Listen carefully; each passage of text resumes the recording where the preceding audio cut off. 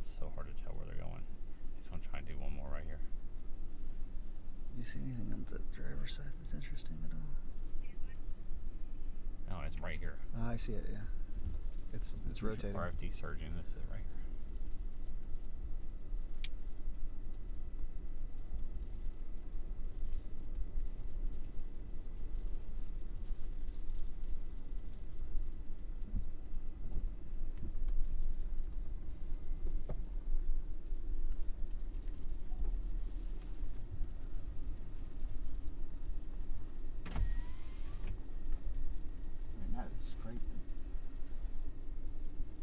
Behind us.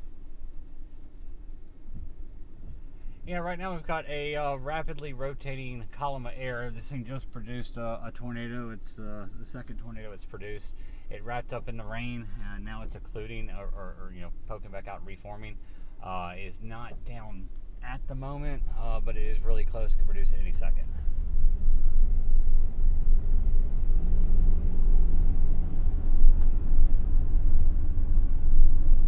I mean, I just drove up to it. We've been up in Oklahoma covering the damage from yesterday's tornadoes, and just drove up to it, and pretty much as soon as we got here, it produced a stovepipe tornado that kind of wrapped back up in the rain after a couple minutes. It had produced one other tornado just before that, but right now it's trying to cycle again.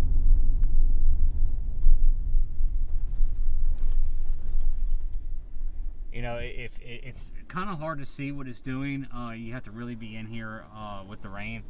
So if you're under that warning area, take it seriously. It has produced a couple tornadoes. It does have the potential to produce another one at any moment.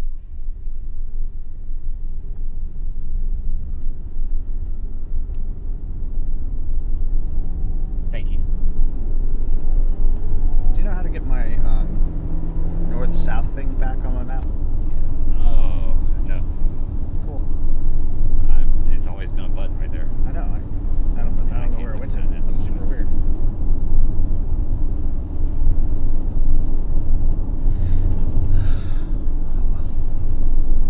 And this thing is being so weird.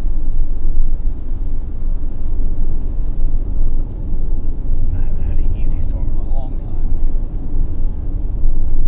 I mean, it could drop on either side of it really quick here.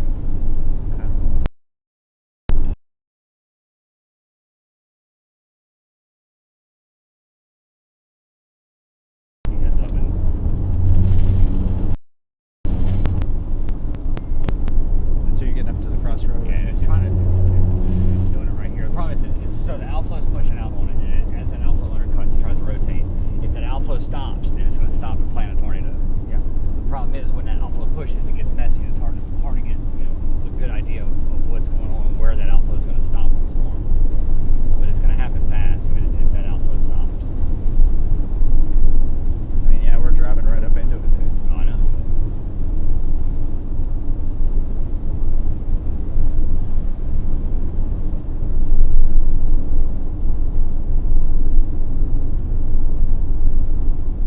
Like, any of this right over here.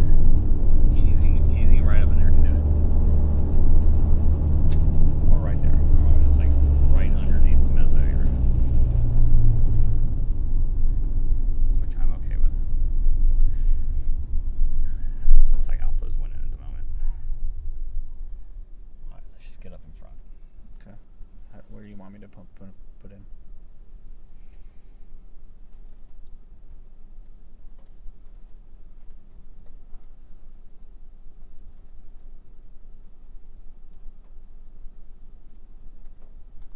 I mean, Fairfield, I guess. Okay. Whatever this road is right here.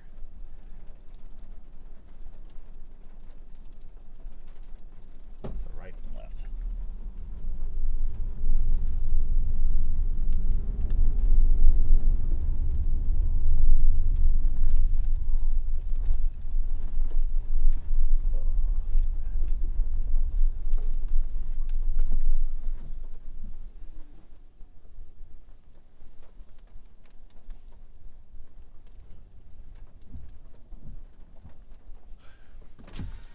How's it?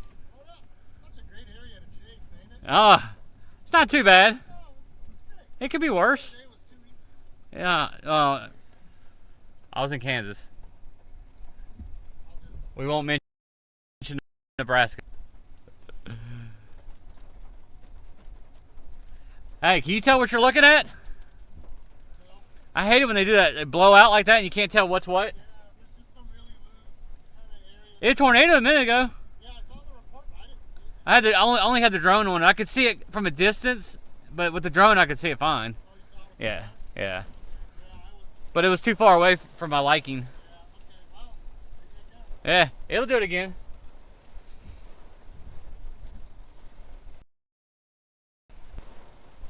I like your new ride. I like your new ride.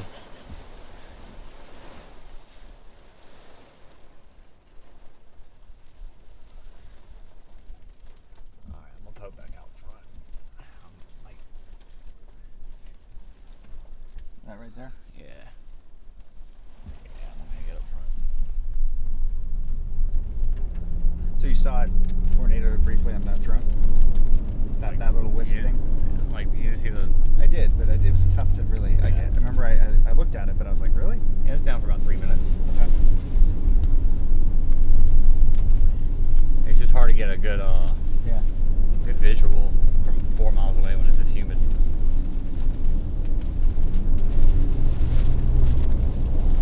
Great. Your GPS issues. Oh, there we go.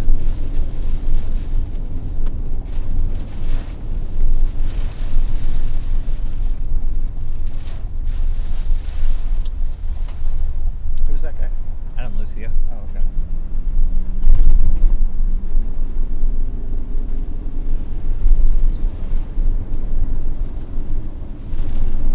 He's good. He's a good chaser. I've seen him on social media.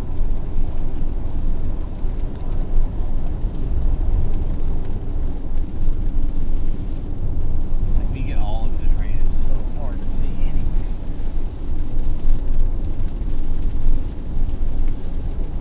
All right, we're on your channel, WXChasing. All right, cool.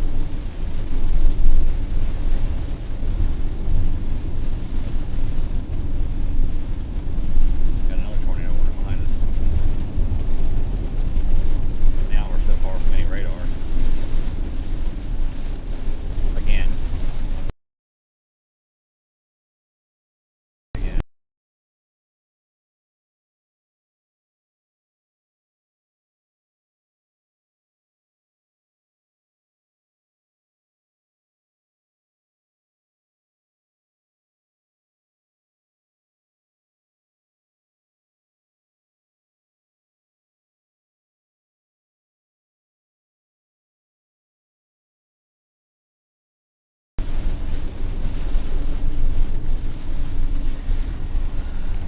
Radar, cell phone reception.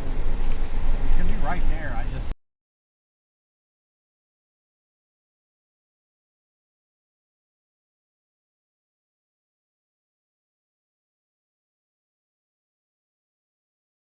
In between Dallas and Houston. We were on a tornado warning storm, dropped a tornado a couple miles away from us. We had it on the drone.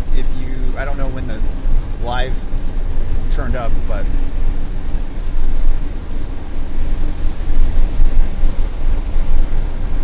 what's making it difficult today? Visibility. Trees and rain. I got wind pushing into here, so I know I'm in the right spot. Looking at the right thing, but that's about all I got.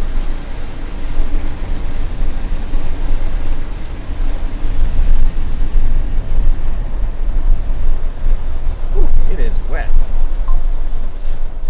And this is the Gulf rain.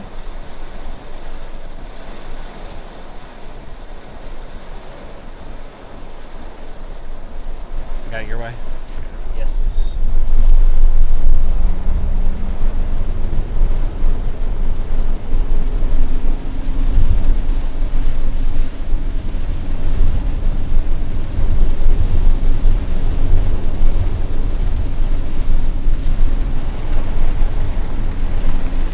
Alright, we gotta go. Cut in front of it right here. Do you need me to type in anywhere? No, so it's there's I can. There's two areas right here. There's one there, Yeah. right next to each other. You got that one, and you got that one. Yeah, so with 2 areas of rotation, guys, and we're trying to decide which one is going to... He's trying to consolidate. If it consolidates, it's going to be game on. And it can't show you because it's blocked by trees, really, and a berm off the driver's side. Boy, it is embedded.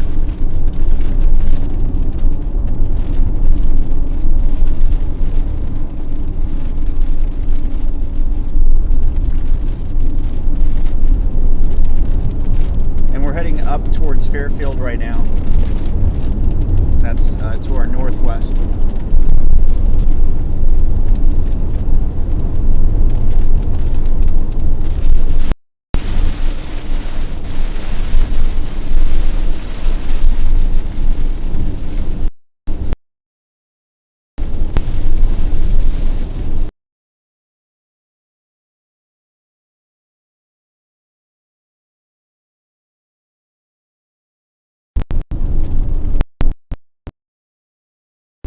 Yeah, kind of right in the mezzo. The parland. I like being here. Just very good.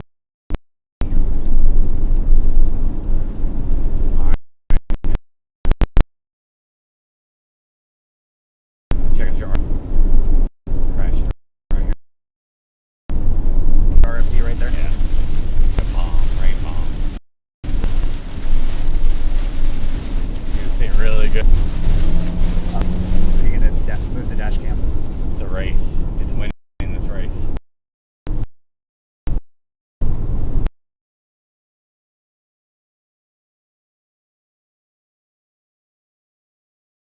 Yeah. Definitely. Yeah. Pretty. There are homes. For sure.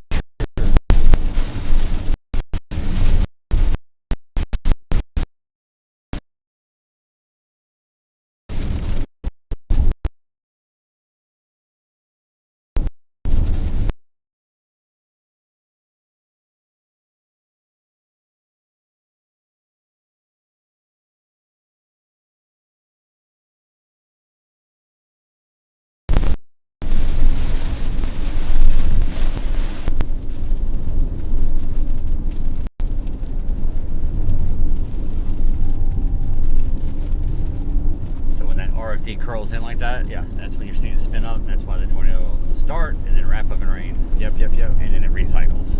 Hey, Storm Chaser Brad Arnold is in our chat right now. The Brad Arnold. The Brad Arnold. Hey Brad, how was the hotel last night? I wouldn't know. I've been in a car for going on 35 hours straight now.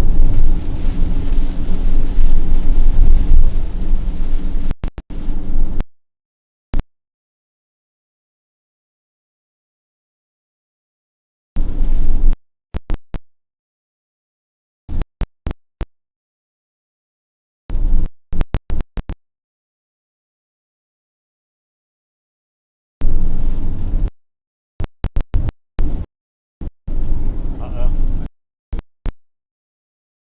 That tornado right here.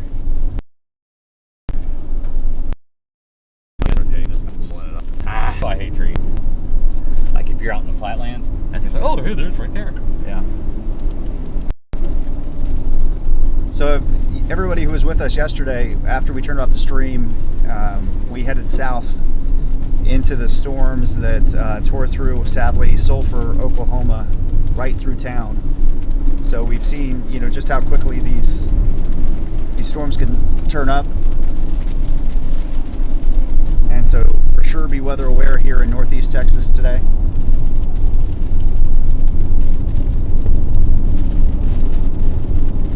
If you have friends, please share this with them so they can watch it if they're here in the area. Again, we're by Fairfield, Texas, just south of Fairfield, Texas, in between Fairfield and Buffalo, Texas, along Interstate 45.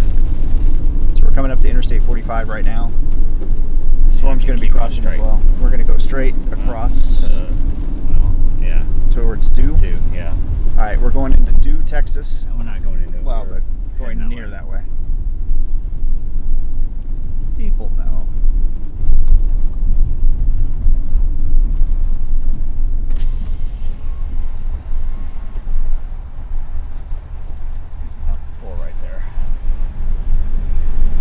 this road before. So when it comes around this curve up here, it does clear out on the left. I think it's about a mile and a half. I'll put it on the driver's side then. How's audio today, guys? And video looking? We're again in the middle of nowhere because, as we said yesterday and the day before, tornadoes don't like cell phone service Or radar. or radar. On roads.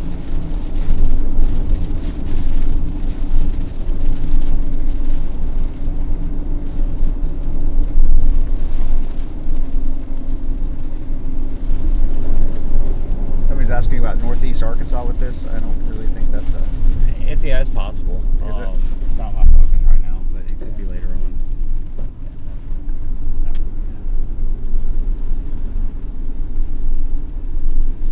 Tyler's asking how the gas is. 158 miles right now, Tyler. yeah, I actually want to stop and get some, but We were rushing down from covering the damage there in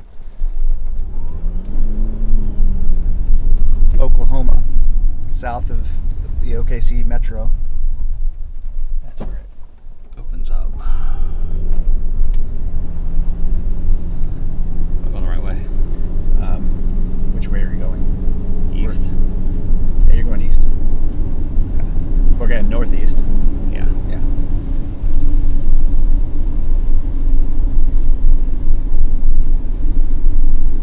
Probably should double back on Look at Storm Chaser Brad Arnold coming through with the super chat. He says he owes me beer, and honestly, Brad, I don't know who owes who a beer at this point, but I'll take it. it. A beer was owed. I don't know. Do you think Brandon's going to share that with me because it's in his chat? Brad, what do you think?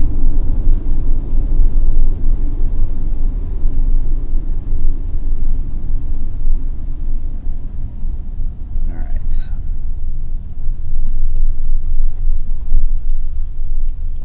So again, guys, positioning, waiting, seeing what the storm does. That's what we're And doing. it's right here. Don't have to wait for long. I can't sit long, but you don't have to wait long.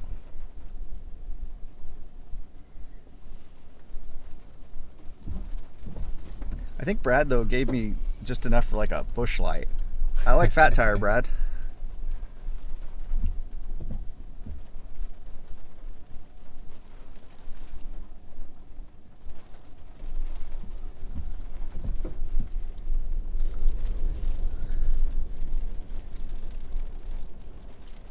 So you can't see, but right now Brandon's head is on a swivel. We are under the wall cloud. So we are looking for any sign.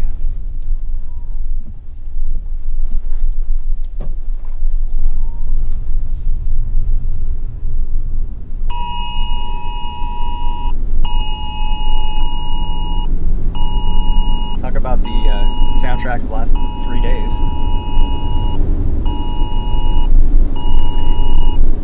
Yeah, when I wish I had a sunroof, you know you're in a good spot.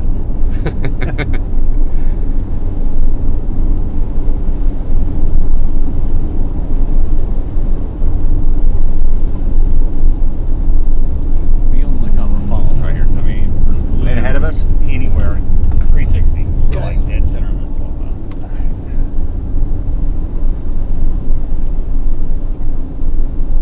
Radar showing main rotations back behind us, but it's not true. It's also 3 minutes long. So that's looking out of my window, guys. Give you that view. That's why I'm saying got to look 360 right now. We're literally right under it. That's that rain bomb. It's RFD.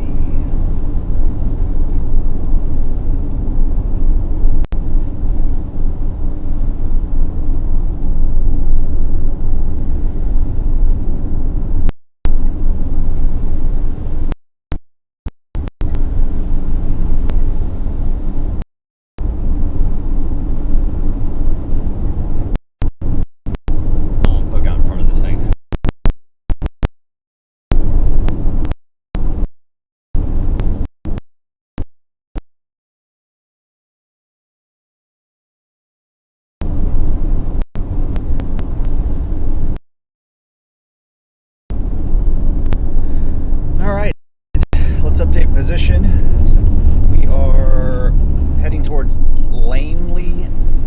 Texas. We just crossed 5, and now we're heading northeast, east towards Langley.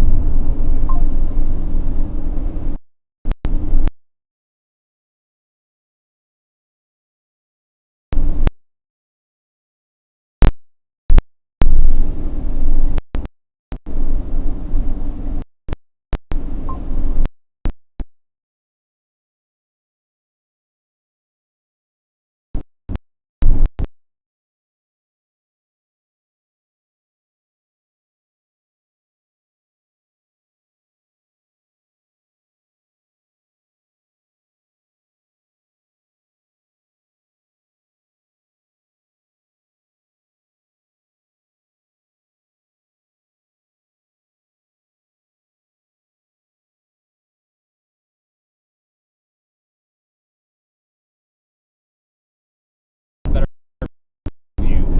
We got a nice clear opening.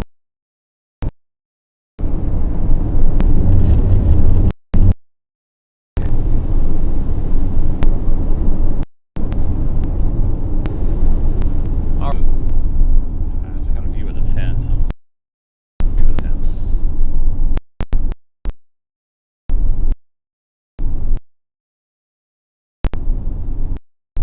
Texas likes fences, so it's North.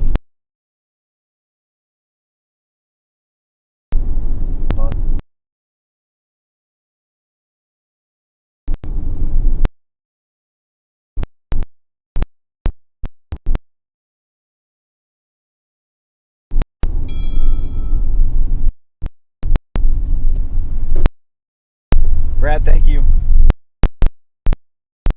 Appreciate you watching. Drive safe. Trust us. We hope we are.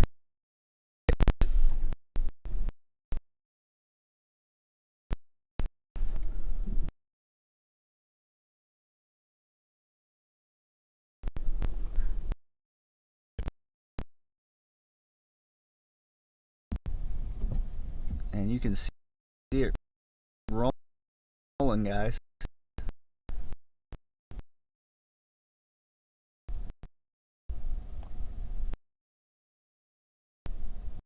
What are we looking at, Brandon? To the left. trees. That's what we've got. That's what we're good at. We find the trees right in the way of where we need to see it. I'm not seeing any.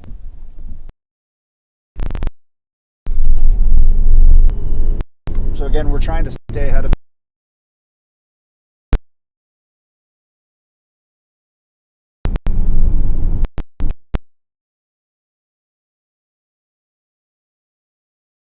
a little bit much. It's like Goldilocks.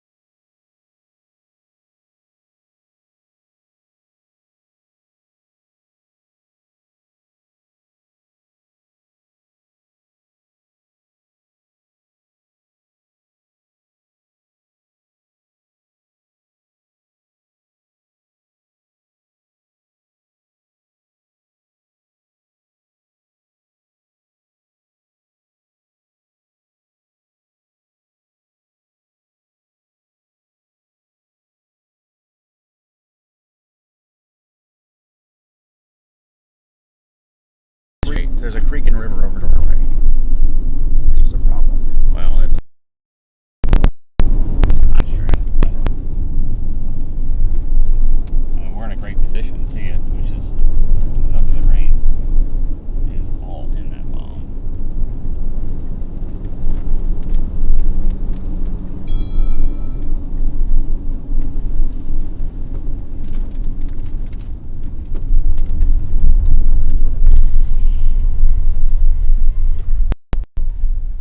Alright, now I can see what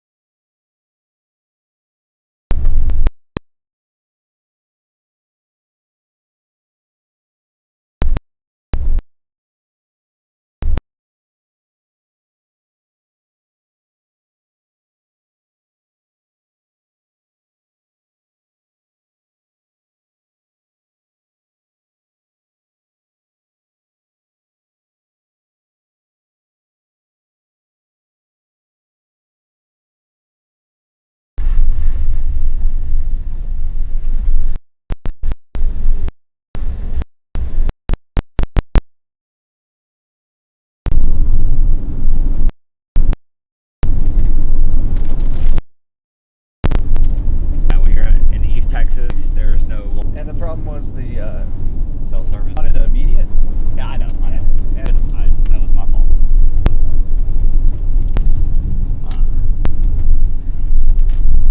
I had a better vantage point, but this is about as good as we're gonna get. So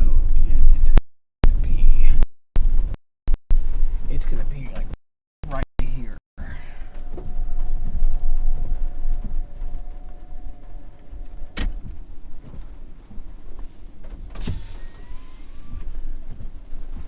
All right, right here.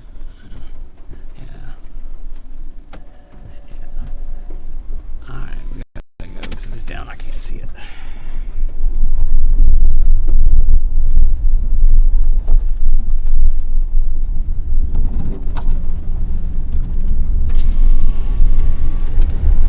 It's got really good rotation still. Yeah. Alright, let's go so we can get back on it.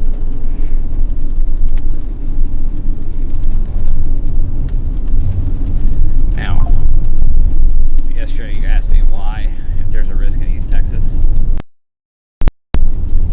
Kansas? Kansas. Now you know. Like I said, it was a nice break to not have trees for. It's not the same thing.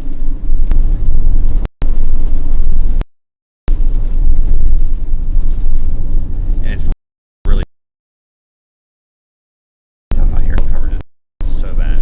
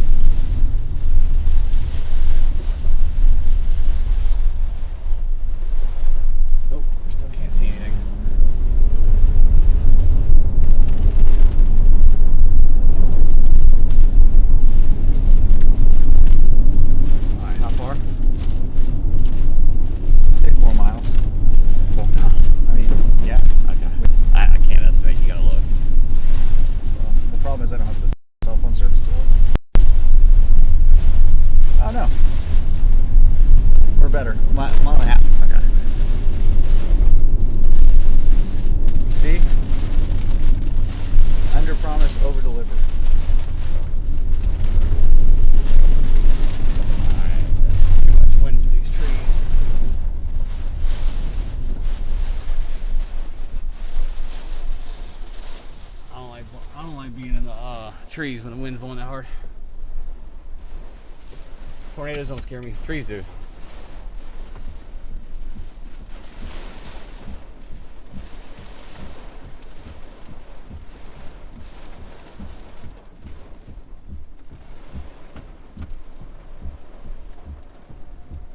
Alright, let's go. Trees and some eyes. Mile and a half.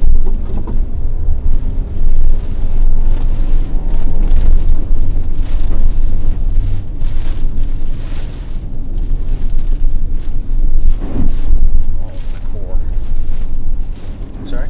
So we're in the core right now, north of the circulation. Yeah.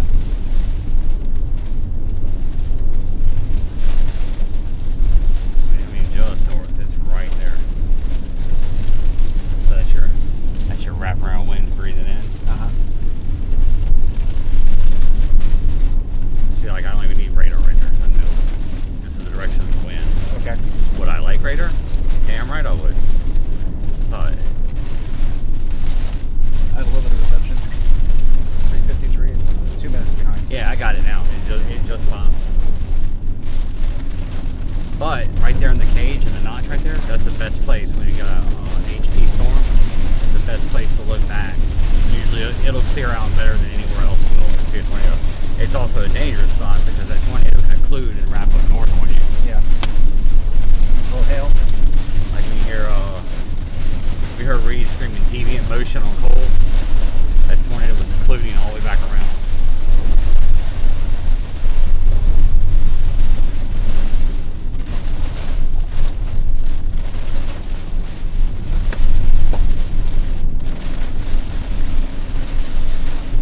So you guys hear Brandon explain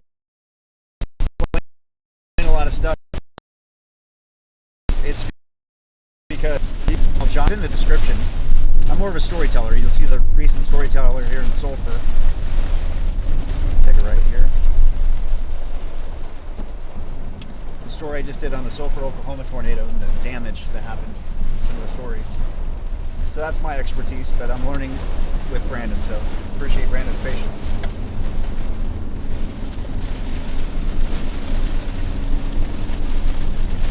Nah, not like that.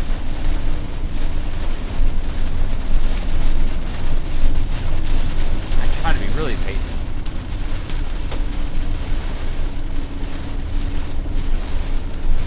But it's hard because it's doing this so long. You want to know where we don't have any good roads? Right here. Yeah. It's alright. It's kind of clear right in front of us anyway. This is actually a perfect road until we get to Palestine. It's like literally right in front of us. Right in the middle of that. Right in the middle of there? Yeah. Right where that semi's driving? Yeah. Thank you, Christine. I appreciate you always watching and commenting on those stories. That's really kind of you. See how wrapped up that is? Yeah.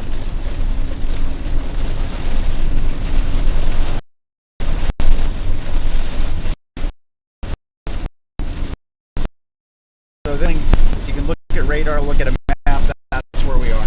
And if you look at radar, this thing is embedded so deep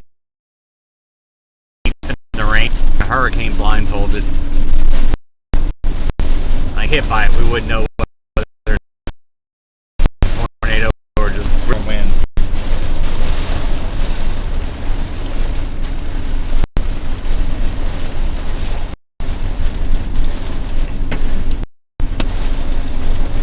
A little bit of hail.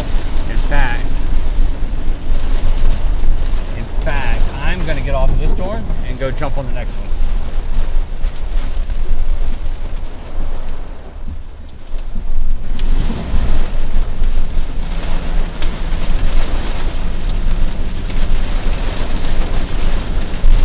So when we get back to Fairfield, we're going to drop south on 45.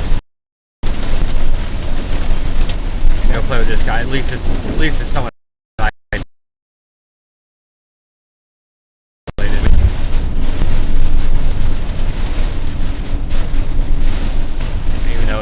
it down right there. That's a right there. veteran move.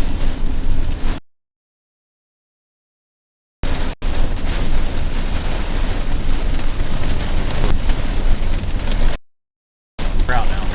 Just enough. Let's go. I can't help myself. All right. I can't help myself.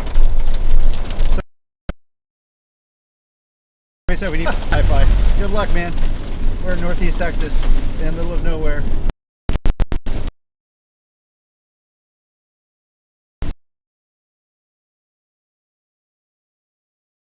And I made a big.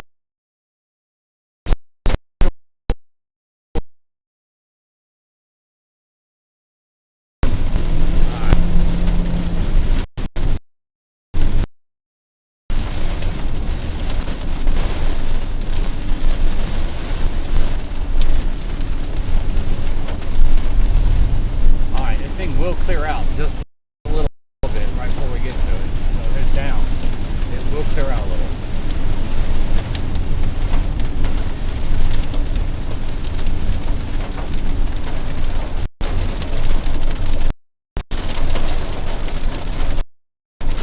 Small hit.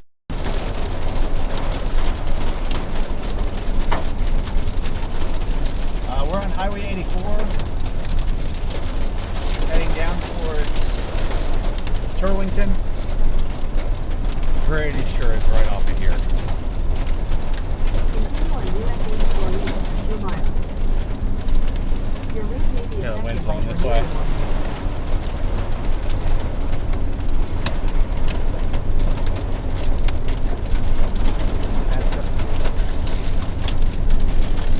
I mean, it's got to be like really close to the highway in front of us.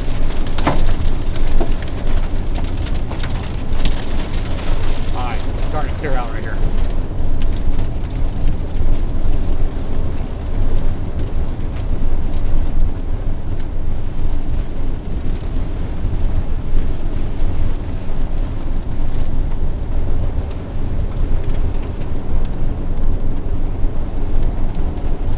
Alright. Be right, I mean, just like right off. Maybe right further here. So right in front of us to the right side of the screen, Oh, yeah, within a mile. a mile. Okay.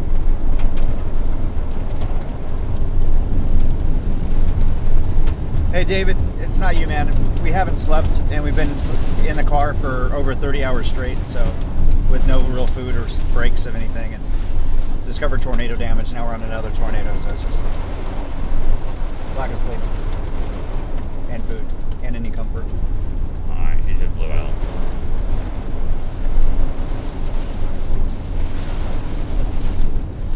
I think it just blew out. So far away from the radar, it's hard to tell, but.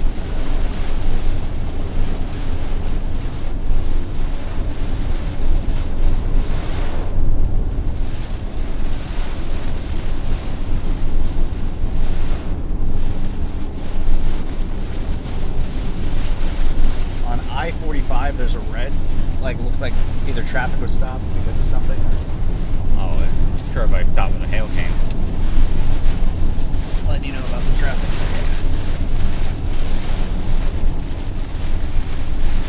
Doesn't look like it was down when it came through. We'd be seeing debris right now.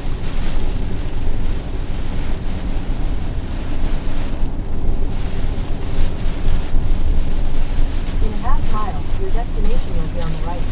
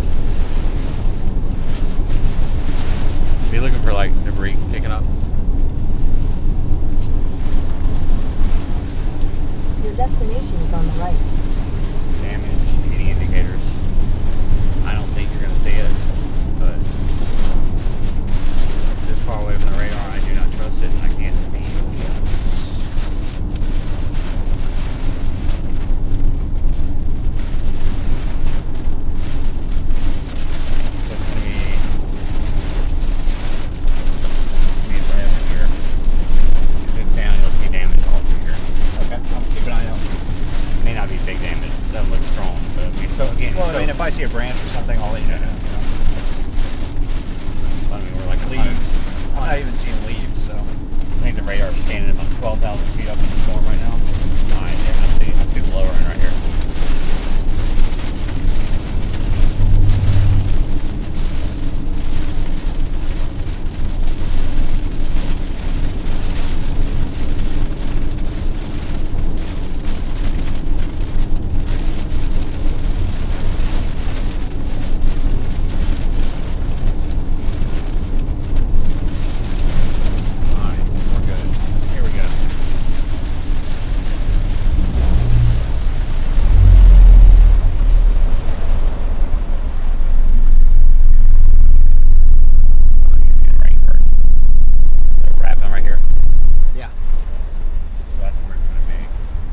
Rotation right now? Yeah.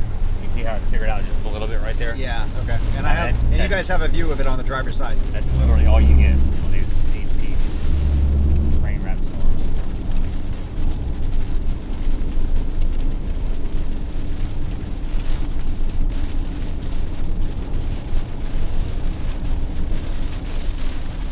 I mean, it looks nasty. Yeah.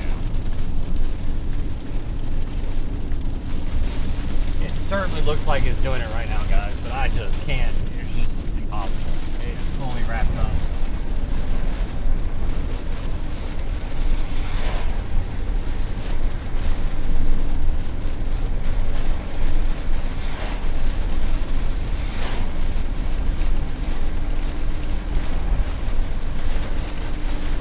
On the radar, it looks like it's heating, but that radar is unreliable. It's so far away.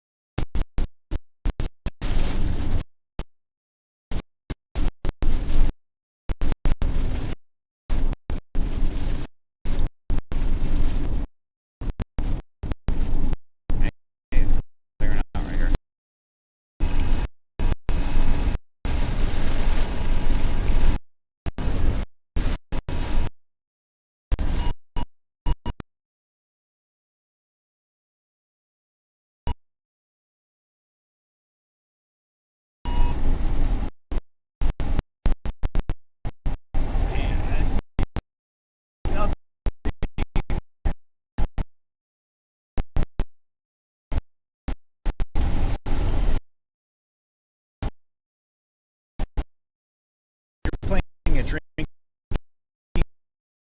game every time it's a tornado.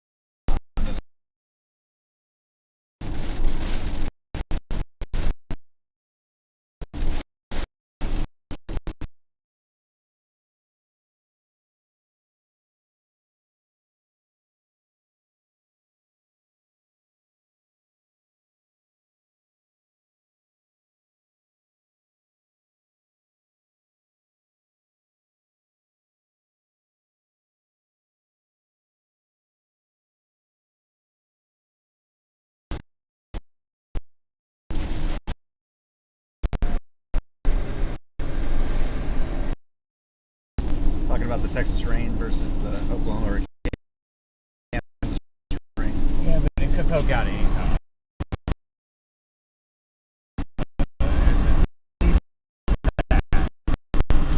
Right now, you can't see that.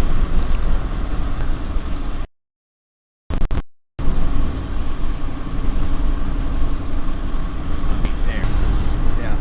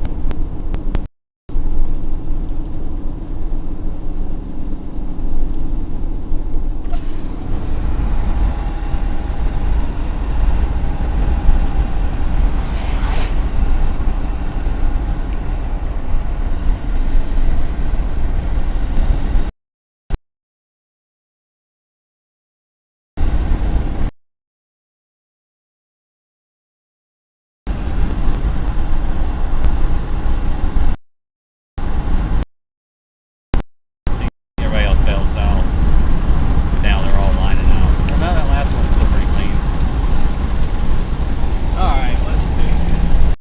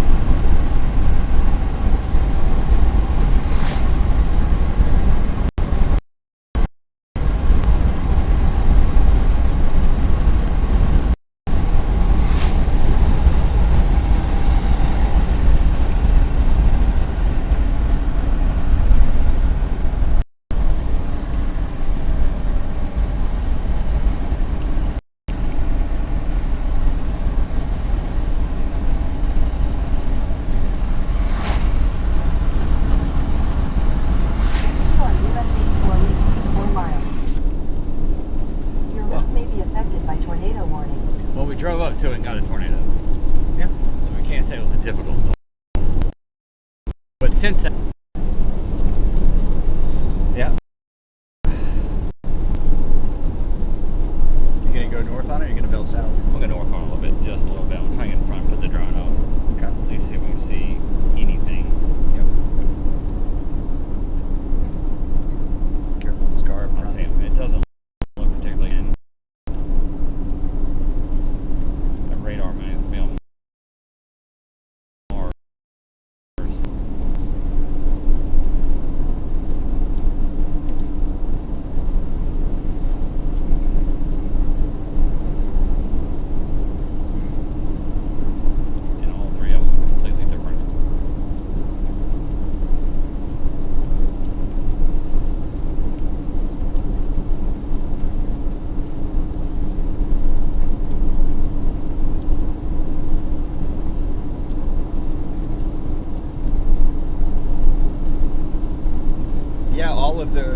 destruction there in Sulphur. I mean, it's just like so many of these disasters that we go to. It's really hard. But you go into it with empathy and understanding what these folks are going through, and you try to help share their story and give them a chance to share what they want to, and also let people know what they're going through, because that's really what a lot of people that are in these situations need, is an ability to say, hey, this is something that, you know, we can't do on our own. We need a little bit of help. So it's great when we can find an audience that can see our stories, watch the video, and then help usually follows pretty quickly.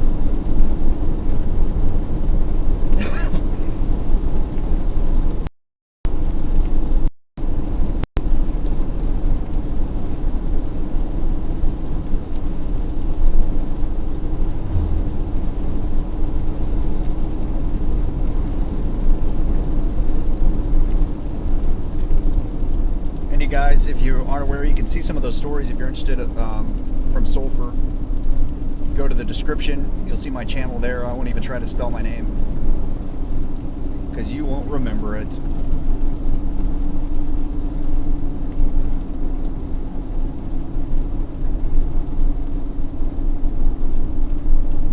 Brandon got some incredible drone video of Sulphur that I'm sure you've seen all over the place, because very impactful stuff.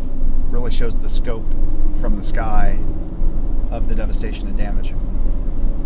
In a quarter mile, slide left onto US 79 North, US 84 East. It looks like it's trying to clear out just enough.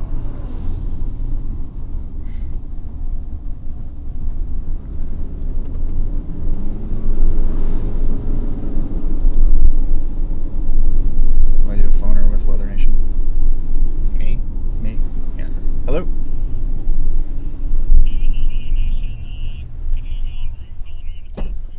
Yeah, absolutely. Do you need to call me back, or just stay on the line? Okay. Slide left onto US 79 North, US 84 East.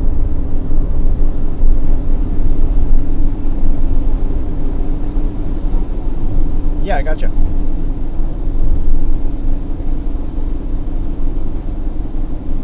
And sorry if this falls out. I mean, we're in a tough area for any sort of cell phone reception.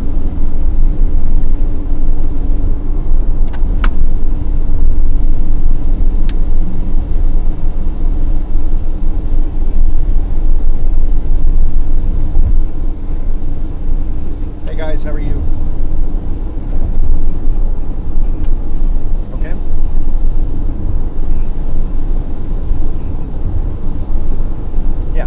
Yeah, we're in Sulphur and Marietta.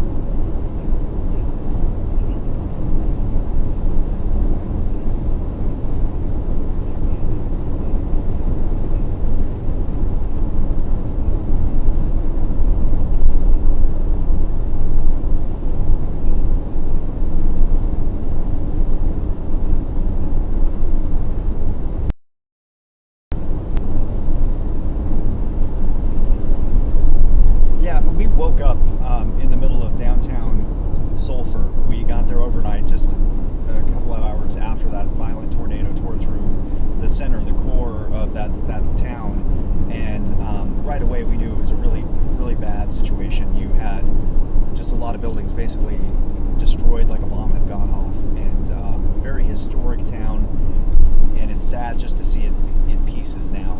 And the miraculous thing is, though, despite all that destruction, really the main focus was there was maybe a couple of dozen injuries, which is amazing to think.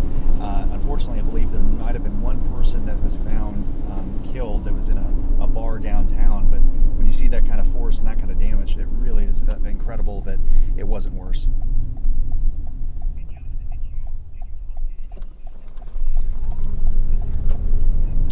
We did, and we were able to survive the tornado miraculously.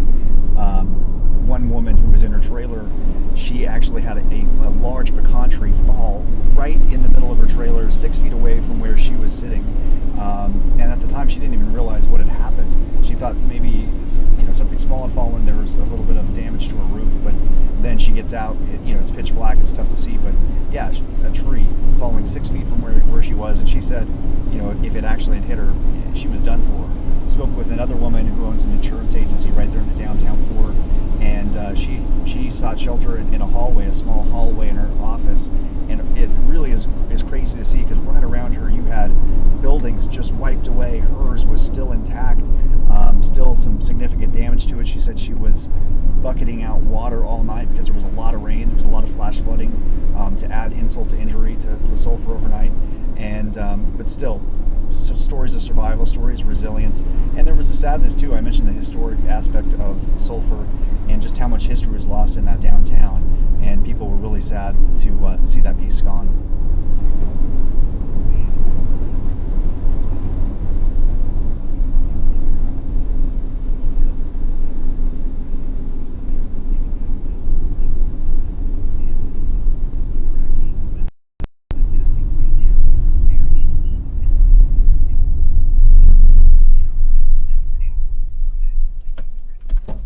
Yeah, we just came down from Oklahoma and covering the damage to here in East Texas. We're just southeast of Dallas, and right when we pull up on this tornado-warned cell that I'm sure you guys are talking about, we spotted a tornado in the distance. Brandon Clement, another correspondent for Weather Nation, had it on his drone, and then the tornado lifted back up, and it's just been really, really heavy precipitation, so it's really tough to get a grasp on what it's doing. It's really hard to see, but it's starting to clear up, so we're still tracking it.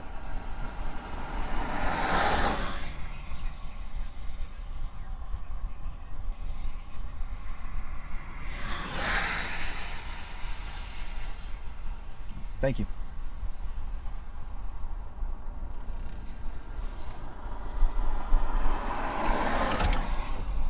Sorry guys, we had a TV timeout. Alright, this guy's done. Done for? Dunzo? Done. Dunzo. Done. It could redevelop. It's going to be a little while.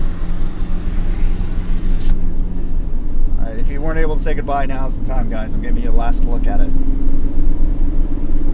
Say goodbye. It's got a shelfie.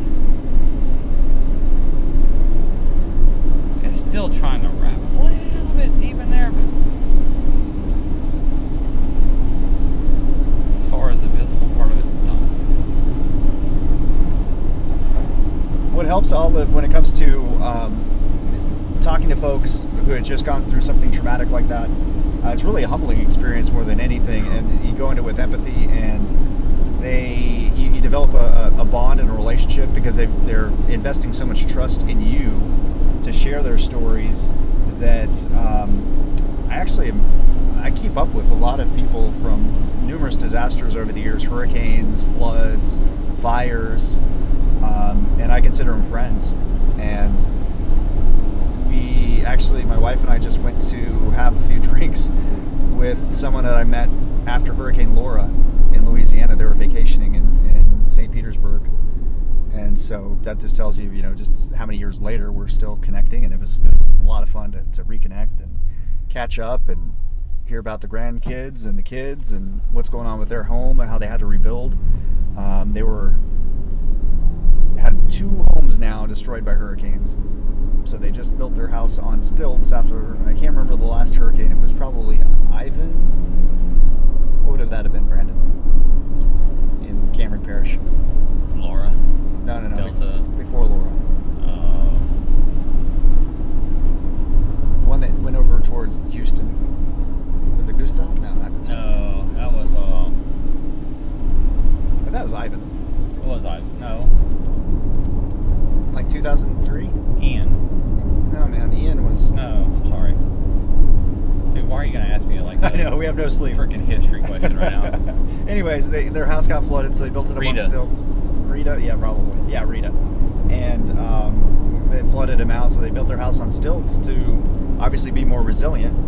And then a tornado likely came through during Laura and just ripped it apart. So, but they're back. They have a new house. They're happy. They're healthy, and so it was neat to catch up. So that's a long story to a short question, but again, it's a big issue of trust for me. I try my best to keep their trust that they've given me when they share their stories. So.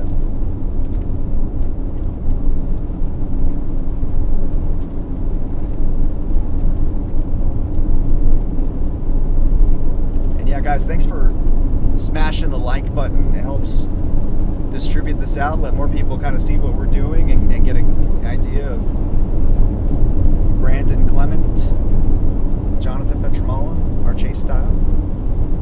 Maybe we can actually hold up a steady stream now that we're not buried in trees. That'd be nice. I'm gonna jump way out in front. Gonna jump way out in front of the next one down the line. Yeah, we're gonna go for a bit of a ride.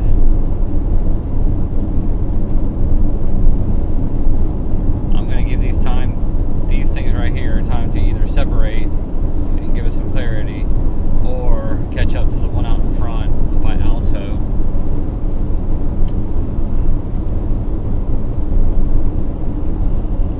Getting a more clean environment. You see that? Yeah, I see it.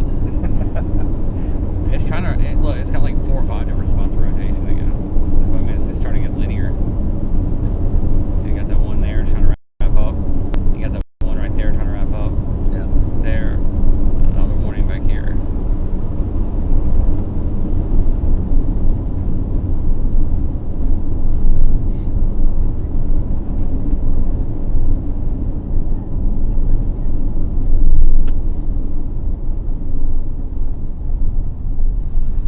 Look at the one right here in front of us. Wouldn't that be crazy if it just like starts spinning down? And just like does a favor. Yeah, it's just like right here for us. Is it gonna do it? Had it happen before. Not unheard of. No, it's not It could gonna do it. A rare luck though. But it's better. I wouldn't mind being lucky. I need a little bit of luck. Or to say, hey, let's go to the trees.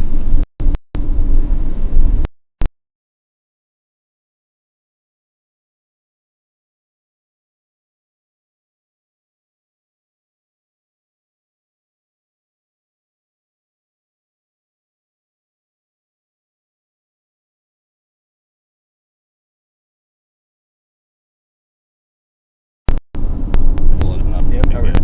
No, it's got clearings out here. Do they? Yeah, where we're going. Alto, just before you get there is kind of a big hill. You come over, go down, and it's a big open Oh, that's green nice. field. I've watched several supercells go there. Which one is it? We're on dash on that one. Yeah. Oh, the driver. Never mind. Driver side right there. There you go. Before anyone asked, no, that was not a tornado.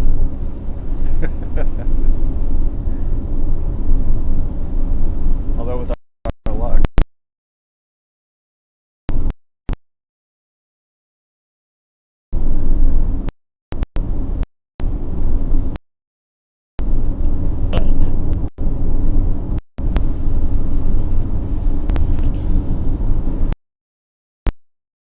Is this considered east? Naturally, going in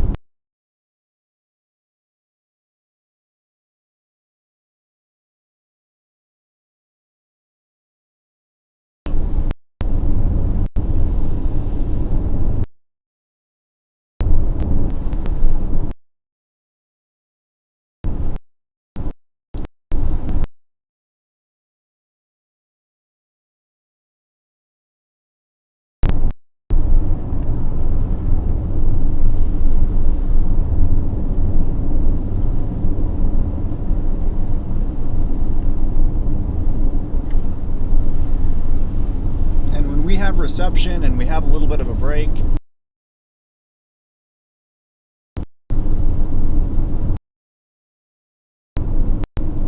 Feel free to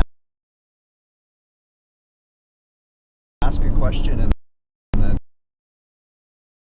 discussion, the comment.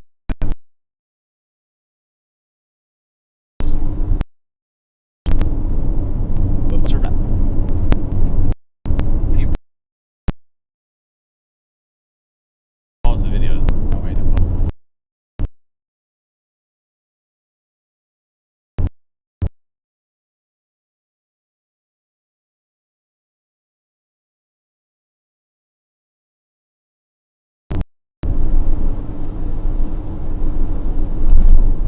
My goodness. It has been a stretch.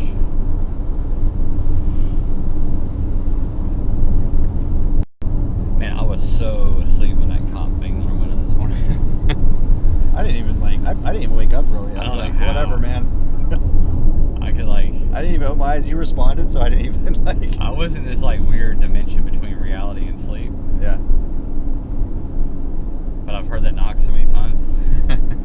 That's the second time we've been sleeping in a disaster, and like, so when we pulled up overnight in Sulphur, we're just a couple of hours before dawn. You know, by the time we get done shooting some video and talking with police, so we're like going to a hotel, so we just kind of camp out in the car, dead asleep. Get the knock on the window from the police.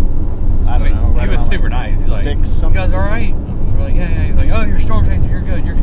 Yeah. But when the metal flashlight hits the glass, when you're sleeping in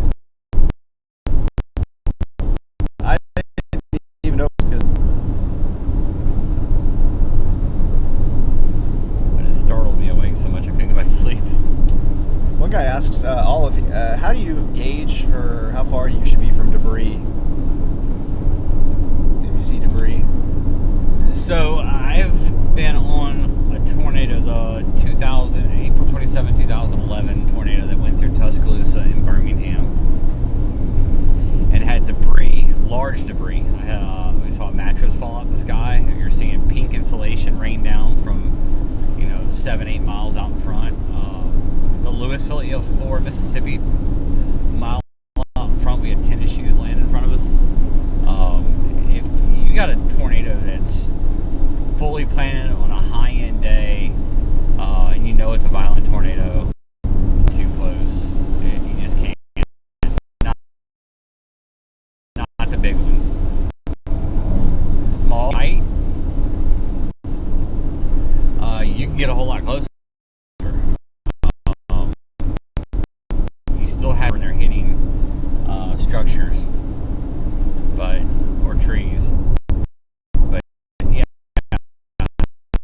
it's just the type of setting you're in, whether you're flat land, open roads, and there's a risk tolerance too for each his own. Some tornadoes I want to get right up next to, others I want no part of. I kind of feel bad for all of you. Ask us a lot of questions, and there's usually like depends. It is. It's so many. It's a billion variables for everything we do. So very individualistic variable. And I mean, there's some chasers out there. Their answer is when you're in it.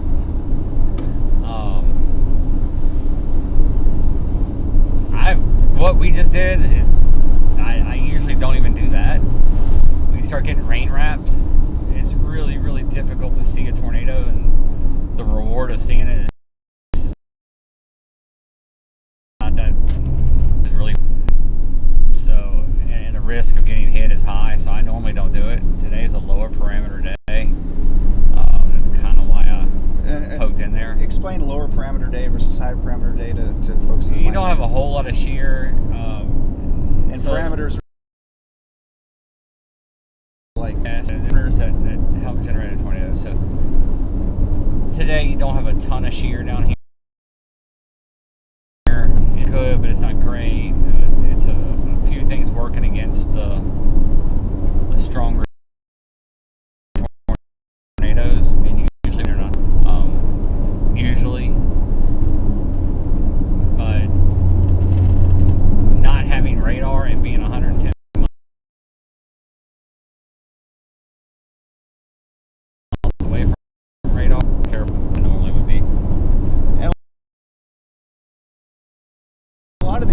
Brandon's talk experience as well, just kind of being on it and and learning, living and learning that as well. Yeah, there's just so few situations I haven't been in. I can't tell you how many times I'll hear Brandon say, "Oh, I've chased this storm before," and then he'll talk about what happened. Is that encyclopedic?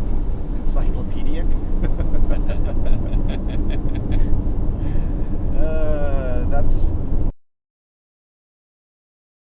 what is his leave at this point? A couple weeks. My body doesn't feel like we got any. Not really. I am.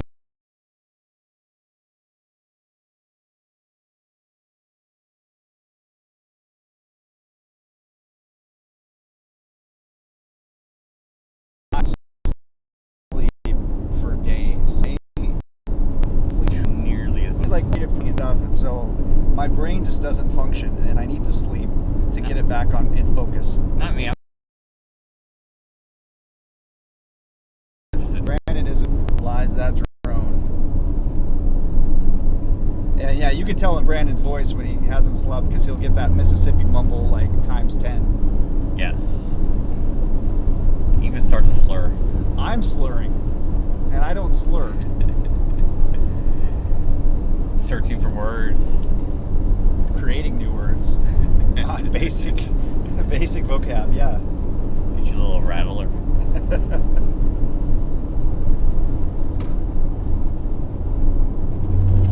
I get temperamental.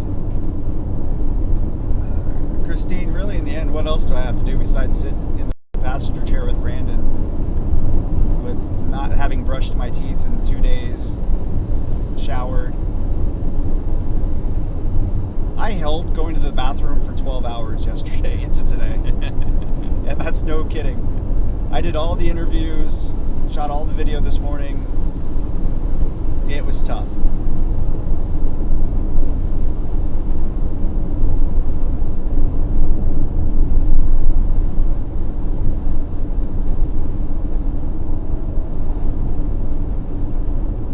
So there's a price to this, guys. It's not just all raindrops and lollipops and... Man, we are just not making up much ground on this. That storm is making up ground on us. It's like, hey, you know what? You may be done with me, but I'm not done with you.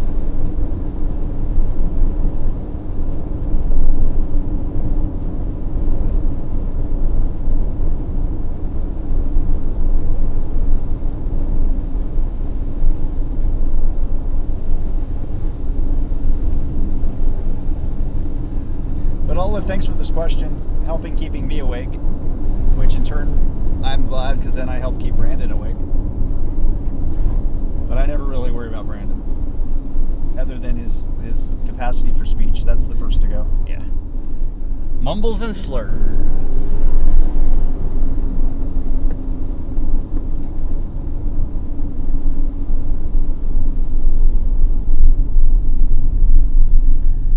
It is harder though after dealing with disasters.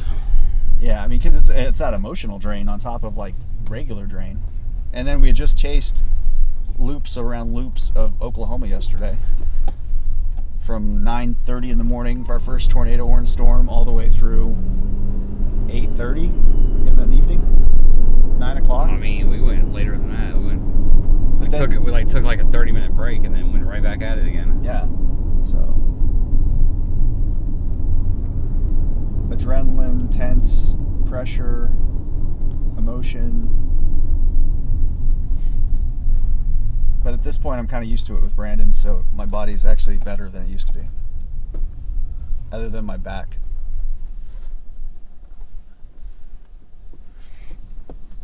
My lower back is hating me. What are you looking at? It's a shelf cloud. I thought we could get a cool view here, but I'm gonna have to wait too long. You want a shelfie? Get a shelfie. I'm gonna have to wait too long. I'd have to completely quit. What's that? I'd have to completely quit for it. Oh. Turn left on the West Parker Street. Geek Girls Rule says hello. stay sane with the adrenaline. Do you really feel adrenaline anymore? I mean, I guess I do. I guess I get more focused. I don't really feel necessarily that it's adrenaline at times. I just get hyper focused. I feel it when it's over. Maybe, yeah. It comes as pain. I don't look at it like I don't get a rush. I don't feel. It's more of just like this super clarity when I'm in the middle of chaos. Yeah, it's definitely hyper focused just to try and regulate your body. Everything kind of slows down. It's It's very deliberate for me. I work more deliberately. it's a learned behavior. Yeah. We're in Elkhart, by the way, Elkhart, Texas.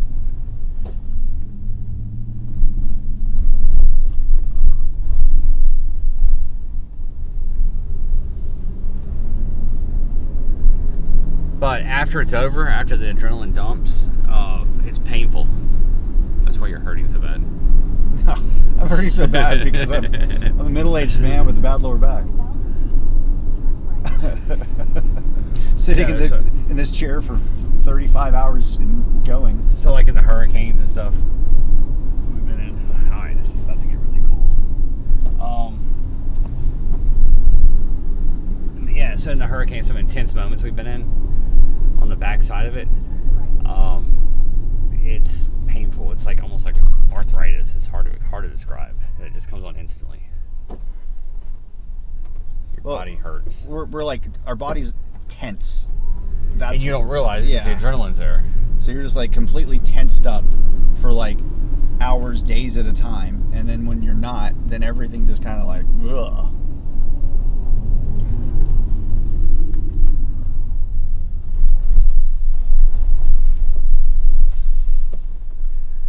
I'm gonna try something here. Okay. Drone. Maybe pretty cool. Gonna put the drone up, guys.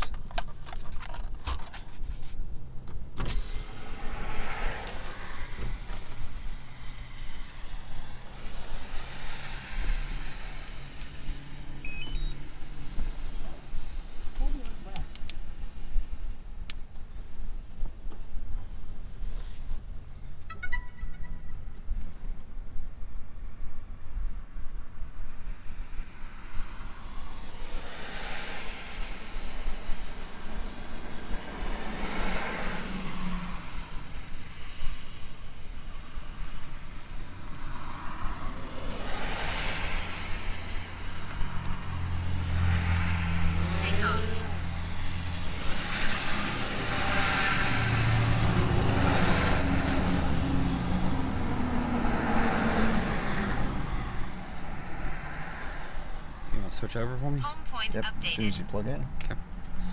No, that's what I mean. Yeah, I was waiting for it. I wouldn't be snippy.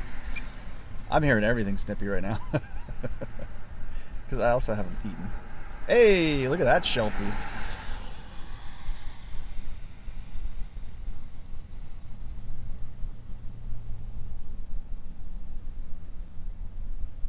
I still got a little rotation to it.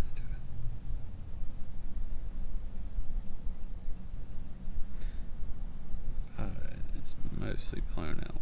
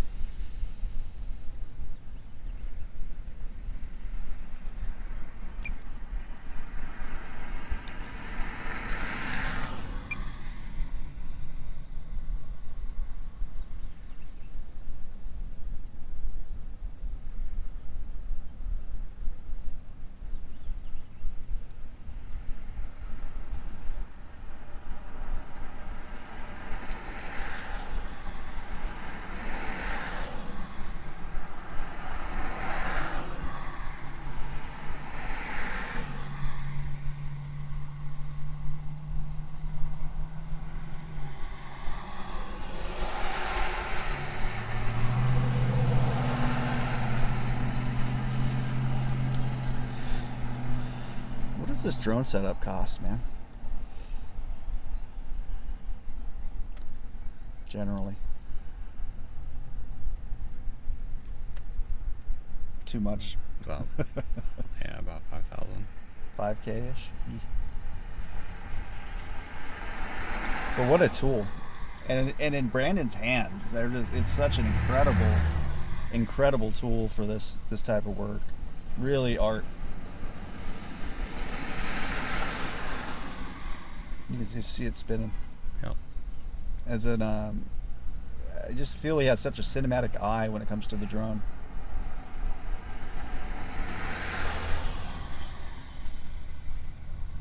I think it's a Mavic 3 Pro.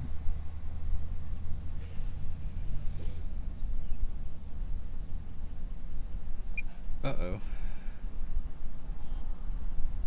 Have you seen a little dip there? Look at that, that's so cool.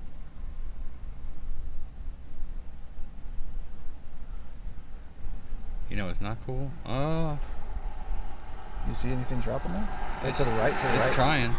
But no, go back to the right. You see it? Oh, that's a scud. That scud lifting up. I mean, that scud will start rotating. Alright, I gotta get this thing down. Oh, wait.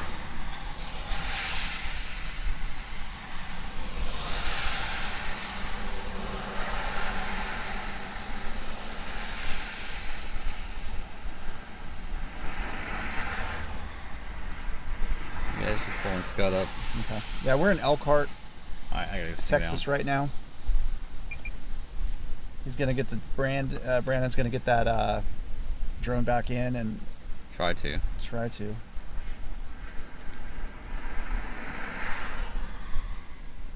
So that sail that you're looking at is the tornado warning sail by Palestine, Texas. I don't think it's tornado warning anymore, is it? Yeah, it's at least.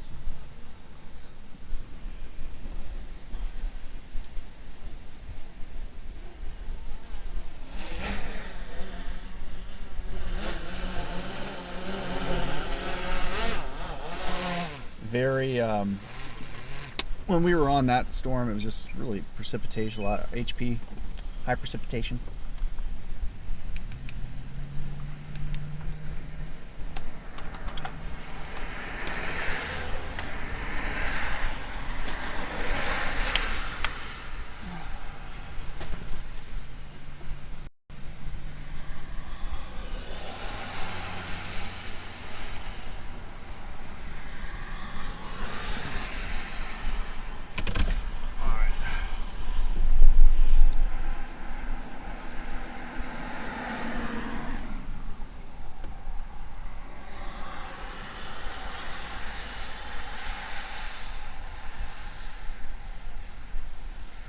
Yeah, so that area is right where the rotation is going into Palestine, what we're looking at.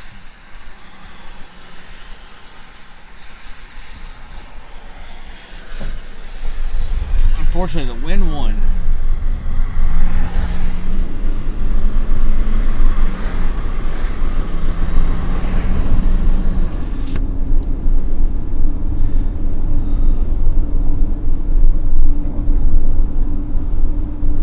You just go look at a DJI Mavic Pro 3. You can get a look at it, same drone. You gotta get on the road, guys. Go on the next. You gotta get ahead. And then with extra batteries and the smart remote, it gets expensive. Yeah, it gets super expensive. But again, such a valuable, it's a unbelievably valuable tool for us in what we do. Hey Bill, this is Jonathan Petramala. If you want to know more about me, you can go to the description, and that's a link to my channel. Latest video you'll see is from Sulphur, Oklahoma. Spoke with first-hand accounts from survivors of that tornado overnight, that very dangerous tornado, very powerful, violent tornado that hit smack dab in the middle of town, crushing that historic downtown of Sulphur.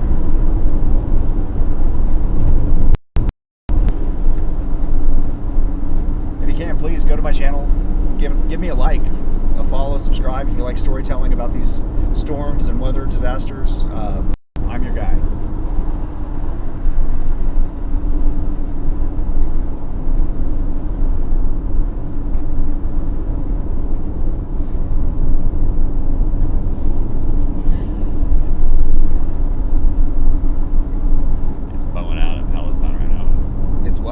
bowing out. Bowing out. Yeah, I bet you got some really intense straight line winds.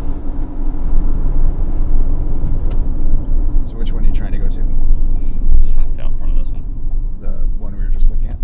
Yeah, and then get up to the next one, keep it in play. Yep. If that one to the south really starts looking good, we'll jump on it. Cool. It looks better than this one does right now, but I don't want to backtrack for it. This doesn't look good enough for that yet. Yeah. It does look pretty dark for 4:52 in the afternoon Central Time.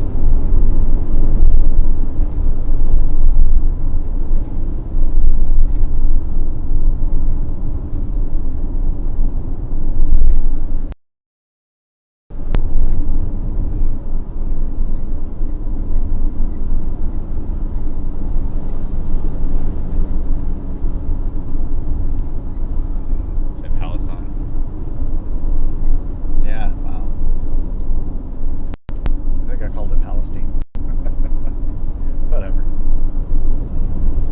Tomato, tomato.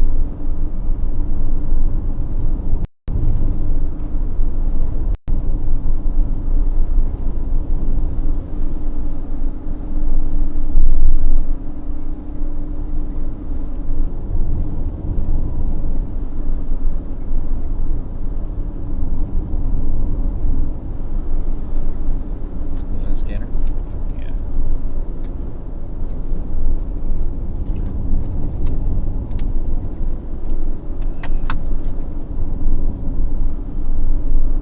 Windows just fogged up.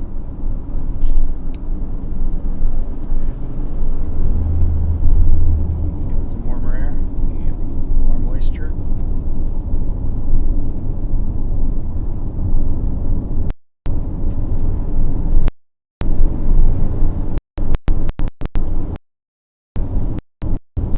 I can't tell if it was from trees.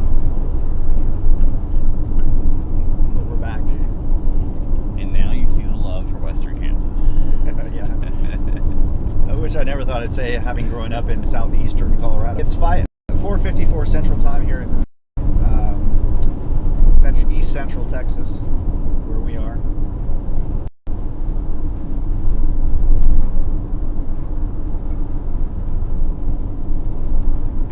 Tracking that tornado-warned supercell going to Palestine, Texas. We're trying to keep up ahead with it, just in case. So what I'm looking for is right now it's very linear mode. You see that shelf cloud I just showed on the drone. That's outflow. It's wrapping up on the north side of the storm. It's not really where you want to see it. Usually that's more associated with QLCS tornadoes, really heavy rain wrap, brief tornadoes. It is possible the southeast flank of the storm reattaches to that outflow and can regenerate and become the dominant side again. If that happens, your better tornado chances go up considerably. And like I said, I've chased the storm. I can show you the video from the storm again. Yeah, as I mentioned earlier, so many times with Brandon, he'll talk about, I've chased this storm before. I've been on this road before. And he'll know like just a little honey hole or a little spot that he can stop, look at it, get a good angle, put up the drone.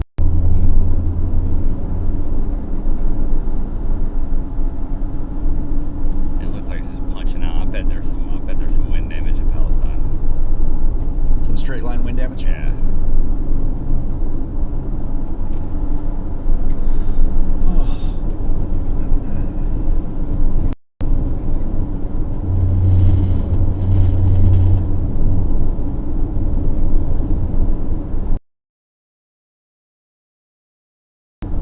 Tap brother, and you're wondering who we're answering. It's in the WXChasing YouTube channel.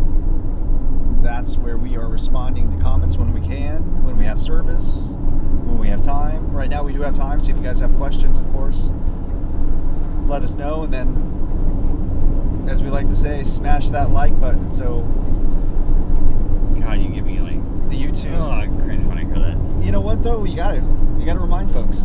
I forget to do it. I know. I'm not. And I'm on your channel right now, and I forget to do it. I'm just But saying. it helps. I know. I'm not getting on you for it. I'm just Man, seeing it. child abduction in San Marcos. That is constantly in my Silver alerts and amber alerts in Texas. Yeah. It's like Oh, constant. speaking of a silver alert. Oh wait, no, that's just the silver. 2023 Mitsubishi Outlander. Victim's a 2-year-old Hispanic male.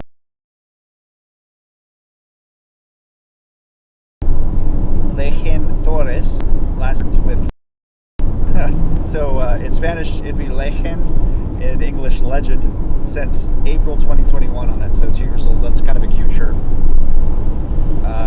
Suspect, 46-year-old Hispanic male. His dad, Joey Torres. That's the Amber Alert out of San Marcos.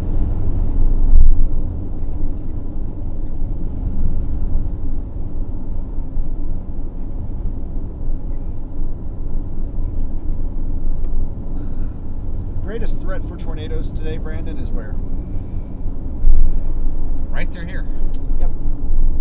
And right through here is northeast Texas, Arklatex. Yeah, east central Texas, and tonight it's going to shift a little bit farther into west and northwest Louisiana. It could shift up into Arkansas a little bit. There's some questions about how much instability will return in the area after this morning's squall line. But yeah, that kind of general area, Louisiana, the Arklatex, but the southern half of that mostly. So the Texla. Texla. Less arc, more Texla.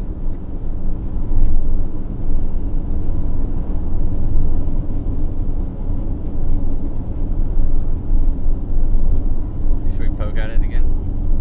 You want to go poke the bear with the drone? I think drone is always the answer. Yes. There's always a yes.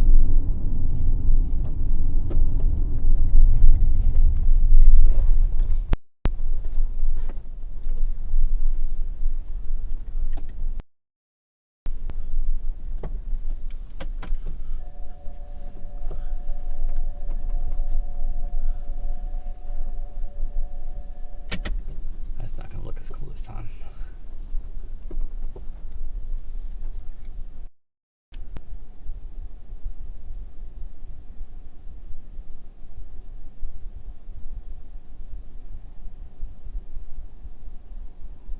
They did drop the warning on it now.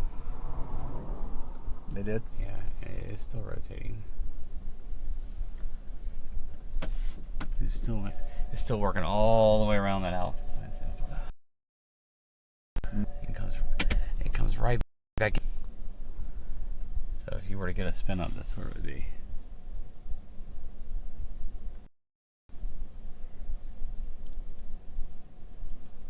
We're Actually, monitoring the Palestine storm. Screen a second. huh? Wait a second.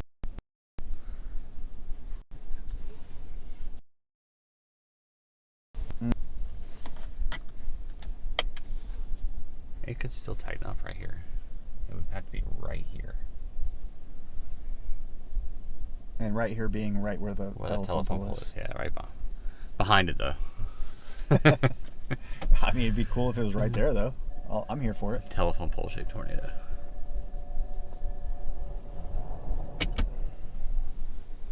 I think the viewers would like it.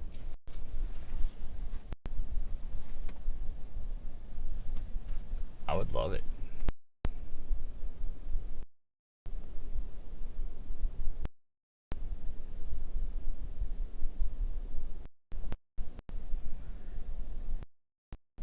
That's rotation I've ever seen on a shield cloud right here.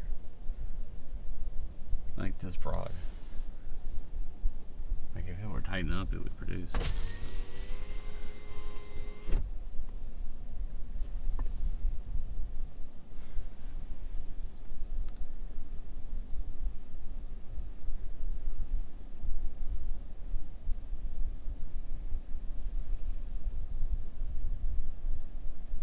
See right behind the telephone pole, I just do. to the right, and the scud getting sucked up. I do. That would be a primary spot. You're about to have alpha just shove right here. See it? See how it's pushing right here? It's gonna push right through. wanted to show that to people. No, because it's going to show right through onto us. And if I had the choice of not driving in rain or driving in rain, I choose not driving in rain. Not driving in rain?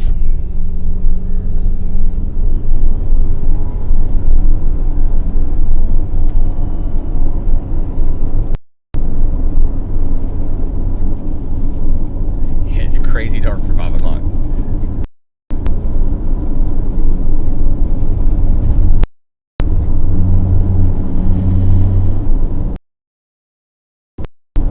I know, right?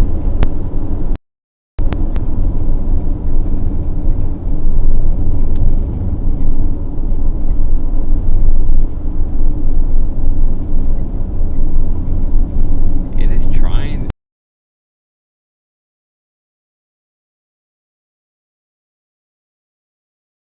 It's trying to it's doing serious here in just a second. I agree. It looked really healthy.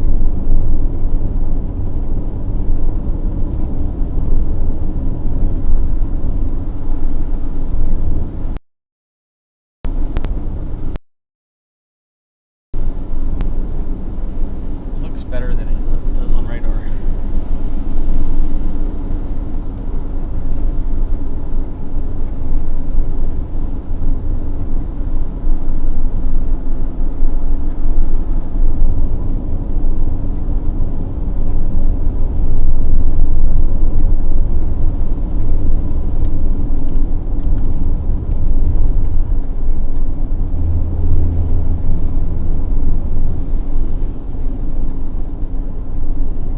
Poor guy.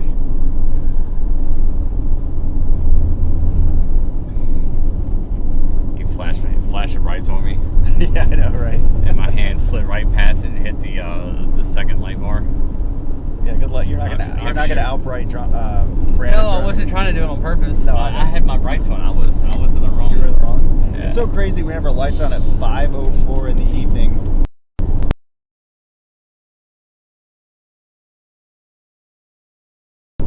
In May, basically.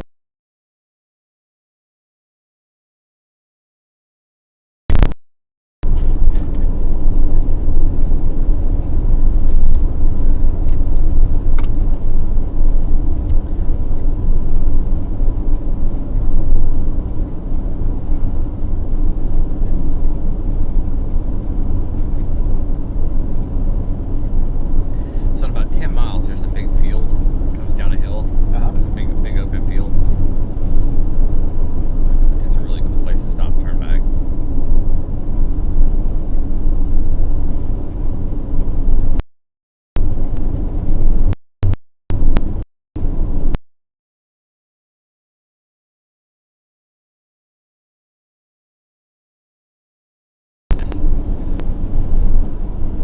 Tyler enjoyed the video. You know, Tyler, Brandon hasn't watched my video yet. He was just next to me when I was working on it. Didn't even care. But in fairness, I haven't watched his video. They just went tornado warning on again. Yeah, they did. Either that or it's back, one or the other. No, I think they just went back to it. It's very QLCS looking. Where it's wrapping in the front. But whenever you see this, usually about 20 miles south of here, you get a secondary area rotation. Okay. And that's exactly where we were. Oh, gotcha. I've had that pay off several times.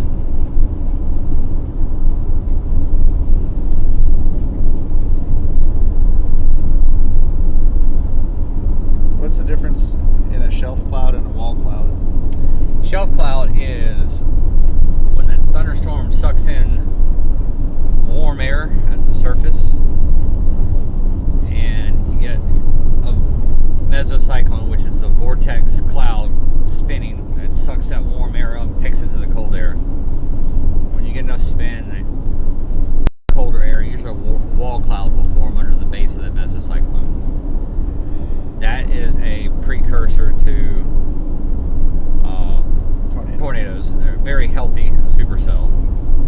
When you start getting, when that warm air goes up and hits gets that cold air, turns to rain, and that rain splashes down out front and pushes out cold air. Well, when a storm starts putting out more cold air than it's sucking in warm air, it becomes outflow dominant. And when you get that outflow, that's what that shelf cloud is. It usually means that the cell is either struggling or becoming linear, like becoming more of a line. So, an elevated the surface is another reason they'll go put a shelf cloud out. Elevated the surface, and I don't know if that makes sense. Elevates. Other question. And I'm trying to keep it really simple. I think, honestly, bro, I think you're doing a great job the last few days. People, just like, you know, when I racked welds, what I think most people do as well. Right, like your 11 layer dip of the atmosphere. Good analogy.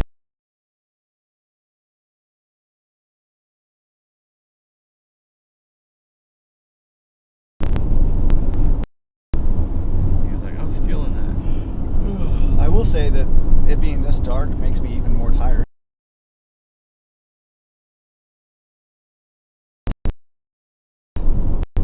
Nature. Total solar eclipse. Several severe chase.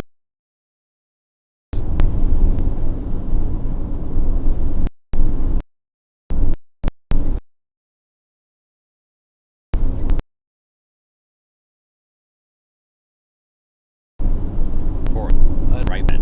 I think Brad might have seen it. I think we just went live right before.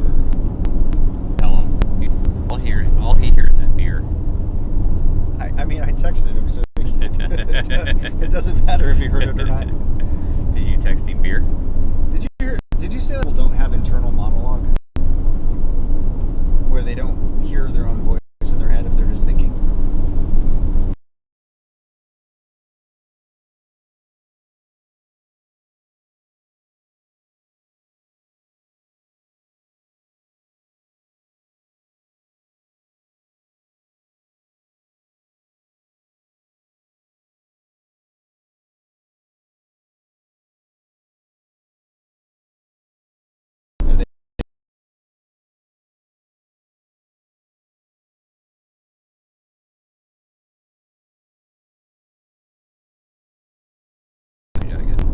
Ask me ramp not coming in. Yeah.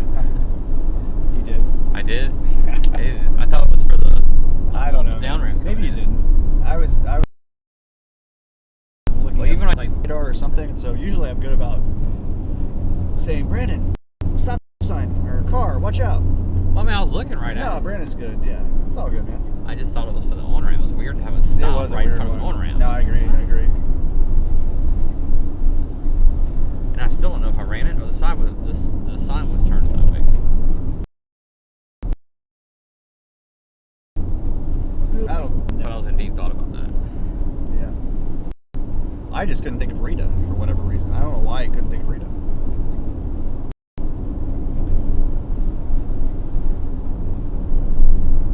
Hurricanes are my passion, guys. So I love talking hurricanes. I love them.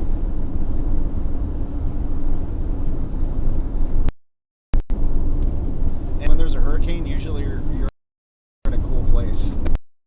Miami, North Carolina, Tampa, Florida, New Orleans. Not, let's look at the latest. Crockett, Texas, Rusk, Alto. Hey. You leave Rusk alone. Hey. I've caught tornadoes in Rusk.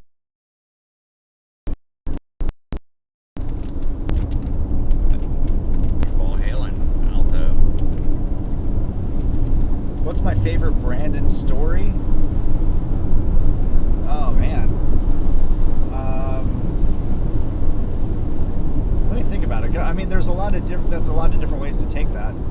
This is gonna be like my parents showing my girlfriend No, naked 3-year-old I pictures. wouldn't do that. I'm playing. I don't care.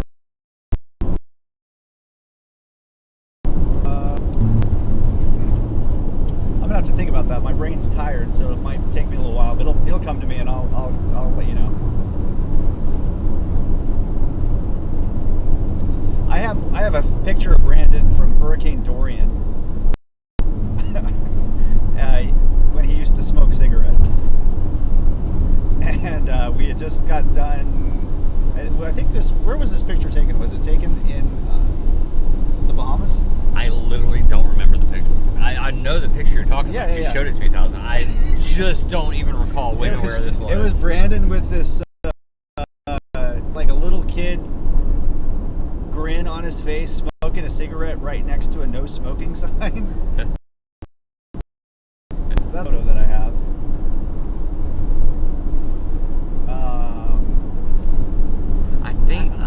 I think that was at the. Okay. Yep. That's funny. That's the only thing that makes sense to me. Yeah. And then I think one of my favorite stories was from hurricane, and we'll get more into this in hurricane season. I don't want to give away all our hurricane stories when we're in severe story, but probably when Brandon was super exhausted and sick when we were in Cuba for Hurricane Ian, and we had just gotten back to Havana after literally the most difficult logistics of any of our lives, and I had been to Cuba before, so I kind of understood how it works. He had not, and he said yes to a ride from a kid, and oh boy, at that moment I knew we were getting into scam cab. And you owe me for saying yes. And in a way, I'm really glad that we did it, because it's probably my favorite.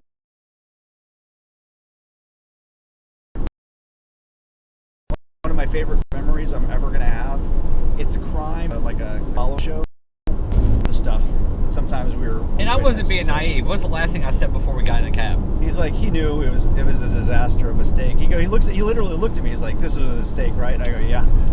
And it was, but it was great. We didn't die. Cuba's a very safe place, believe it or not. They don't want to get thrown into gulags. So, like, I would not have done this in, like, Mexico, for instance, or Colombia. But in Cuba, it was fine. And, yeah, stories, though, hurricane season. So, story.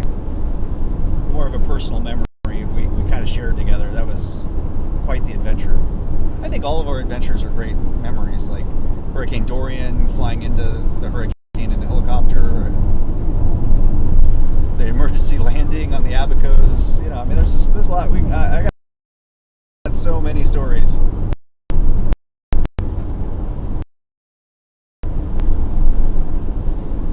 My wife mentioned the Cuba experience with Brandon, and that's what popped in my mind. I didn't even read the comment, Gabby, until you said something. That's funny. I just read it after I said it. So yeah. We are moving away right now, guys, because we're trying to get ahead of it. It just blew out right on top of us. So it's basically overhead. I almost see if it's surging out and dying and going into a full squall line. We're just pulsing and doing weird things.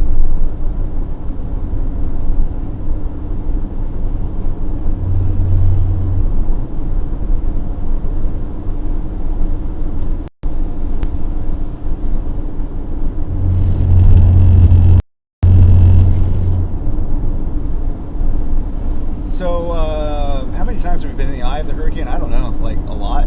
But it's really, for us, it's less about the eye necessarily. It's more about impact. And sometimes that's not necessarily, I mean, obviously the eye is going to be an impactful place, but... There's a guy that's tracking, he got everybody put lists together, every hurricane, each one of us have been in. Yeah, like a list of hurricanes you've been in. I think the last ruling was like tropical storm greater than 60 miles an hour hurricane eye or eye wall, like inner eye wall or eye.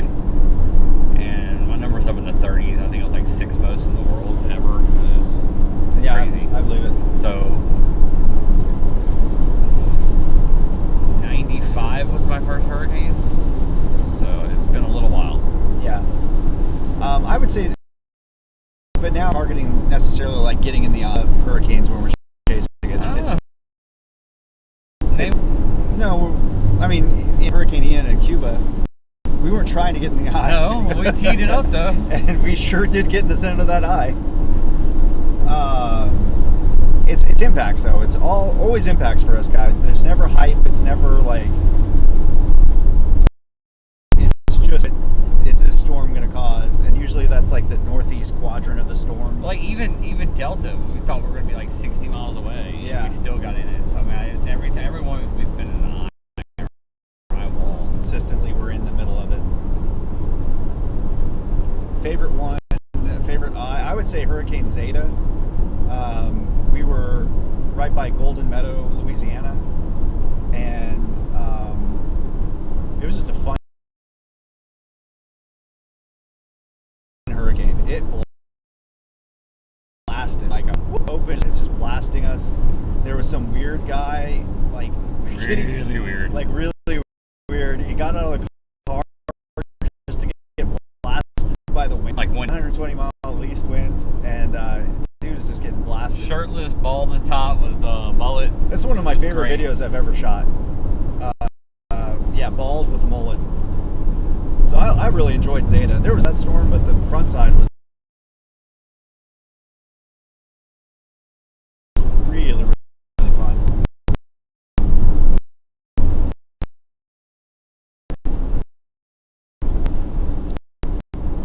Yeah, we flew into Hurricane Dorian. We were the first in the Abacos. Dorian was still Grand Bahama when we flew, so we were in the outer bands of Dorian. And it was a rough ride. It created a situation where the helicopter had to make a emergency landing in the Abacos because the water and the wind had been blown in probably so violently by the wind that it flashed that there was a fire. Yeah, it shorted the fire sensor, so it showed we were on fire on both engines. Yes. So we, of course, when you see that alert as a pilot of a helicopter, it's like get down right away as soon as you can. Fortunately, it didn't happen, but when we're flying back from the Abacos back to Nassau, We had to make a decision. there were pretty big waves, and I'm sitting in the back. Brandon's next to the pilot. Pilot looks back at me. He's like, "Hey, Jonathan, you see that thing your left arm's resting on?" And I go, "Yeah." It was like a bag. He goes, "All right, if we go down, make sure you grab that because that's the life raft." I'm like, "Okay, you got it, dude."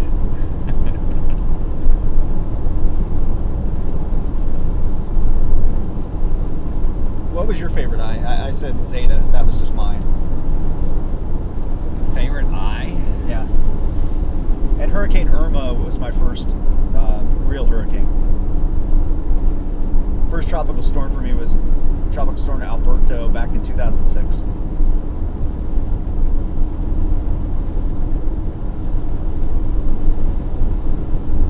Man, my favorite eye was probably Harvey. Yeah, I can see that. I wrote it. So early in the storm, picked up a little piece of rock, slammed it against my back glass, blew my back glass out. And I had a computer, like a gaming full edit bay laptop or a desktop computer built into the back of that car. And it was not cheap. And I had no back glass. I put some tarp up, taped it, but knew it wasn't going to last in a Category 4 hurricane. So everybody's like, "How are you going to keep it dry?" I was like, "Well, I point my nose of the car into the wind." And the northern part of the eye ended up being the most intense part of the eye, and it stalled right over the top of us. And out of 140, 145 mile an hour gusts, a car was getting lifted around. I'd have to put it in neutral at times just to keep it from wanting to lift the front end up. And I had a live stream going. Of course, at the time, nobody had ever really thought about riding out a Cat 4 in the middle of the highway in a car. Especially a Cat 4 like Harvey. Yeah, especially in a Subaru Crosstrek. Yeah. but I did it and had a live stream going the whole time. I think everybody kind of focused on you too out there because you were like the only Yeah, light. I was the only light in the storm, so I had like 35 cameras trained on them. Yeah, like 35 chasers and like 4 or 5 TV networks. The only video they shot the whole time was me in the car. Because you can't see anything, you know. Too many times these stupid hurricanes come in at night, and so it's really hard to, like, what do you shoot at night? But with my lights out in front, you can see like the vortex from the rain coming in these spinning circles. Yeah. It's really kind of crazy. And I think I had, it was like 400,000 something concurrent viewers watching that stream at one point. It was pretty funny. Yeah. Everybody was like, man, the only thing holding that car now is that dude's balls. I wish I had known Brandon then. That was a year before he and I had met. But no, it was it ended up being really exhausting. Half mile, But turn left onto Texas 21 East, So, San Antonio Road. right when I think I'm just completely wiped out, eye comes in, I go shoot damage in the eye, and the backside of the eye is coming back on us, and I can actually see like the debris flying right in front of me. And I'm racing the eye back to the hotel. I was too exhausted to try and sit in the second half of it for another 4 hours. It was like I was just done. And pull into the hotel. Turn left and onto Texas 21 East, the- San Antonio Road. Clerk at the hotel and the manager of the hotel are like about in a fist fight. Because the manager of the hotel kept telling everybody that that hotel was built for a Cat 5, which I knew Was not true. was not even remotely close to In true. 1,000 feet, turn right onto South Market Street. And after the hotel blew off its roof and the second story came off in parts, the kid inside that was told that he could stay for the hurricane and he'd be safe because it was built for a Cat 5 was not happy. One of our friends, Andy, has a video On the right, opening the turn door right onto South Market Street, of that then hotel. you'll arrive at your destination. in Rockport, and you just open the door like to the stairwell, and like half the hotel was missing. And Andy had fallen asleep because it just got too much for him. It was annoying. It was a lot happening. Yeah.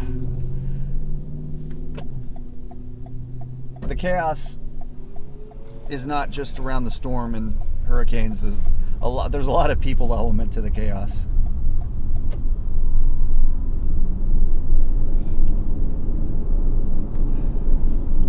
The storm behind us is looking really quite good right now. Yeah, the one up down below. Yeah. Yeah. So I'm gonna get gas. Hey.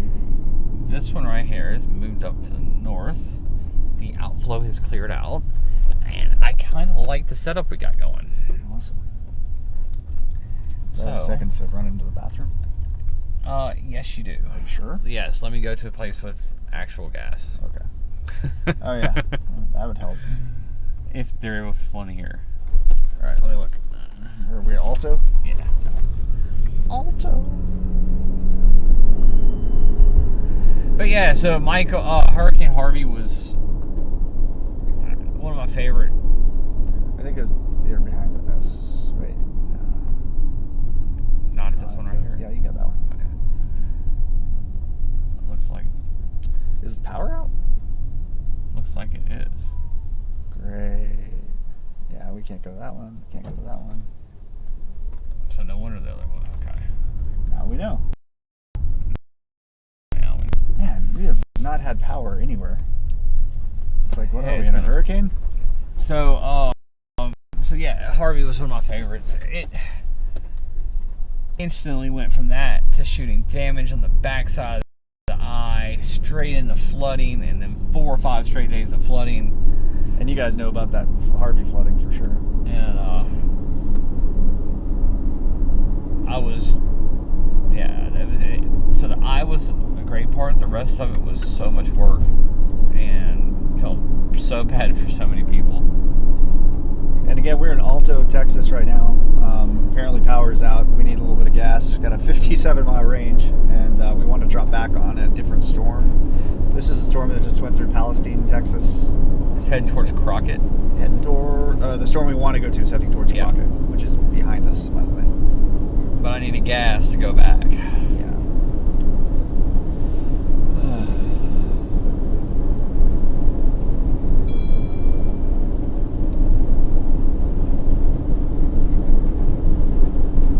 Barrett's listening in on the chat. He's like a jealous ex-girlfriend. Exactly. Without him, we couldn't have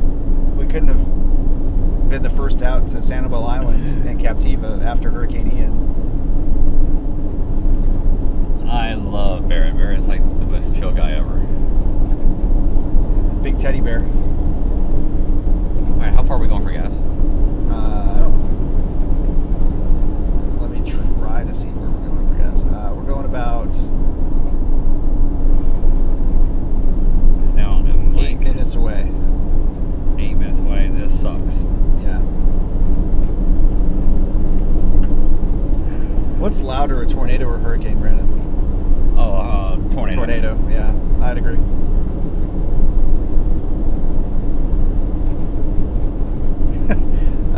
Brian from Weather Nation. He says his favorite memory of you is 2017 Hurricane Maria. Brandon called the station at 4 a.m., asked for a helicopter and satellite phones. He'd been there for like 2 or 3 months and he didn't know what to say.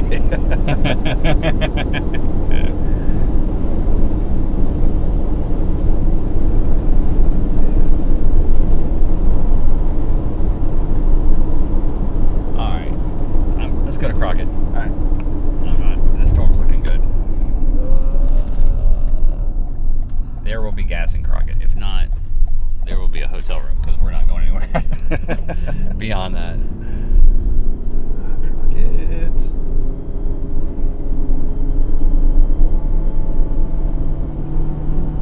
Man, there's a Mimsy's Craft Barbecue and Steakhouse that looks good. South for 2 miles. Your route may be Plenty of gas options there. There's Yep. even HEB fuel there. Yeah. The only problem is we're going to be racing a Tornadoes, warm storm. yeah. And it looks good. Yep. Longview, Texas. I have no idea. Daniel's on it. The Longview, Texas one? Yeah, they got a rotating wall cloud on. Not Longview, the one that's heading towards Crockett. Oh, okay. Yeah, I mean, just be weather aware if you're up in Longview. I mean, this storm's moving northeast. I mean, it's got some strong rotation with it too, so.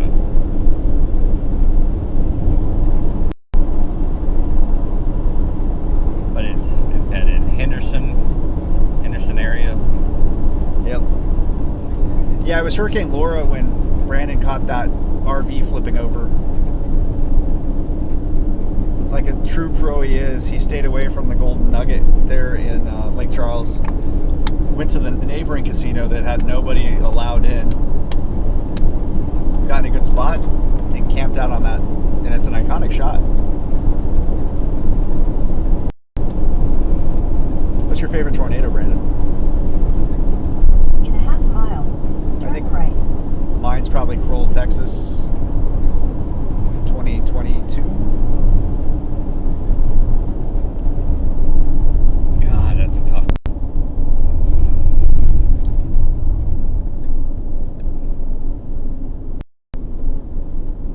Chapman was a lot of fun in 2016. At the light, turn right onto Texas 21 Like, West. we got San really Antonio close to Road. that thing a couple times, and it was a monster. And I still say that was a very, very, very poor rating, and it should have been EF5. It picked up through bulldozers and combines, and there was a Toyota Highlander that was missing for 18 months that they finally found after they bush hog out the woods and cleared the woods and were putting a Jeez. barbed wire fence up, and the only reason they knew it was it because they found the VIN number on the frame. Wow. It was they just thought it was mangled up metal.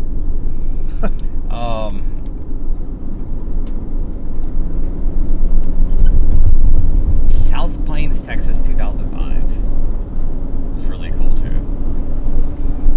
That's one of a lot of chasers' least favorite storm. You had 70-mile-an-hour baseball to softball size hail in the RFD, blowing sideways, and it totaled so many vehicles. I managed to stay in the golf balls, and then decided I saw what was happening, and I was like, all right, choose between tornado or wind-driven baseballs and softballs. I was like, all right, I'm cutting in front of the tornado on a dirt road. Two-wheel drive pickup truck. Yeah, I was wondering what mud you were tires. driving. Yeah, yeah. It had like rooster tails of mud coming out in front of the tornado. And a friend of mine had a video of me shooting in front of it. You can see mud just looked like a race, but it was a great dusty caprock tornado. Yeah. What's it? How long has it been since the last EF5? Decade? Longer Yeah, than decade, right? Decade? Yeah.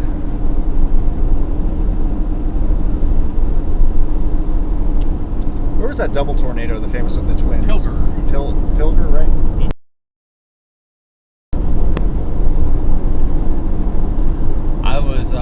I just got back from Nebraska.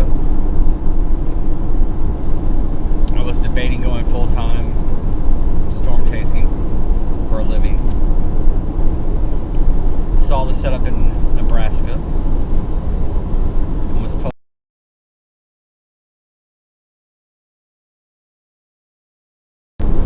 Miss Pilger quit the next day. It hurt. And my target was like 15 miles in there. Which one hurts worse, Pilger or 2 days ago? Pilger. What hurt about 2 days ago was the fact that I chose not to be there. Yeah, I mean, we had woken up closer to where we ended up. So we woke up in Salina.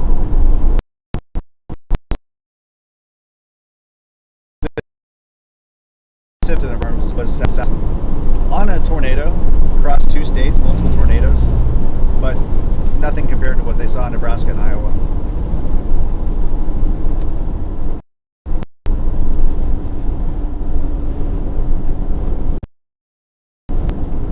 Maybe this alpha is crashing harder than I thought.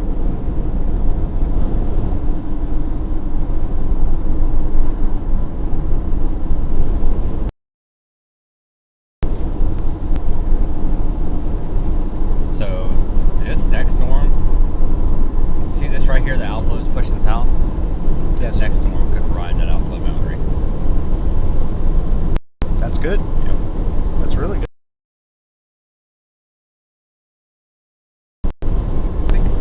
We were 30 or 28 miles out, 47, 46 miles range. It's like a broken record.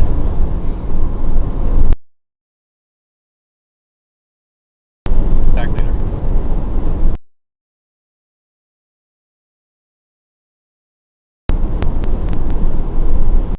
Search a long route for gas. Yeah, there is nothing along this route.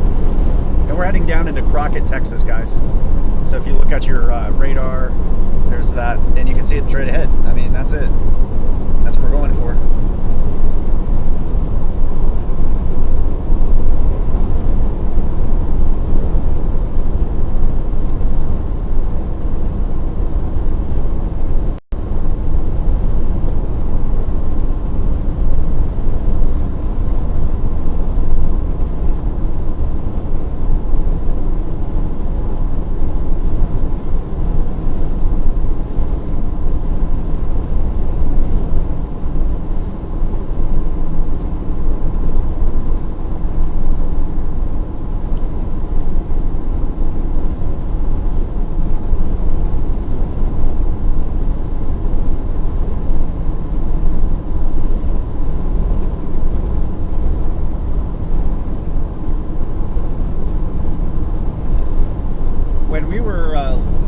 Brandon and I were in France in November for a powerful storm, and the Channel Islands in the UK got nailed with a pretty decent tornado. I mean, it's all relative, right?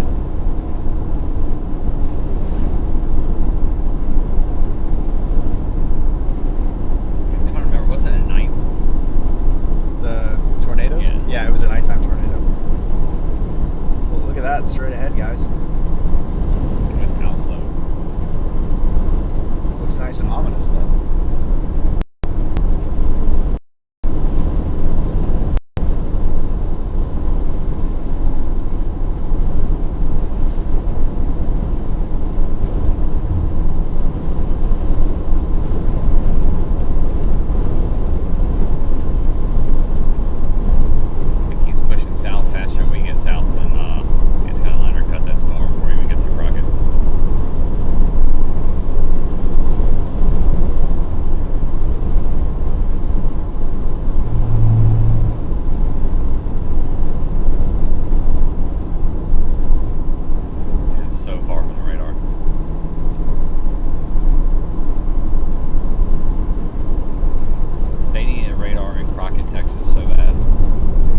Crockett just get hit by a tornado like a couple years ago?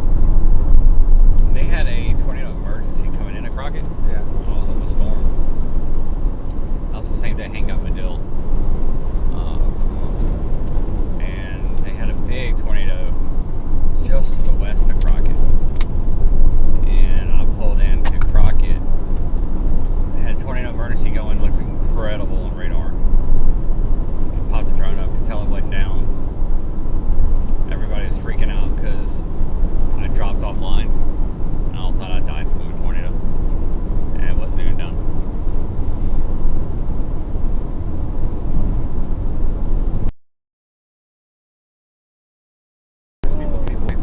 People thought I died just because I didn't have comms. I know people that specifically drop out for the dramatic effect. I won't name names, but maybe you guys go to the description and drop a few bucks to the Cash App for some beers. And you never know, I might share a few stories. Brad got it started earlier. Storm Chaser Brad Arnold with the super chat.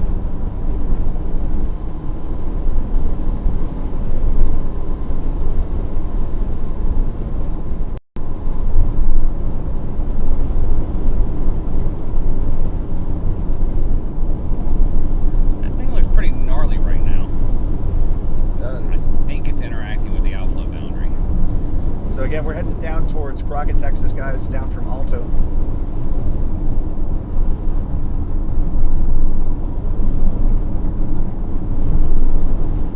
And we are in East Central Texas, near Crockett, Texas.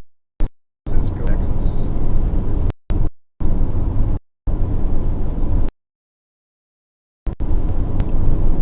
You can see that gnarly tornado warned cell just to its north. That's where we're going.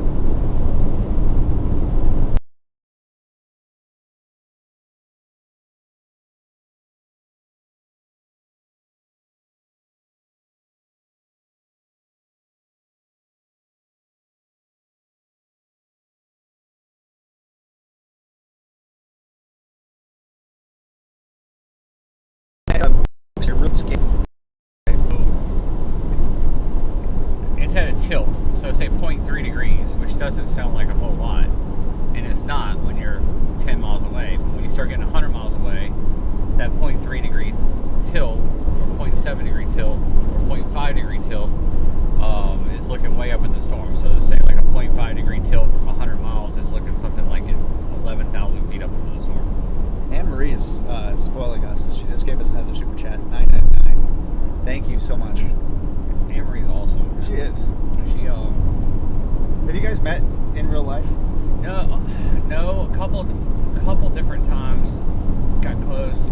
She lives in Nebraska. Yeah, up by Omaha, right? Yeah, and she's offered like cook us a meal for whoever in the area. Oh, that's really cool. I've talked to her a bunch. She's super sweet. You know how I know Brandon's a good dude is how many friends he has that he hasn't met in real life, but has just followed along for so long. That's how I know I'm a bad dude. Oh no! All my friends are in not real life. Unless you're on the road chasing, Brandon doesn't stop. I can't tell you. I have to literally fight with him to get to stop to go to the bathroom. I think the next car he's going to install a little porta-john in the back, like a head from a boat, so I can just crawl in the back seat. That's a good idea. Thanks. Oh no, I just gave him an idea. Thanks for that.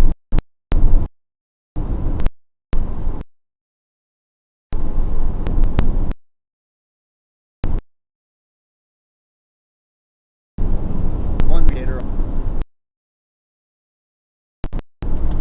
Got that in the works.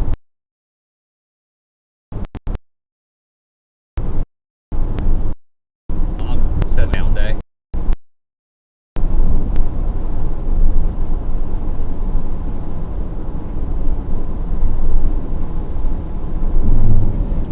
We're kind of just getting into the streaming game.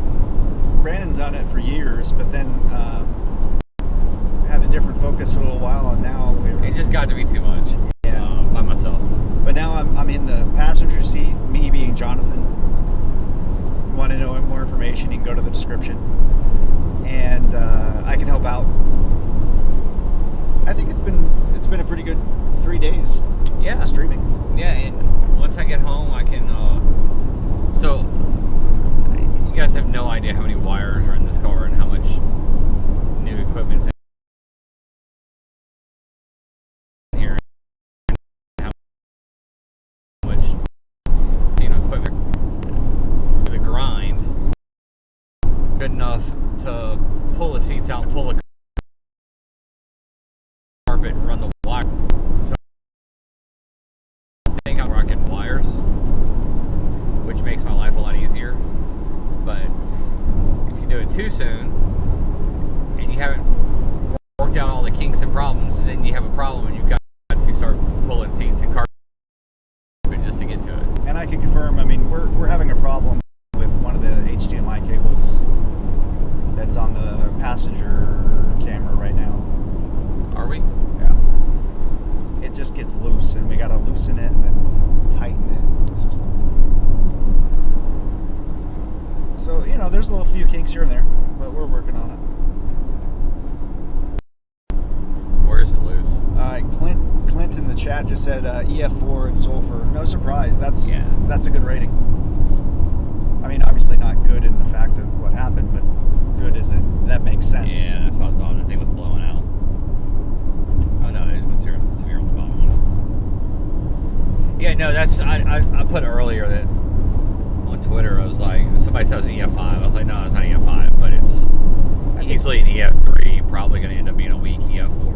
I think, yeah, you said a strong EF3 or an EF4.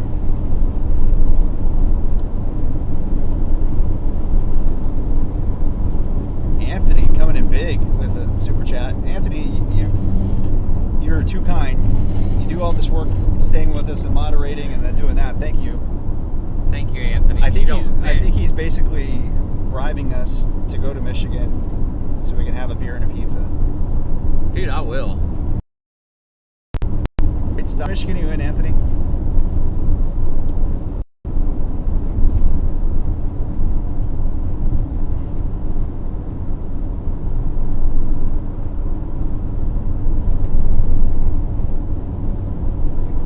I've known Anthony through streams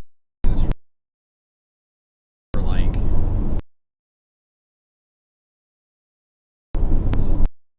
26.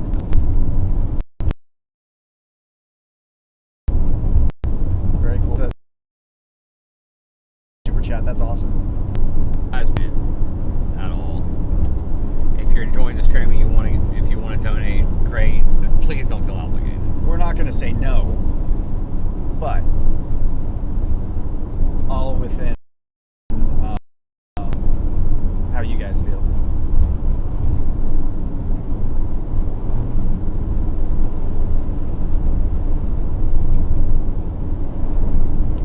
My wife told me she has all my favorite food ready to go. Just as soon as Brandon releases the hostage and lets me go back home, I'll drop you off in Alexandria, Louisiana.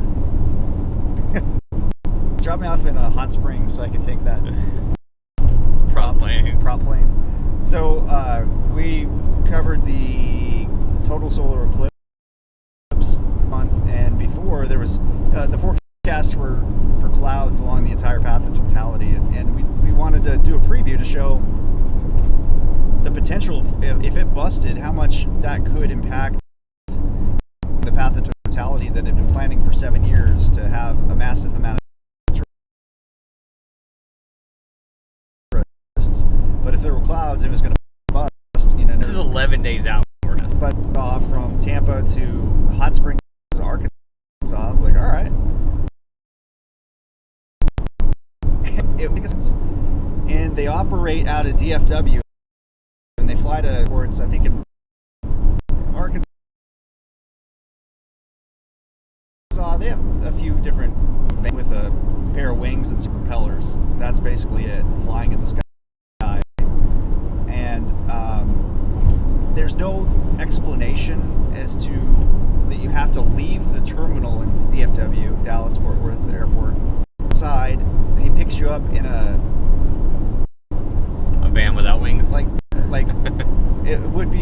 car that you would not necessarily get in, like an old Suburban. You're like, this is the shuttle, and then they takes you to the private airport there at DFW. And then you don't even like go through security again. You just kind of hop on the prop plane, and going out to Hot Springs was pretty rough. So yeah, it was an adventure just kind of getting to Hot Springs, but we ended up ironically enough going right north of Hot Springs for the eclipse itself, and it was beautiful. Nimrod Lake, Arkansas.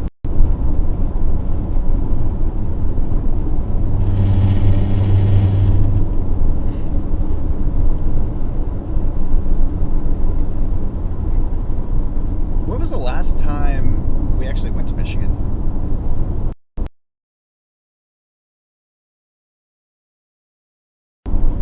I think it was for this epic ice storm that was supposed to happen, and it ended up being almost awesome. If we don't go to where you live on a regular basis, you probably live in a Pretty safe place. pretty safe place, yeah.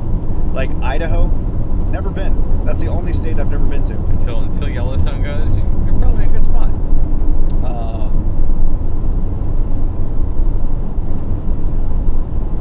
Places that you maybe aren't as safe: Oklahoma, Texas, Florida, Louisiana, Mississippi, Louisiana, the Gulf Coast, California. Massachusetts, California.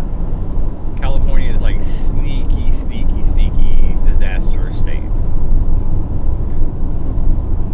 Between wildfires, droughts, floods, Blizzards.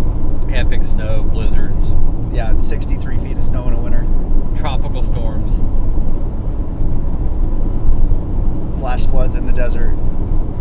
I love California. I do too. I didn't really develop a love for California until I went out there with Brandon and started really covering the weather on a consistent basis. And man, what a state.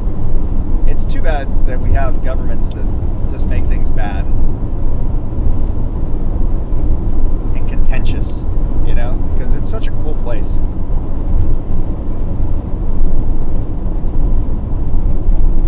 And that doesn't include earthquakes or volcanoes. Somebody, Aiden in the chat just mentioned earthquakes. Yeah. It's like you're reading his mind. And tsunamis. Tsunamis, that's right. I mean, it has the potential for everything. It's like, it is the sneakiest disaster state in the union. We actually met on a volcano in Hawaii, the Kilauea volcano. If you remember the video of the R2-D2 mailbox and the Ford Mustang getting swallowed by lava, that was Brandon. And I kept seeing these videos, and I kept seeing this name Brandon Clement. I'm like, who the heck is Brandon Clement? So, a national weather network, and I set up with Brandon, and I just in the right place for the wrong thing to happen, and that kind of started our friendship. And our first real storm together, Chase, was hurricane. And I remember that one of my good memory of Brandon. We had been fooling around north of Panama City Beach for most of the day, and then we started making our way south, right till we got to the very south part. And as we're in the garage, Brandon's like, all right, the storm's going to be getting here right about now. And it was like he had turned the switch, and that's when those Cat 5 winds really started to crank with Hurricane Michael, and so that's where we rode it out.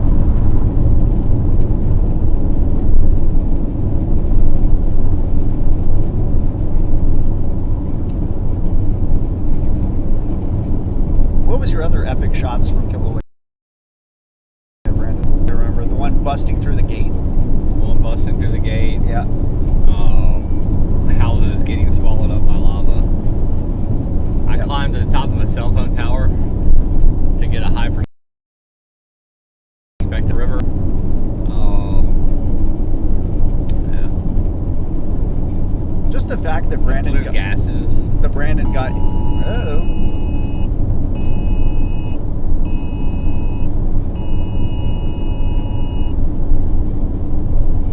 Emery says, that's romantic, you met on a volcano. It's true. We met in Hawaii. You should meet Carissa.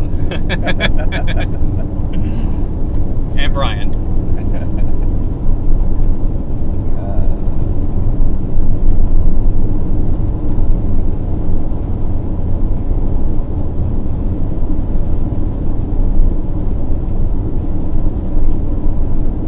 Yeah, it was very romantic. Brandon hadn't showered in probably 5 days. Put it this way, when I returned the rental car to the airport, like I pulled in, I was 7 cars back. And everybody would, and I opened the car door and they like gasped and went the other way. It wasn't body odor, it was sulfur dioxide. Yeah, the volcanoes do not smell good.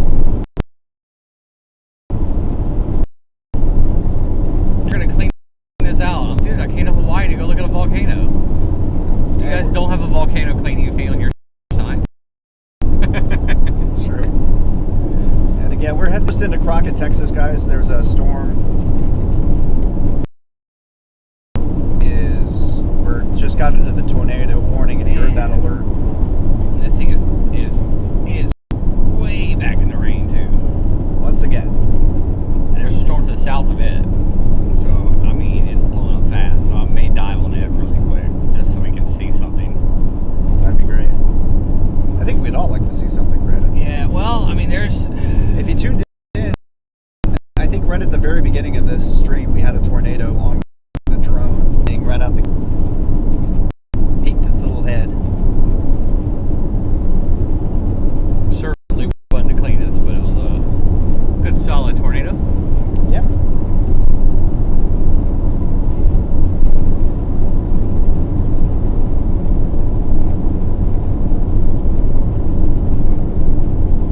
First things first. Bathroom break? Oh, no, we don't have time. Gas? Gas.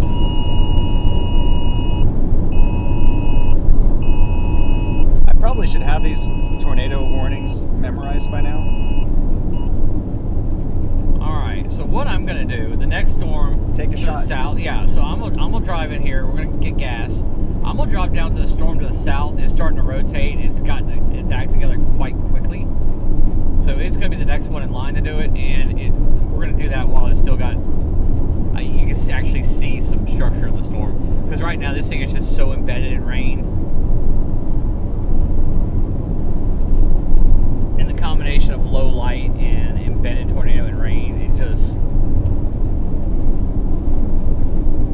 not very amusing. So I just had them for a couple of hours Oh, stop. at the end of the day. 12 hours. You never... Dude, you couldn't hold your bladder for 12 minutes. I did last night. While you're sleeping? What's the first thing you did when you woke up? I couldn't because we're in the middle of town with no bathroom access. Oh, that's right. Smarty, did hold it. Smarty pants.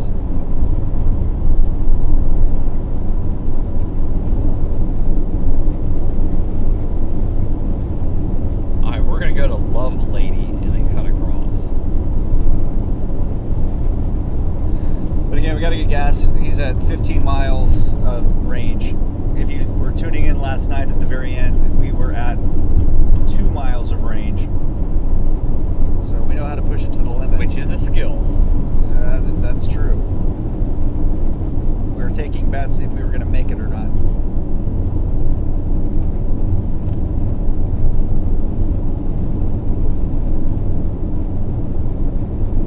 Jonathan is a bathroom and gas station connoisseur. I am a bathroom connoisseur out in the... because I've never worked in an office. West for 3 miles. So I always have to know what sort of location is going to have a good bathroom, just in case. I choose grocery stores or hotel lobby bathrooms are usually the best of the best. Grocery stores are number 2 on the list.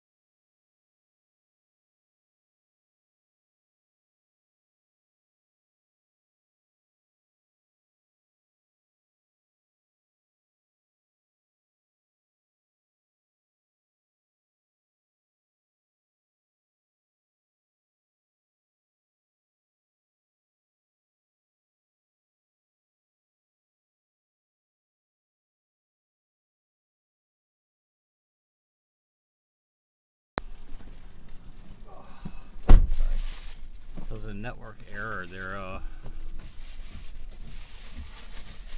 bonding thing dropped out. Really? So I gotta figure out how to fix that. Even though it's not on my end, just have a backup solution. Well, no, I don't want to sweat on that battery.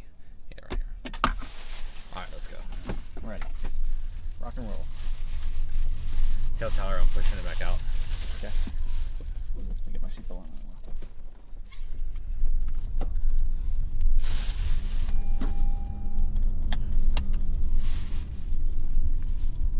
Alright, we're gonna go to Love Lady.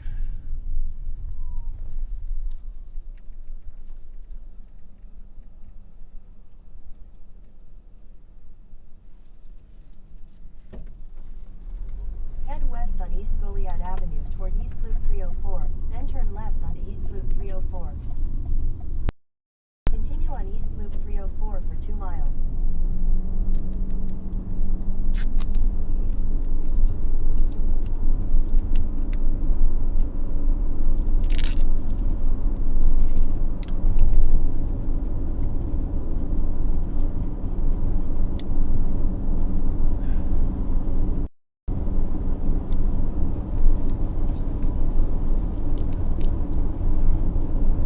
Thank you, sir. That's very, very good. No problem. That's the first thing cold I've had, like, So I figured we kind of needed a little bit of a boost. More boost. the storm is looking pretty good. I'm surprised they haven't gone tornado warning with it.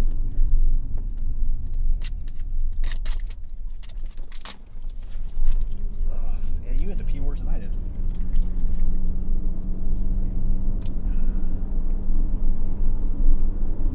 See, we go catch up with Bob Pack. He's down there. Bob's been the king. This is Bob's world down here.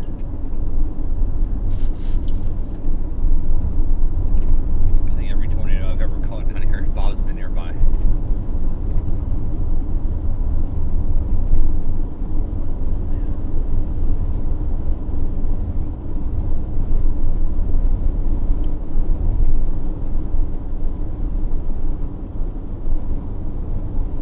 Except the 360 tornado.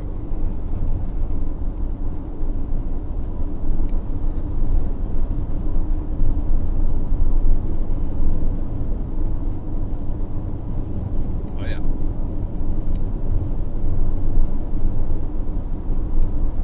She's your next morning. Hey, man. Tyler. Yeah, what's up? Hey, we just pushed it back out. If you can restart it, I guess there was a bonding issue or something. It should be going right now. Okay. Is it not? I don't know. I'll double check. But all right, I appreciate it, man. Okay, I figure it out. It'll be fine. Thanks. Yep. Bye. Tay Tay. At the light, turn left onto Texas 19 South.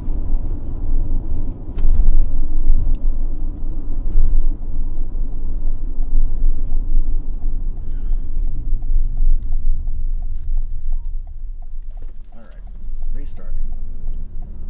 Are we? Which one is it? Continue on Texas 19 South for 12 miles. Yep. Yep, there we go. We're back. We back.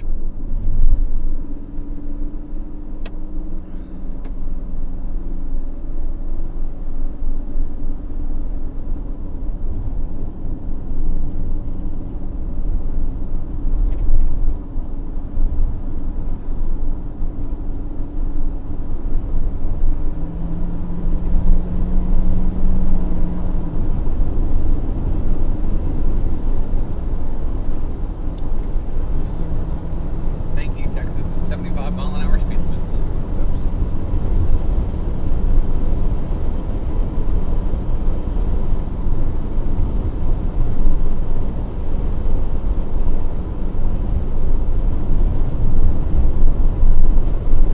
How do you spell Tyler's last name?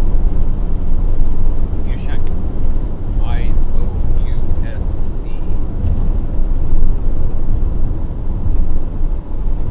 Y-O-U-S-C-H. There's an L, there's an H. God, I don't know. I always mess it up. A-K. No, it's definitely an AK. I got it.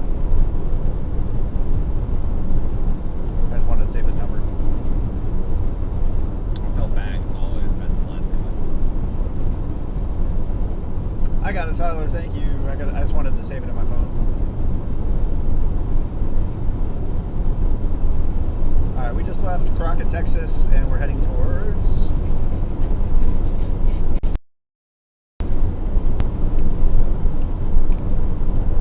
the storm that is just to the southwest, even though the one to our north. Not worried about it. We're not worried about south. it. We want that one south. Not tornado warned yet. One to the north is too scary.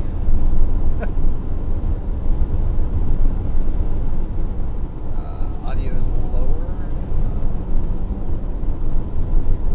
There we go. All right, audio should be better now. I had to reset the audio too with everything else. All right, there we go. Bada boom. Jonathan, thank you for that shake. You are very welcome. I almost fought you, like, no, but man, I knew he something needed cold was so good. it. I even bought him a Starbucks espresso. That was a self-preservation buy, wasn't it? Yep. Thank you, sir. You're welcome. I bought a couple of protein shakes. Protein shakes are kind of my thing. They're now my thing too. And now his thing too. He sees why. They're so convenient on the road. Sorry, I'm just trying to rename stuff. Oops. That's what happened. Yeah, right.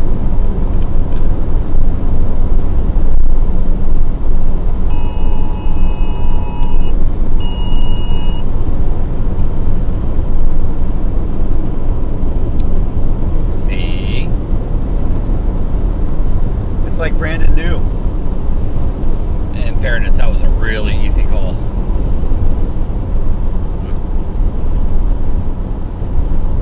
I saw Bob Pax run down. I was like, I'm just gonna follow Bob.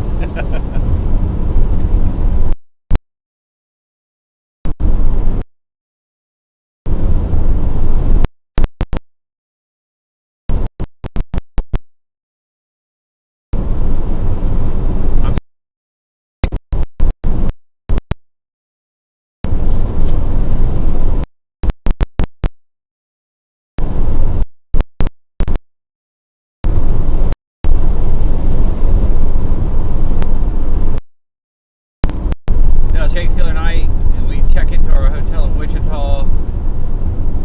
I put my protein shakes in the fridge. Jonathan Take a shot. Jonathan puts his chicken tendies in the fridge. I put my tendies in there. Wake up the next morning, I'm like, yes, I'm gonna drink my latte protein shake with the caffeine in it. Wake me up in the morning. Couldn't wait for a cold one. Opened the fridge door and it was unplugged. Well, no, it was just it was set at level 1, so it was like the warmest setting you could have in a fridge. It was literally colder in the room. Some psychopath decided to change that fridge. So, yeah, and we were too tired to even think about it. And the AC in the room wouldn't cut off with the thermostat? Yeah, the room was definitely So colder. the room was literally colder in the fridge. My tenders would have stayed better probably just outside in the room.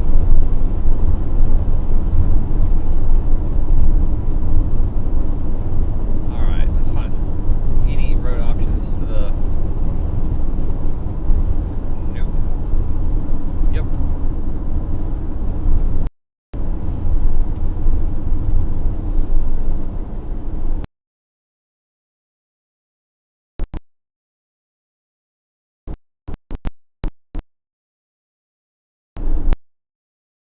There in Love Lady. Nope. Across the first highway, so let's go. I hope so.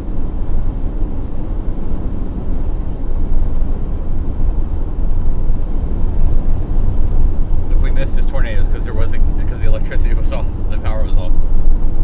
Oh yeah, up in Alto. Yeah.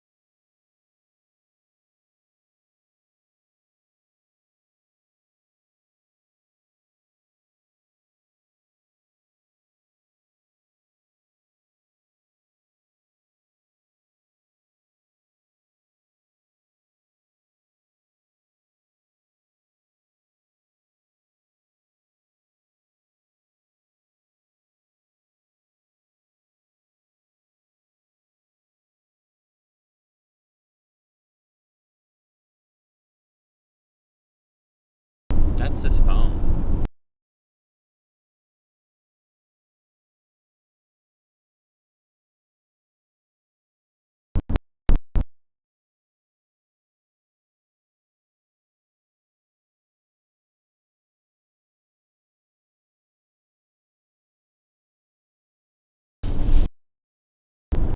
I don't think so.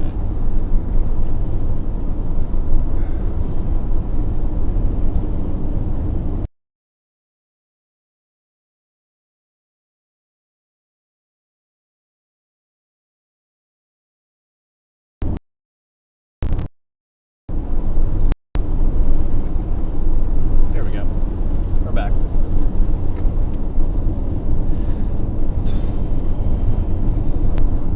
So do it again. Yep. Try it one more time. Try it. Help me out here, Jonathan. Yep, sir. What do you want me to do? Make it work. Click on the dash again.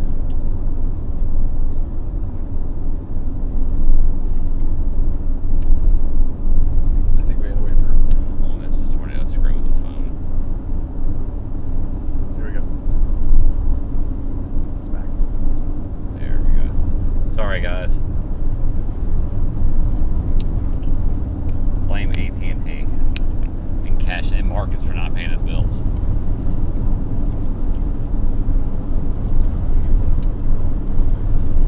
Yeah, we dislike U.S. carriers probably more than most human beings do. Yes. But they just adjust Yes. the FCC. They just made a change Net to neutrality. net neutrality. All right, I gotta pay attention here. Give us 1 second. All right, where do we want to go? We're in Love Lady, Take it right here. and that is a real name of a real place that we are really in. Love Lady Farm Supply.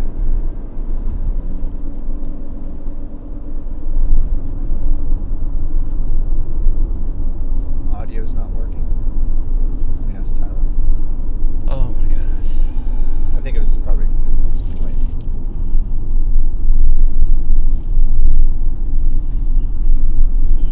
Hey, can you hear us? Yeah. Oh, okay. All right. It must have been just the. We had a problem with the AT&T phone. So.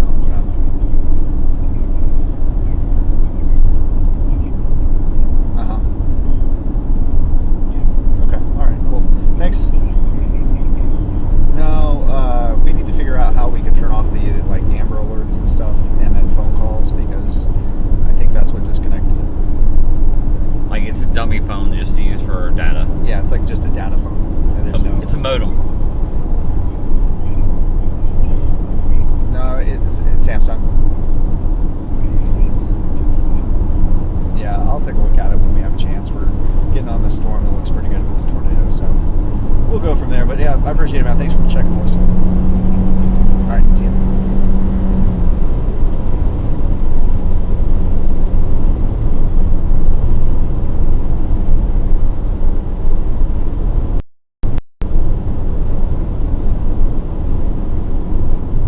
Get in your lane.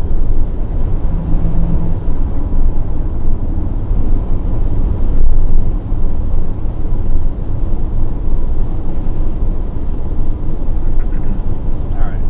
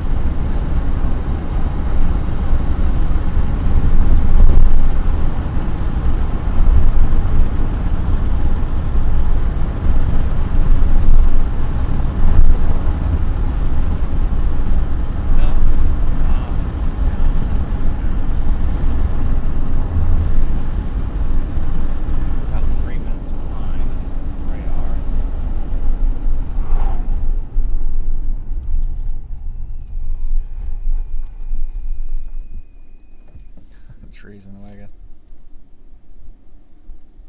It's it right here.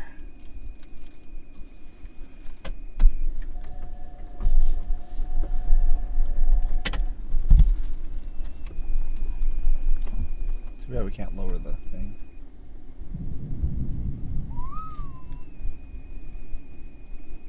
Oh, it's it right here. I want to go to the guy's back porch, man. Right. He's got a good view. Excuse me, sir.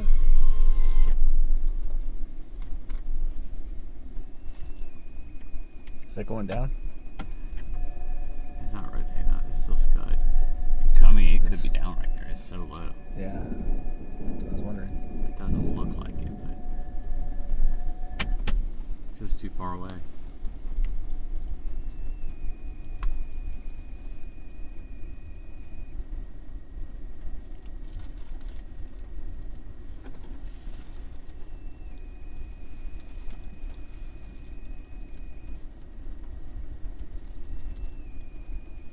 So whoever has this house, they have a pretty good view of what we want to see.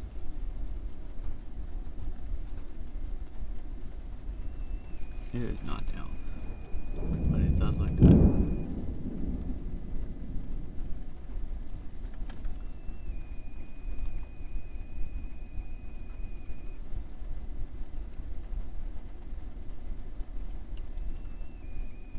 So that's the front side, and that's the back side, and that's the RFD coming.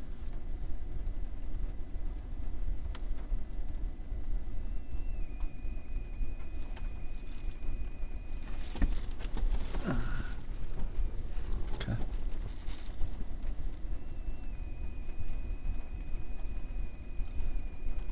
Hoangdo called in a wedge tornado On this one? to our southwest.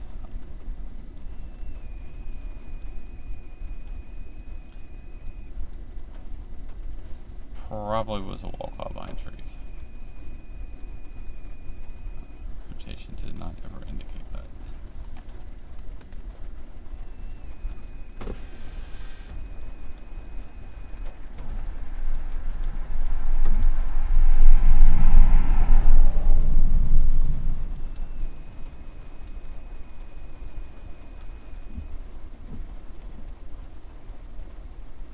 What do you think? It may be down over here, dude. Just to our left? Like, Yeah. Quite confident it could be down. There's not enough visual evidence. Do you want to go to Estonio? Or just wait it out right here? No, we're gonna have to move in just a second because we're about to get blasted and lose visibility on it.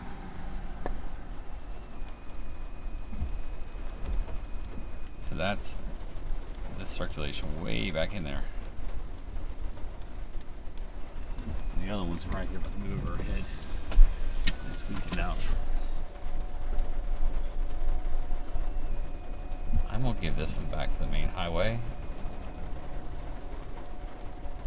Let's see what it wants to do. It's gonna be a bit.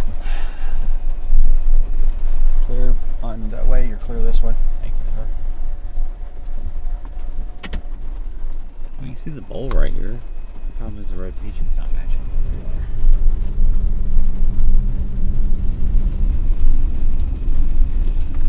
I'm telling you, man. That thing may be down. It looks pretty close.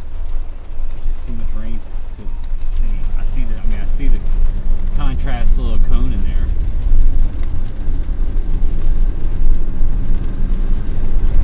I should have gone to the road and took a right, just looked, came back. Yeah. Too late now. I was proud to be in the middle of pine trees. Yeah.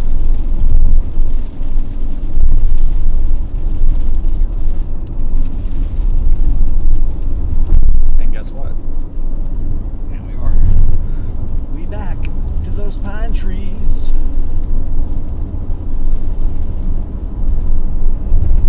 This place. Temp is 74 degrees. It was 79 just a second ago. We just had the RFD sweep over, so it's cooled off a little. As soon as the windows fog up here in just a second, we'll be back at 79.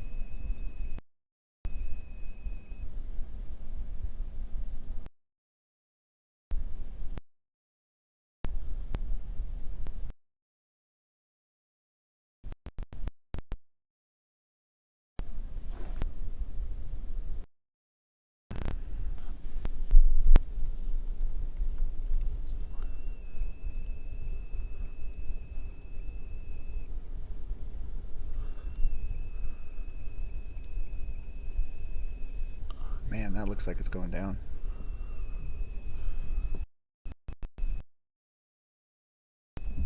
No, it's not. Now it is.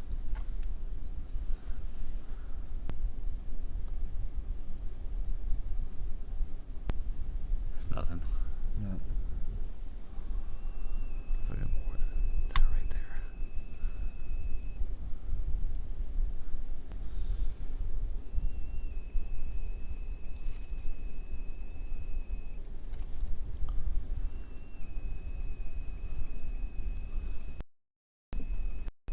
Whoa. Nothing.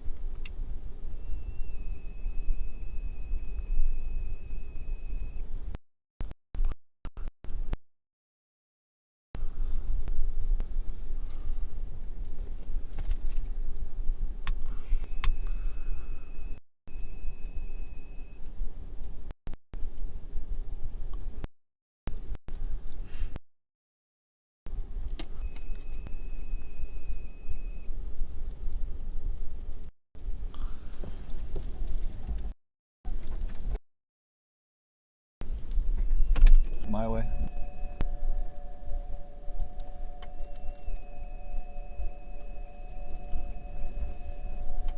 I want to keep sitting here though.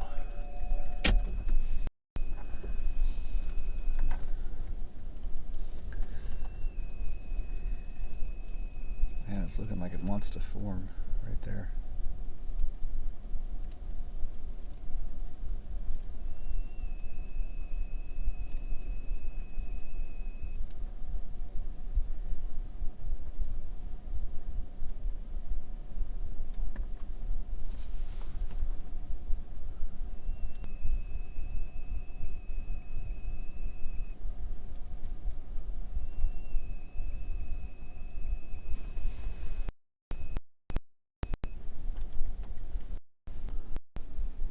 All right, let's go.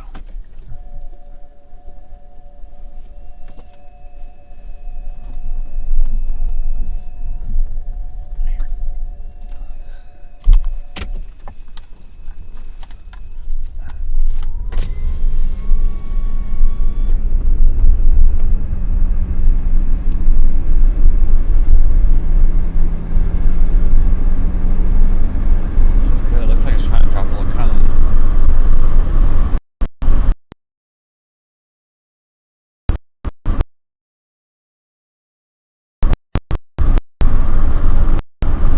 Very hard though.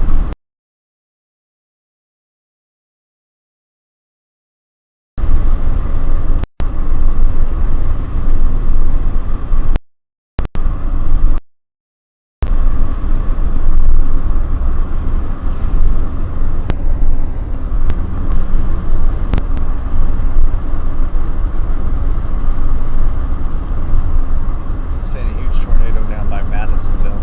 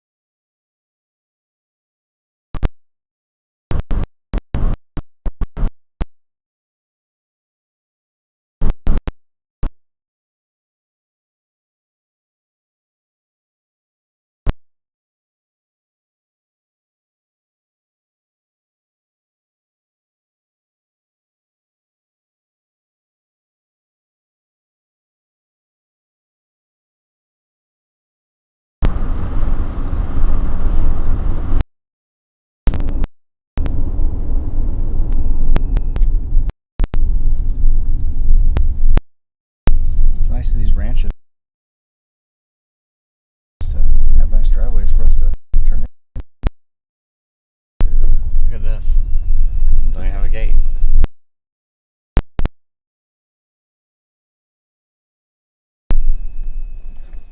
I got spike strips on his.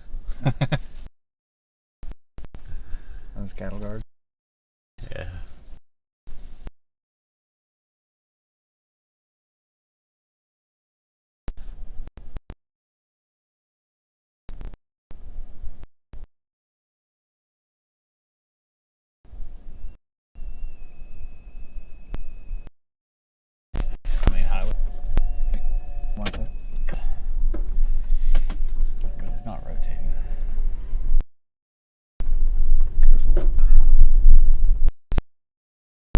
Madisonville one.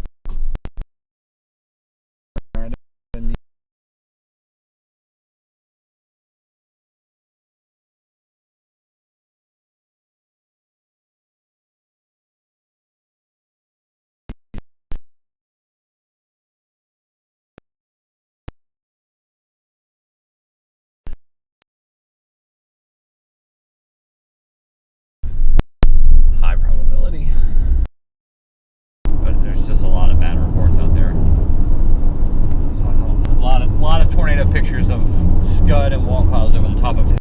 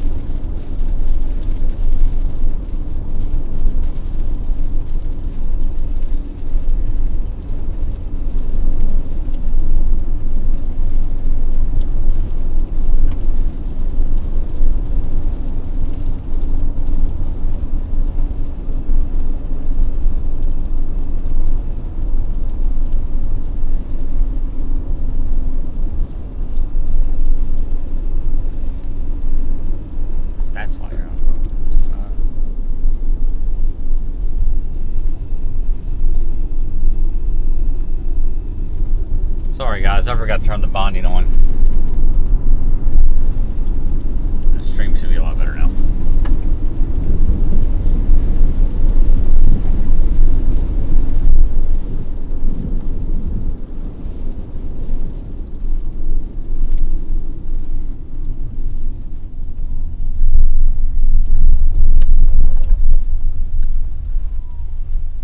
Welcome back to Love Lady.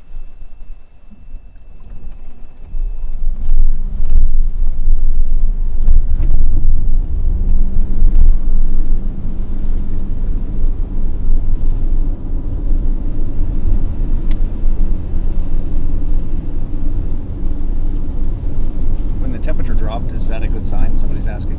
No. Well, I mean, it's normal. So when that rain shield comes around the backside like that, whips around, that's rain cooled air. So I mean, it's going to be colder. So when you farther north where the circulation is, it's breathing air from well out in front of that. So it's breathing that 79-degree air. If it starts breathing that cooler air, then we're going to go find a hotel room because it's over. Don't threaten me with a good time.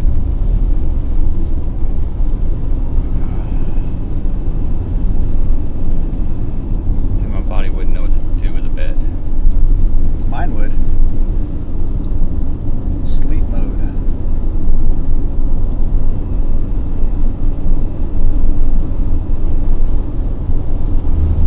Things are getting really, really messy. You see where it's ingesting right here. Some of them are in great spots still.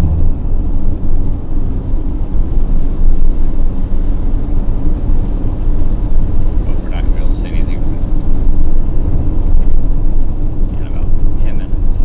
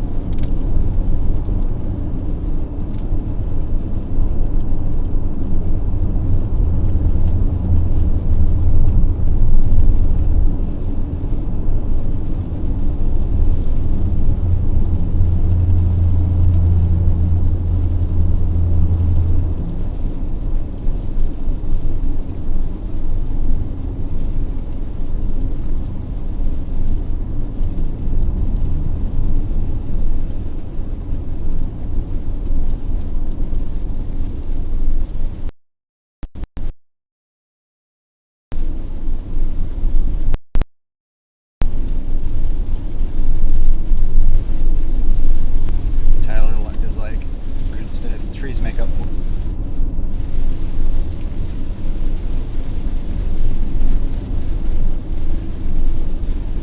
Hey, we scored a tornado today.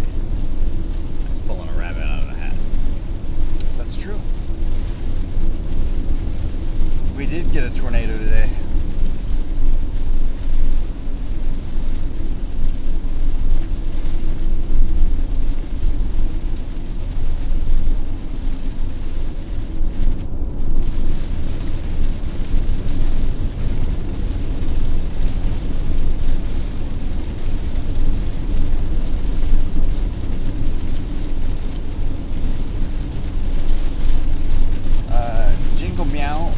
I'm confused about your question. If there's an actual tornado on the same cell from another driver, I cannot say it's on the ground. I mean, you need to really look at it yourself.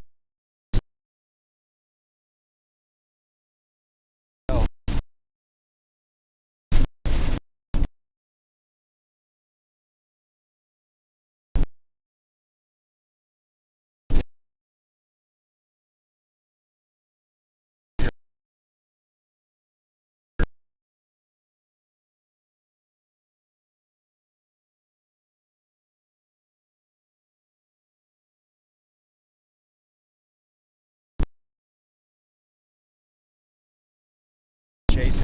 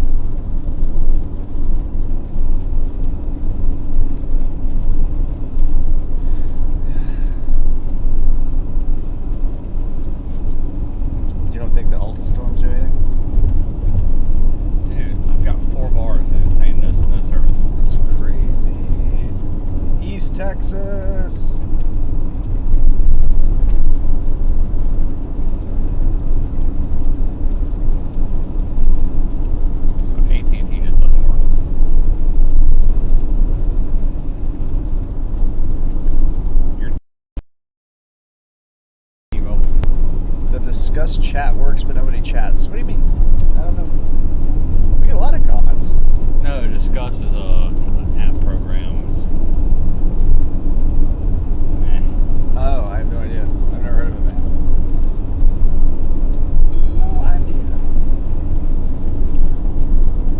Oh, Hank got a big tornado in Madisonville, Texas. Oh, so that was legit.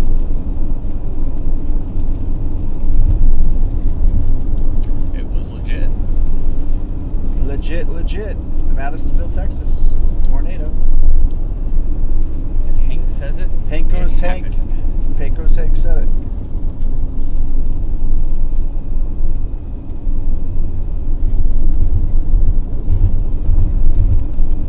Alright, so we are about to Theo's Car Wash. And where is that? In between Pennington and Westville, Texas. On Highway 287.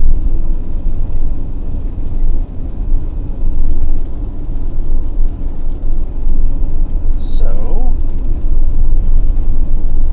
we went through a pretty bad data hole, but I think it's better.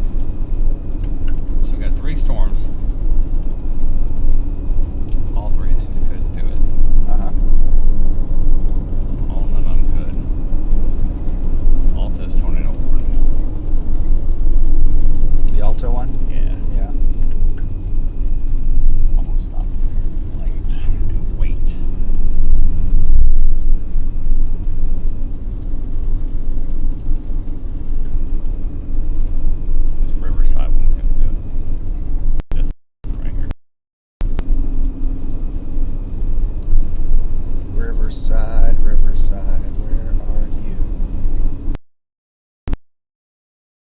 By Trinity. Okay, yeah. Immature, they should. Well, yeah, that are going to go into a bow echo, one or the other.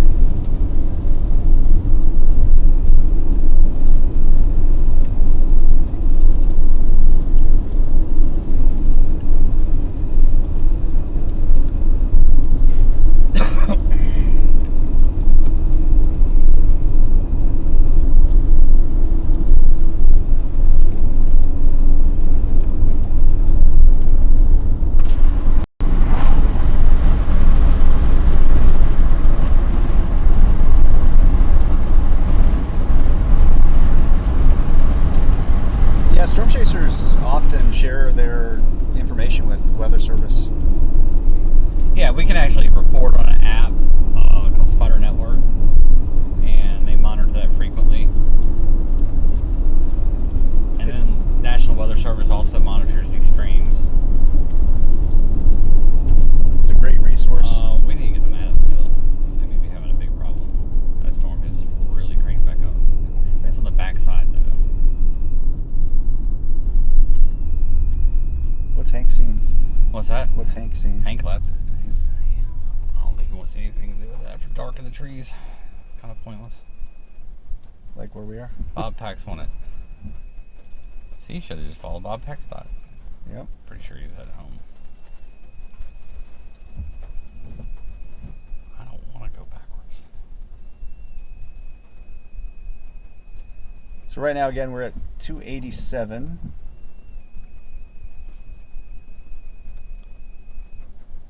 Just north of Groveton, Texas. Basically due east of Lovely.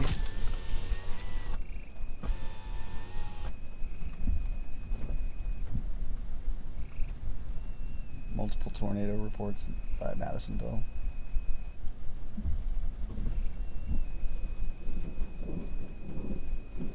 Daniel just reported that one. Okay.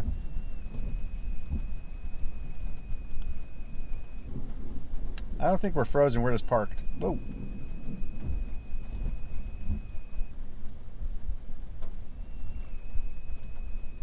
We may be frozen. Or we could be frozen. I don't know. AT&T's having some major issues. Starlink's not working in the trees and hail.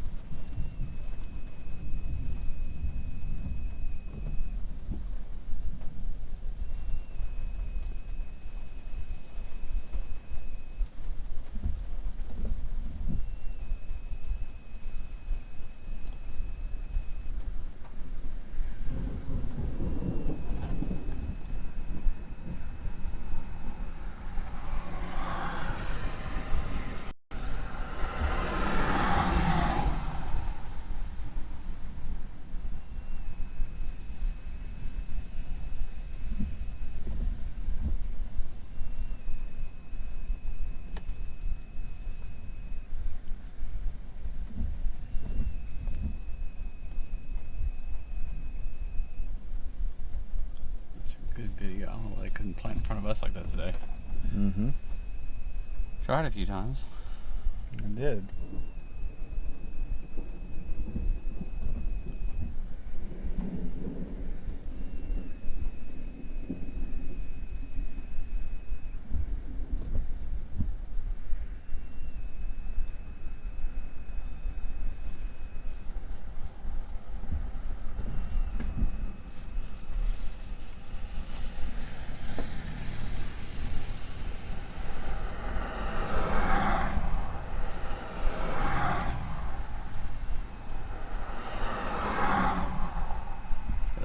Tornado.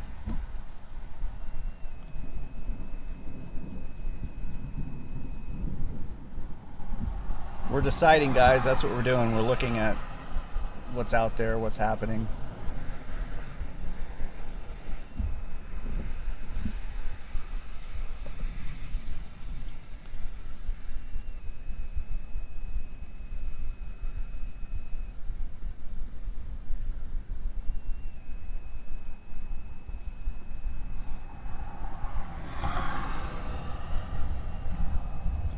Jet's nosing in.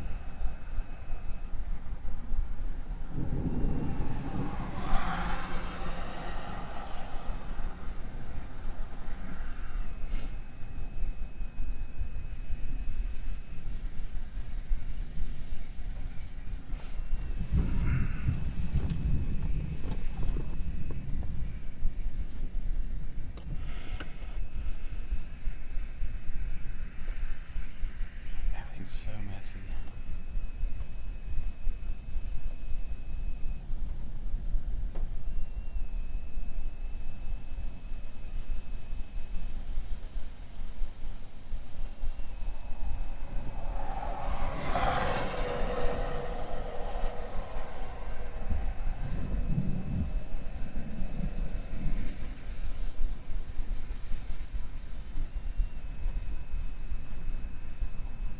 I think we're gonna go into damage mode.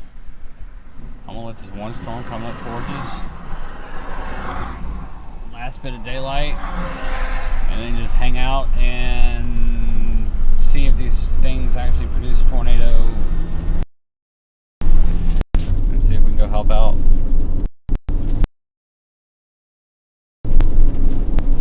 I mean, yeah. That dark. Yeah, with no cell service. No cell service. Not necessarily ideal. Messy mode. That one was clean though. I mean, it had one opportunity to stay clean and bam, it does it. It's like playing whack-a-mole though with these storms, because one to get in a clean area, you drive towards it, another storm blows up before you get there. Is that Daniel? No, that's Simon's. Who? Simon. Brewer? Yeah.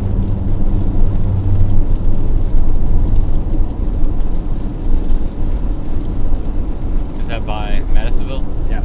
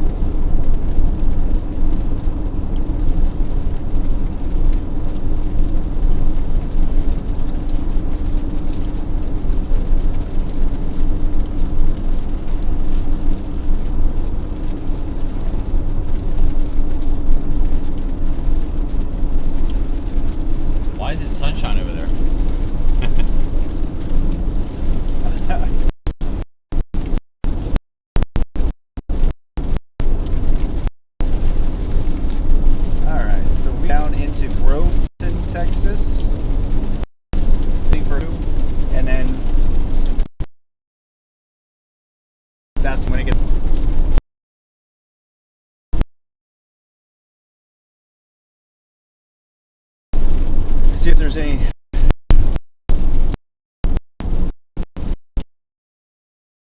communities hit, how about we're going to respond and cover the damage.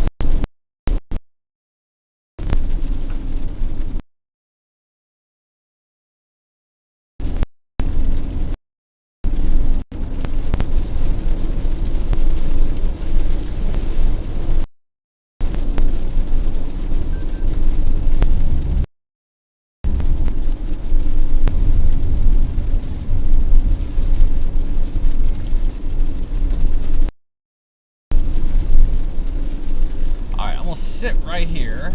There's a storm that's going to be moving right up in our direction.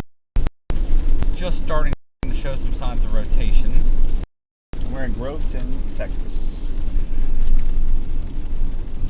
I'll stay right here if I can just find a spot.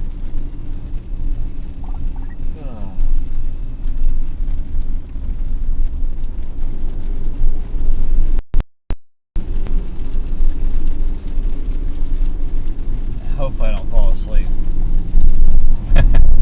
Don't threaten me with a good time. Alright. Jingle Meow says we should go back to that rib joint in Crockett. A what? The barbecue spot in Crockett. Oh, that sounds good. I think a bed sounds good more than food. It does. I do sleep over food when I'm at the extreme of both.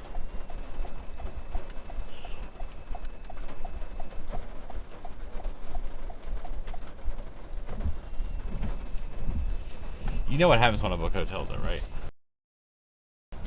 A town gets smacked and then we have to go to it, and it's 5 hours away from the hotel. I'm not telling you to. I don't want to go outside and get wet, Aiden. That's the problem. And there's lightning. I don't like to step outside, really. There's lightning. There's no lightning. As the thunder punctuates your thoughts.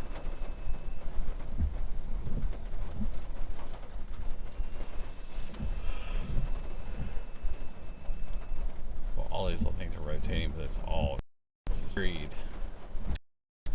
Buried.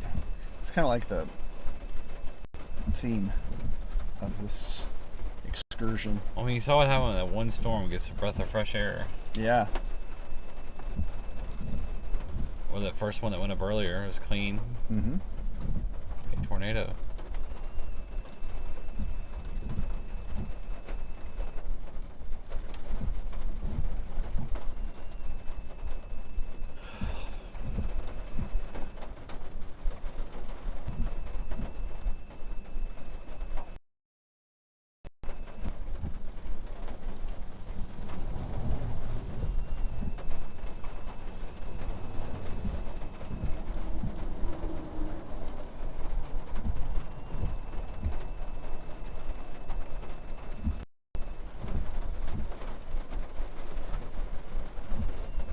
That rain's not helping things right now. No.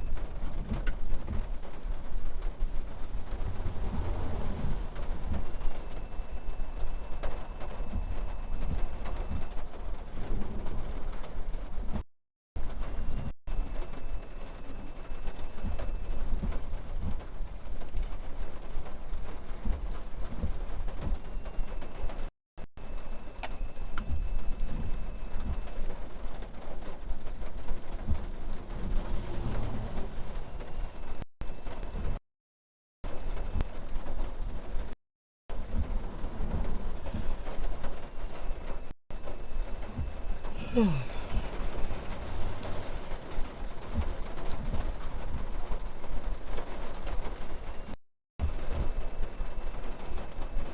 on, send, build in.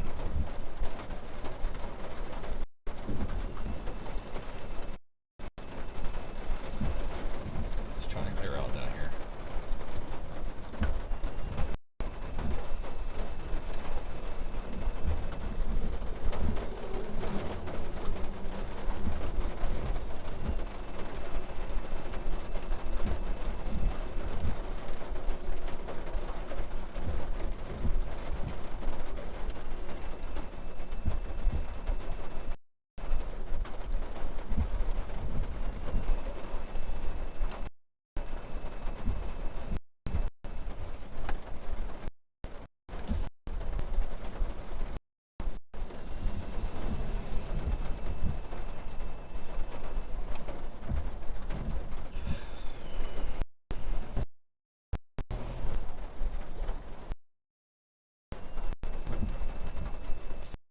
Guys, this kind of chase is you have a lot of storms.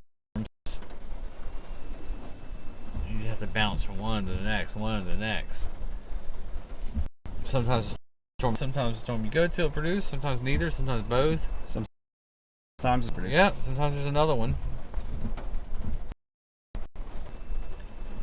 So I like to try and be patient when this day.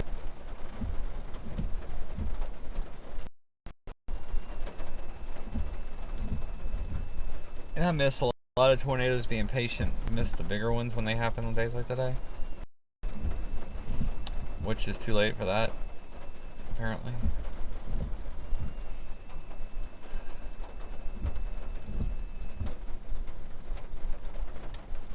I say bigger ones, I say longer track ones.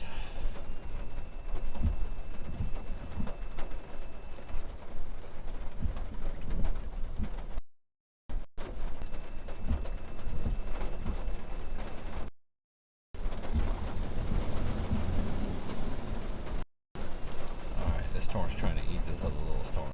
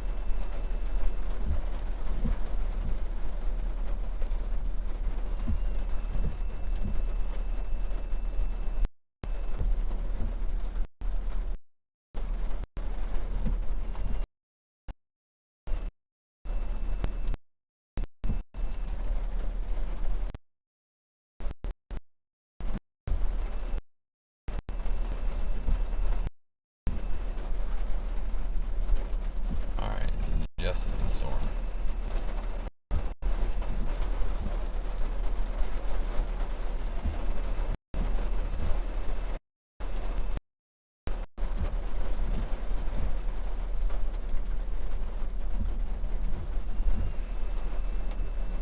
We're about to be in business. You think? Yep.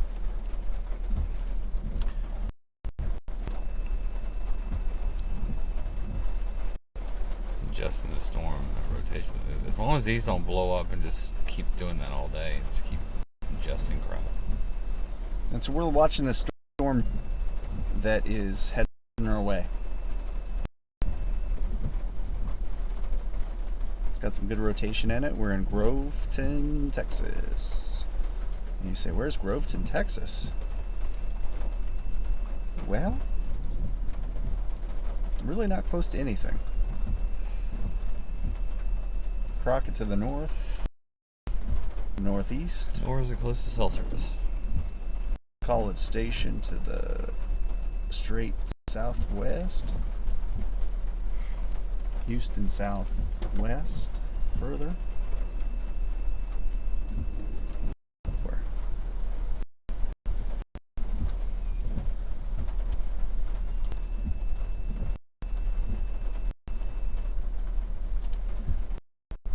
We came close with one tornado, Mike. We're waiting for another storm, and that's what we're doing here. We're in Groveton, not in Madisonville.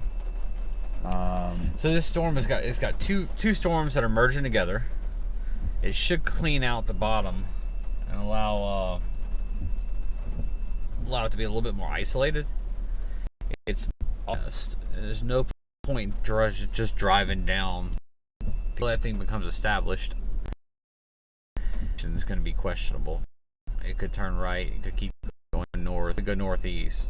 So I've got a bunch of right here, and it's moving in our general direction.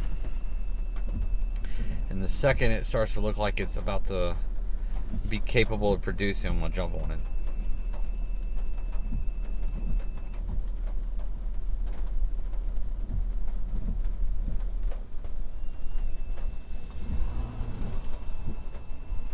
It's not severe warned or anything, but it's getting that look.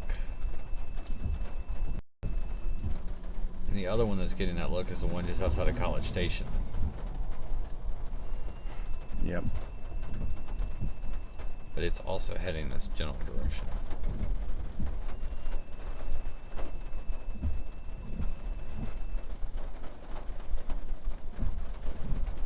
Only I don't like, these storms keep regenerating to the south and just pushing straight in. Like there's a little bit more sin back west, and that's probably what happened earlier.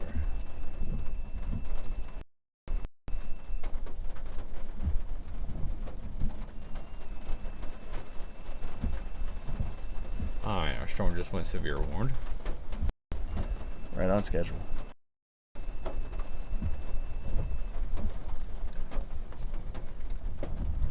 And so much chasing is predicting what the storms are going to do next before they do it in the early stages. Oh, way out east, just waiting for a long tracker and just drive into it. It's a whole lot easier. Mm-hmm.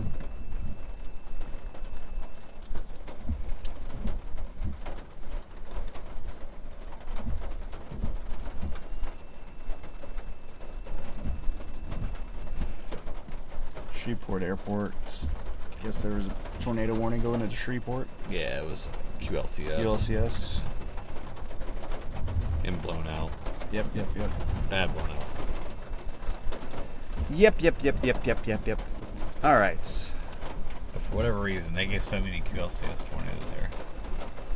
Yeah, there's definitely something in that storm. Which radar are you on? I'm on Houston. Houston. Use Deport, Houston, and Cape Hope today. I think you're in a radar hole. You drive in circles. So you use 4 radars. Mm-hmm.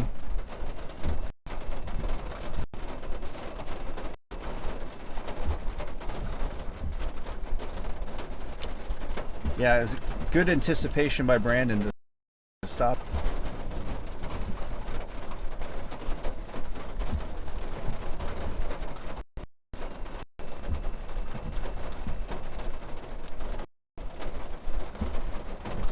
Very nice. Not bad. Very nice. Finish the day. Right? That's great. Click through.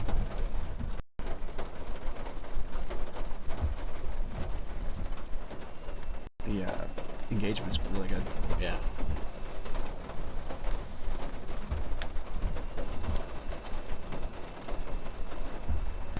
Man, I wish it would stop raining for a second.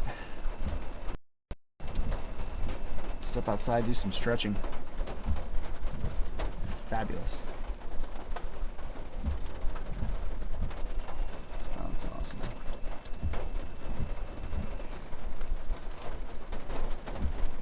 I know why that is. Merge. Send. Yeah. Man, that's speed. Yep. All right, so we got that severe storm coming up, guys, from just to our southwest. Just went severe a few minutes ago. Brandon placed us right smack dab in the middle, waiting for it.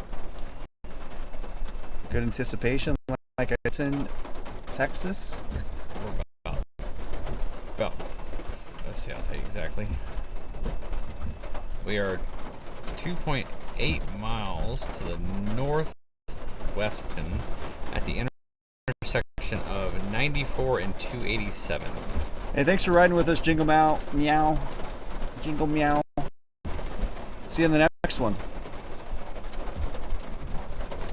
Cat nap, yeah, I should. Probably wouldn't wake up. Yeah, exactly. Tornado would be coming, he's like, Jonathan, I need you, and I'd just be sleeping through it. Me too. Or my snoring would be interference, you guys would be wondering if it's the mic. I've done it. You used to snore a lot worse than you do now, though. You don't really snore as bad. I was in Brookhaven, like at 2 a.m. Mississippi, like 2 a.m. sitting at the Best Western storm to develop. Hey, And Keith. Go ahead. Waiting for that storm. Woke up at, I went to bed woke up at 4 a.m. with everybody like making fun of me for snoring. And the tornado, the storm I was waiting for ended up producing a tornado like 6 miles south of where I was. Oh, really? It has a tendency to really push things beyond the bounds of mortal beings. His body sometimes will say, no more. Well, I mean, I'll stop, park, put the chair back, put my feet up, and that's where I was like, let me work done.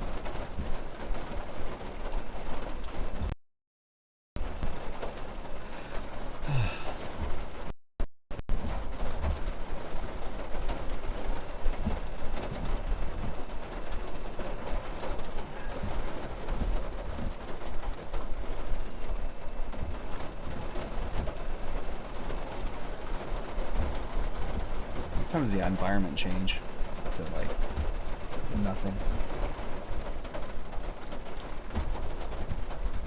All right, guys, we're in Groveton, Texas. We got a severe with rotation coming in. How many miles was it, Brandon? Is the storm from us? Yeah. 7? 7 miles. Yeah, I mean, it's right there. You can see it coming on your screen now. I mean, the rain that's hitting the windshields from the storm. All right, see this ball right here? The way it's leaning forward? Yeah. Good chance about to get going. More than likely it's going to start turning this way. We're going to have to drop down to Groveton. Okay.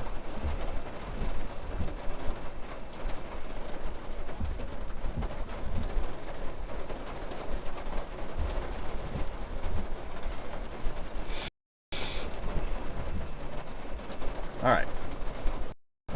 Groveton, Anne-Marie, Groveton.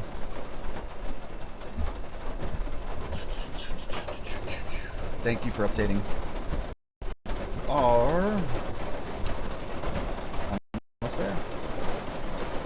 You hear the rain getting angrier? I can.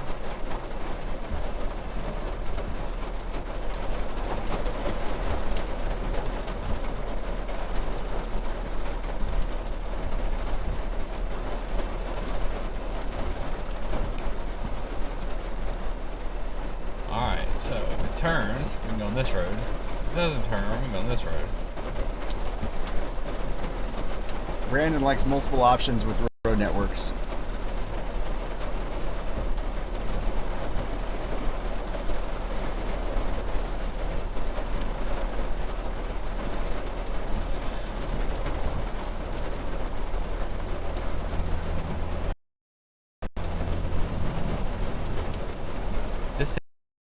turn, it can be a little bit more free environment. We're going to stay with it for quite a while. If it doesn't, it's just going to move up into this crap over here, and more stuff's going to blow up in this flank all night. Yeah. Maybe more than.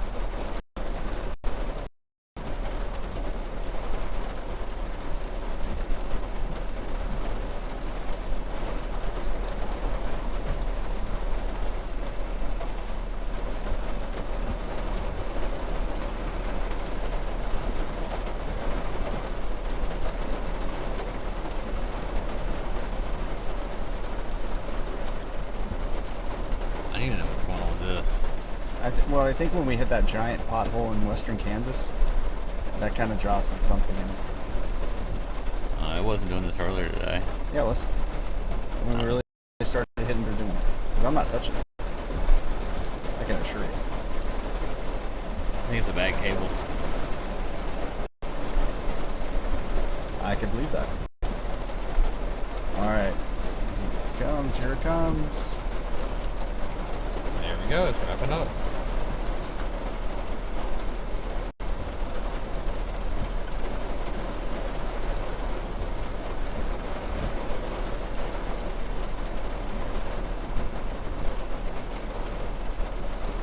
Headed towards Lufkin.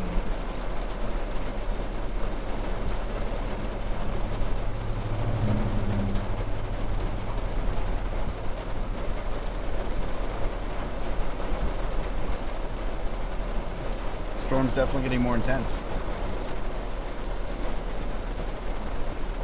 Alright, I'll move towards Groveton.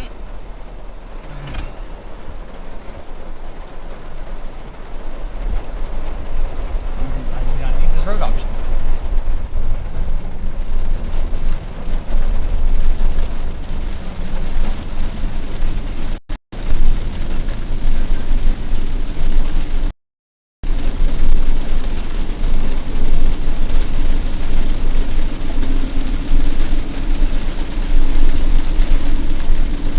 There we go, guys. It's cranking up a little bit. The excitement level is kind of rising.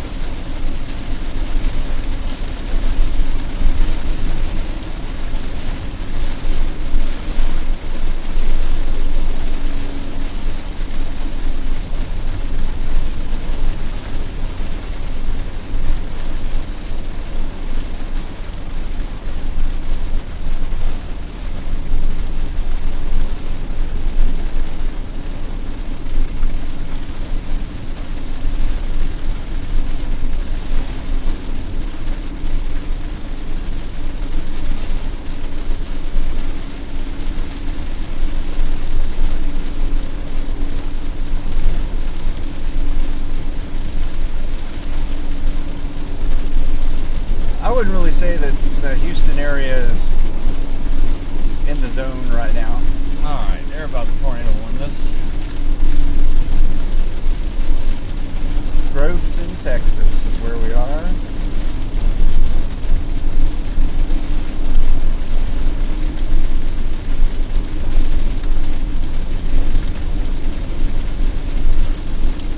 Alright. And thanks again for following along, guys. We appreciate you all.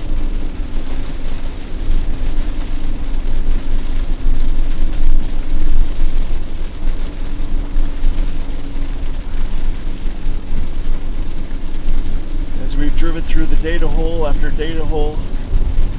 You guys have been troopers today. It's so bad out here as far as the data goes. And you wonder why hasn't there been a chaser convergence? In some ways, it's because of just the terrain and everything that's negative about it. Terrain, trees, and data holes. Radar holes, data holes, too many holes.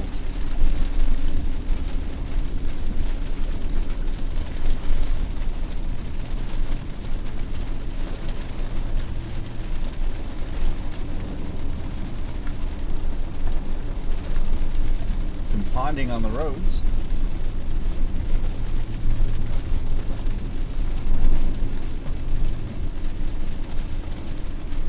You want to know my strategy? Huh? You want to know my strategy? What up? Family Dollar? Dollar Tree. Did you guys see the drone video Brandon had from earlier in Marietta, Oklahoma? Of the Dollar Tree distribution center? The roof ripped away? It was crazy.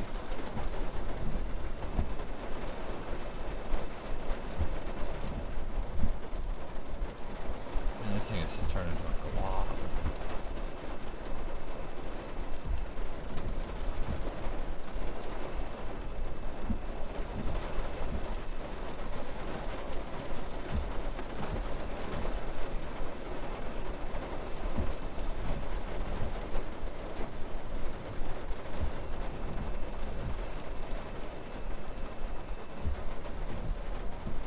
Maybe about to get a little hail.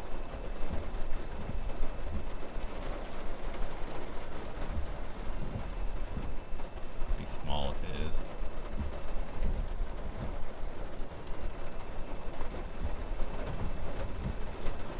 Tell you what, it's about to try and wrap up right here. Yep.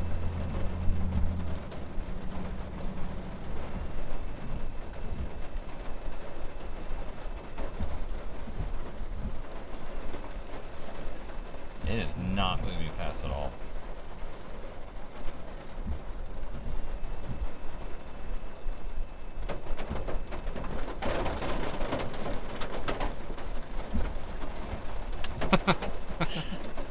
Brandon just took a bow, folks, as the small hill starts to hit.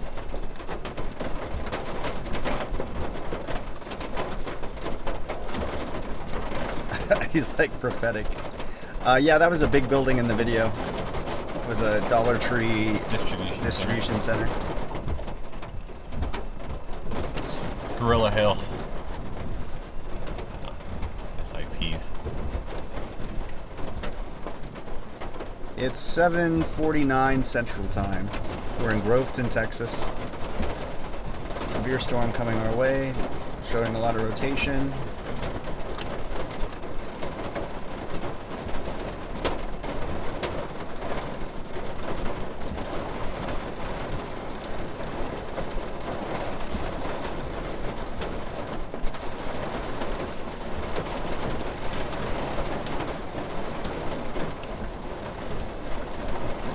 One guy suggested we should have a laser pointer to shut off the street lights for 2 minutes. Yeah.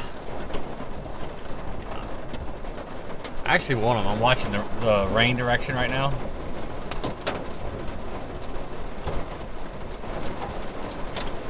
Lets me know the wind. To know which part of the rotation he's in and which part of the storm.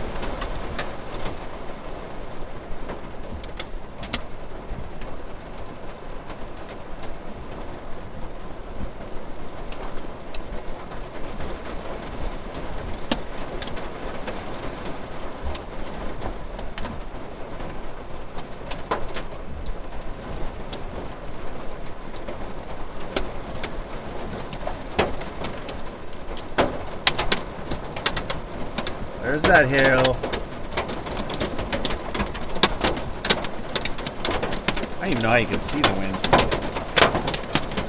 See how it's blowing like back this way? Yeah. That means our circulation is right back over here.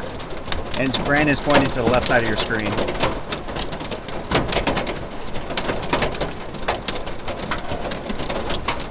It's like pea-sized, right?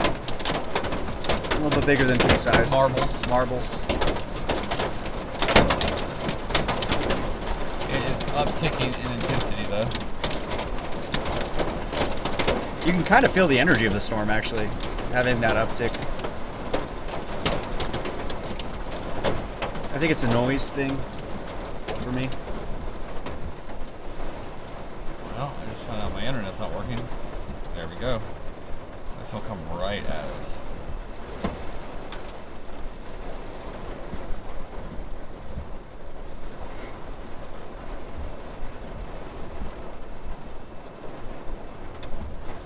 Hey, see how the wind's blowing straight now? Yep. I mean, just straight this way. See how we're looking right there, point and arrow, straight Yep. that way, the rotation. Yep. Straight that way. So that's It's sucking moving. it in. It's moving a little bit, it's moving northeast. Uh-huh.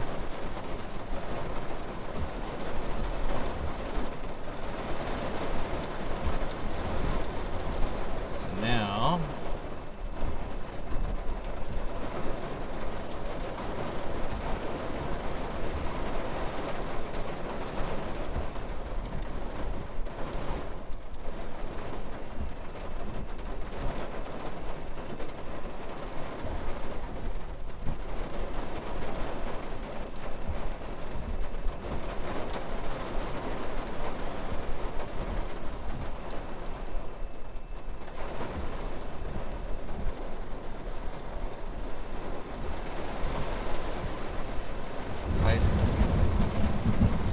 I was thinking of sit in the field and watch it come, but there's really not an opening right here.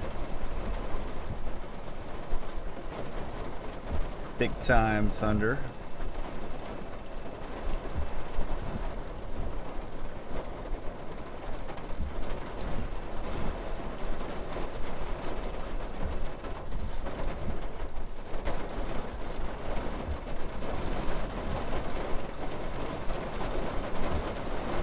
I really wish Houston would put their radar in sales mode.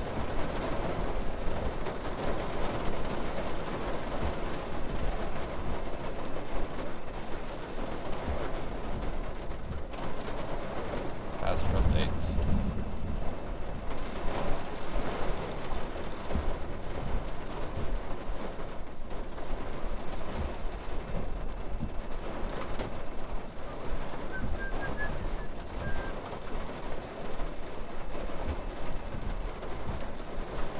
It's Lake Charles, so it scans a little higher.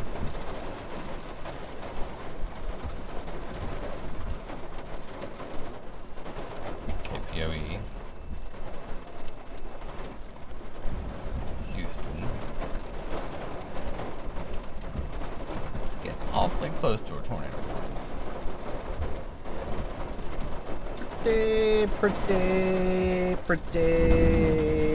Pretty close.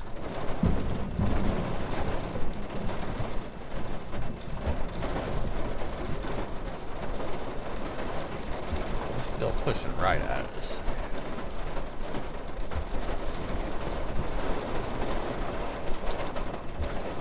Hey Bill, this is Jonathan Petramala. If you look in the description, you can get information about me and my channel. Amy Beth, zero sleep. We have not slept since Friday. Not zero. Oh, I'm sorry. 2 hours in a car after spending the previous 28 hours in the car. In the middle of a disaster. Flashing lights, And Friday night we alarms slept. screeching. You're welcome, Bill. I try to introduce myself every once in a while.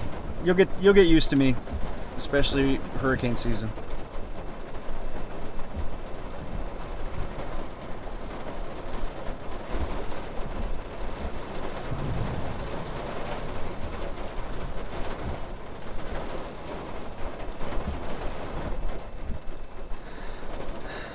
Amy Beth, you and me both.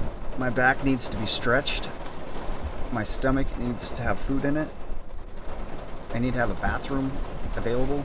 This thing is completely rained out now, but it's Still ripping, constantly. yeah. I mean, look how buried it is.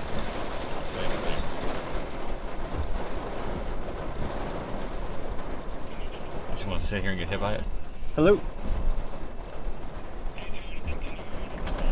Yeah, hey man.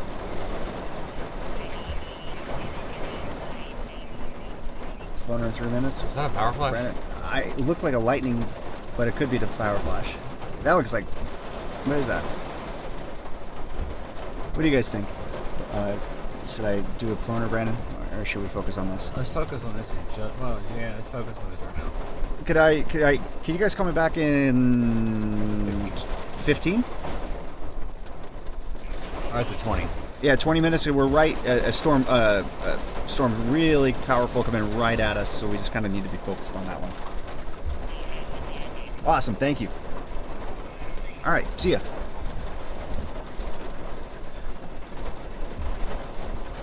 Are the alarms coming off? I don't care about the alarm. We're too far away. For radar to be reliable, so I'm just making sure if this power flash is coming right at us. I think there's CGs coming out the base.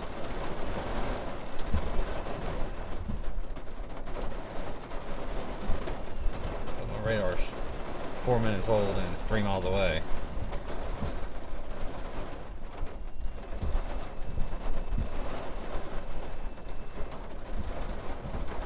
Then yeah, it would definitely be coming right at us. And we're sitting in a dollar store.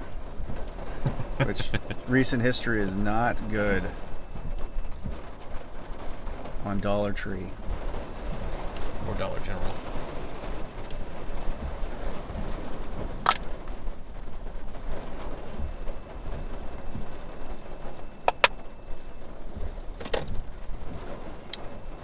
Well, that was a Dollar Tree warehouse. Yeah, it was a Dollar General that got destroyed right across the highway. Oh, that's right. Yeah. I forgot about the businesses. I was focused on the... All right, guys, we're in Groveton, Texas. Severe warn, storm, a lot of rotation in it. The rotation we're talking about is heading right towards us. I don't think that was a power flash. I don't think so either, but you're seeing rapid flash. Yeah. Clearly right it's... at the base. Clearly it is dark, it's rain wrapped, so it's kind of difficult. We're in a difficult spot in terms of radar as well, what else is new? Well, we'll know here in about 2 minutes.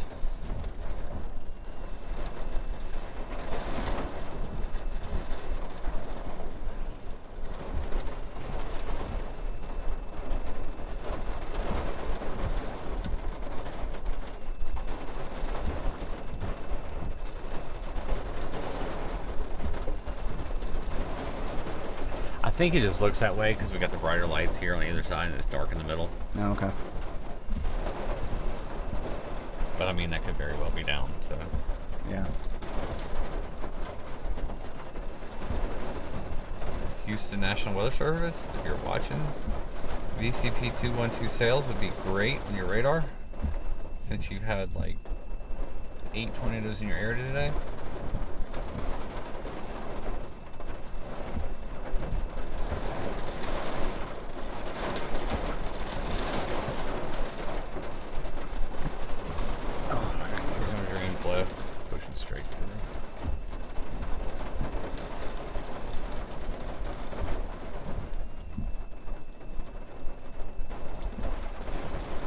And Bill, you'll notice on my page, I do more of the storytelling, like what I just recently put together out of Sulphur, Oklahoma. All right. Well, guys, we're settling in here.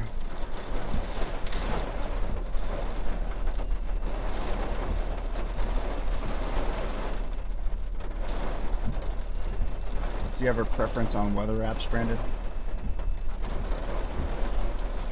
Not really. The only thing I really use is a radar app. I use Radar Scope. I also have Radar Omega. Weather and radar. Yeah, weather and radar. Then, of course, weather and radar, AccuWeather, Weather Nation. All great apps. But for my personal, for chasing, I just use Radar Scope or Radar Omega. I've got GR, which is a more advanced radar, but sometimes it's just way too much, more than I need. All right, so let's see what we got going on in front of us. Well, speaking of, which radar tower are you on right now, Brandon? I'm on Houston. Houston. KHGX. And why that one? The closest. Barely. Again, we're way out in this radar hole.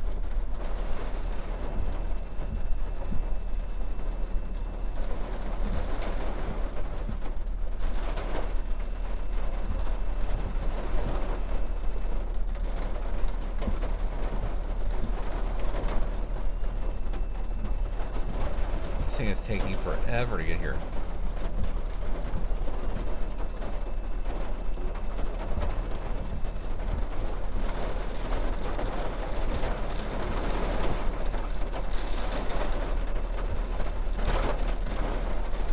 It is starting to look healthy too on reflectivity.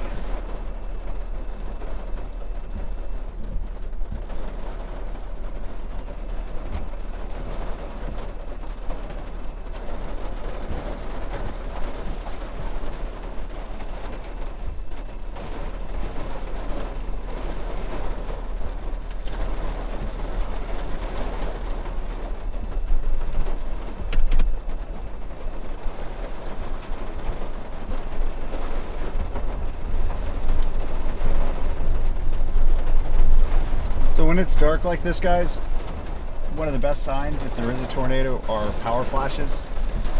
So we really look for that.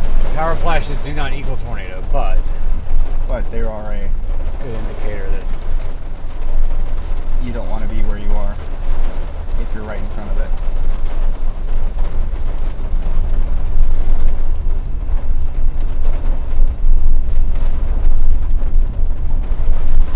A lot of. Speaking of power flashes,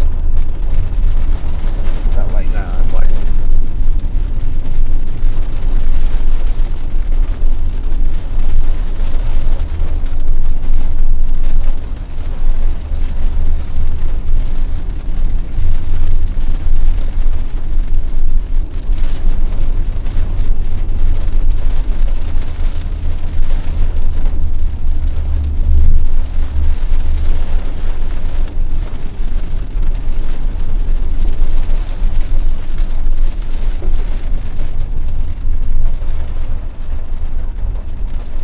Get past this tree, that'd be nice.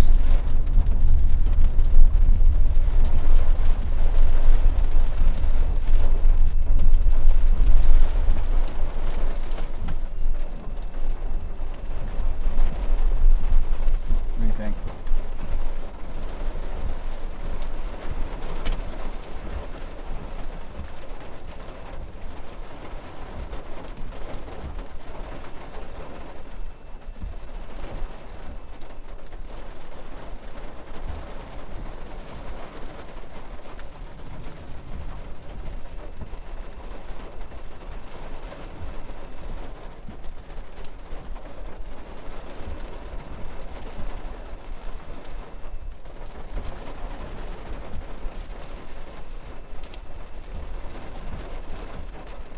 It's literally right there.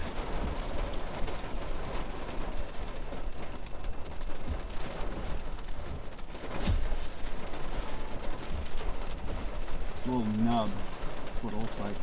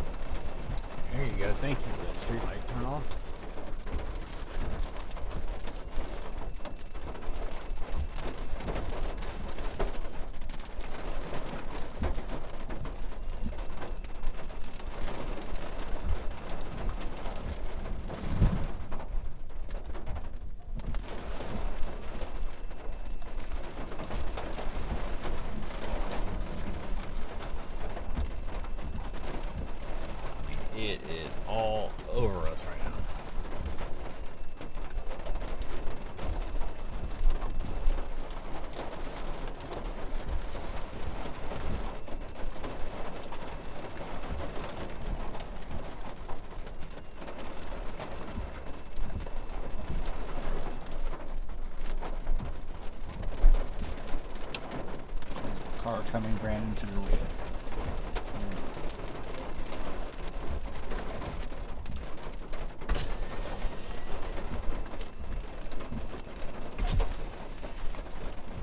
Oh, I got inflow coming right here still.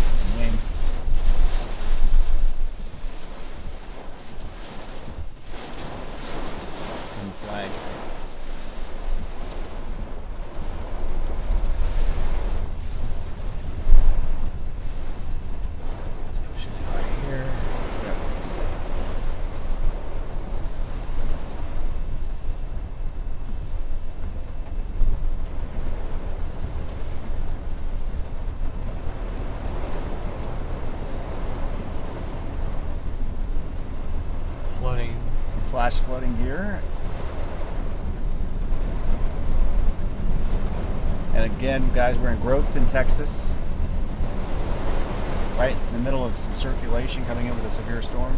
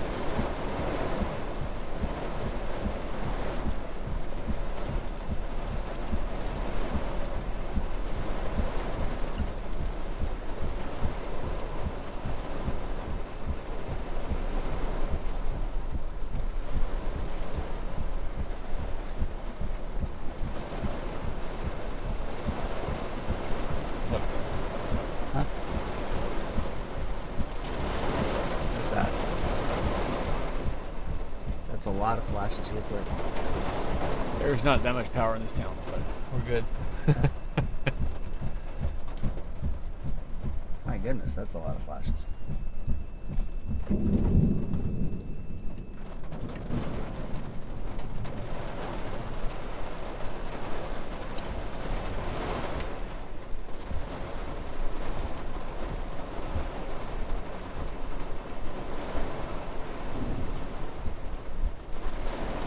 It's crazy how this rotation's just sitting there.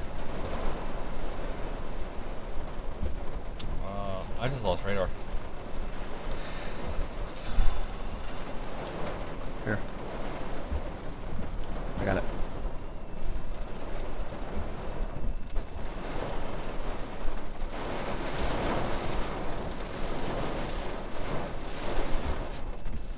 Here.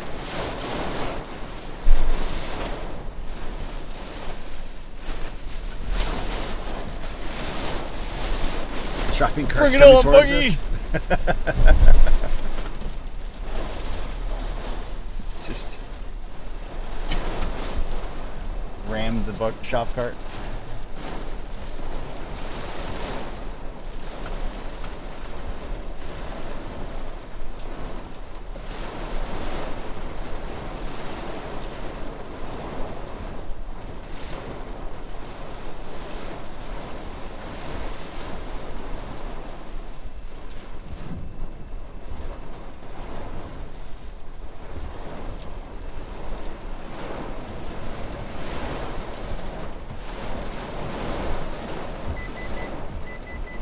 Buggy coming back after us?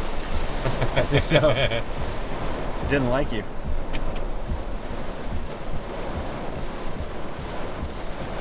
Like you wanted revenge.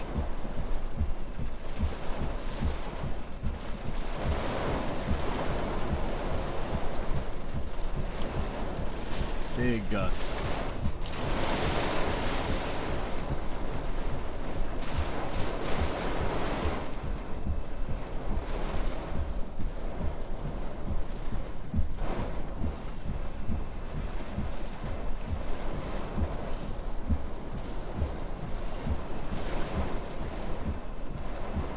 I was pulling back in this way.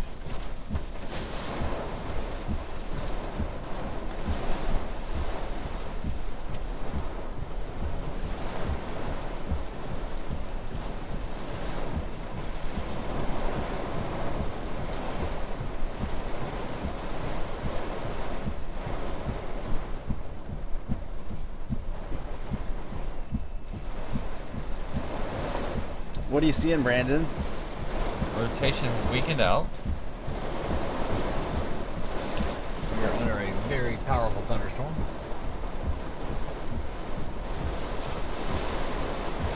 Can't decide what it wants to do. Big old mezzo right now.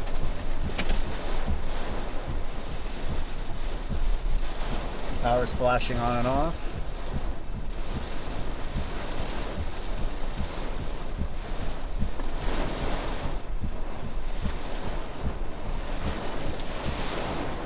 There's a light pole right here.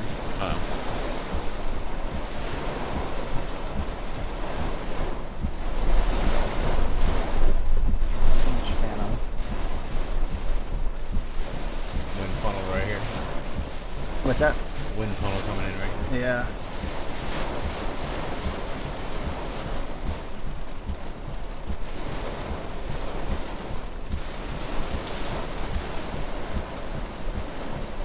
Based on the last radar scan, I'm not too concerned. All right, guys. Again, Groveton, Texas. That severe storm, very powerful. That it is. Power is flashing on and off here at this Brookshire Brothers. Oh, power's off. Power's on.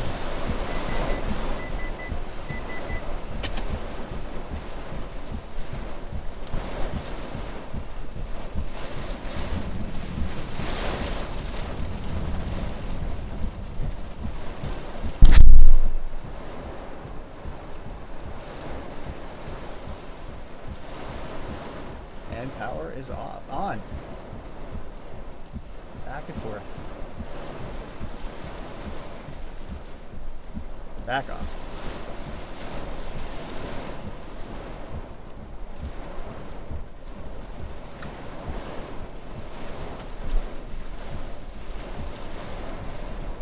We are getting treated to quite the light show, guys. Do we need to do a seizure warning? No, but I need to get out the way of this tree warning. How far is that light pole? The light pole's right over here to my It's on your side. side.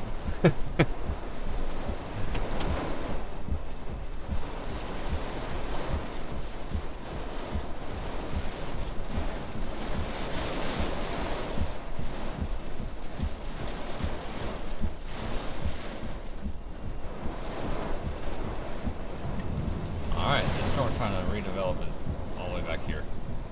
Oh yeah, I'm watching somebody inside the grocery store with their flashlight, seeing what's going on. They're like, no. Actually, it's really kind of spun up right here just off to our northwest.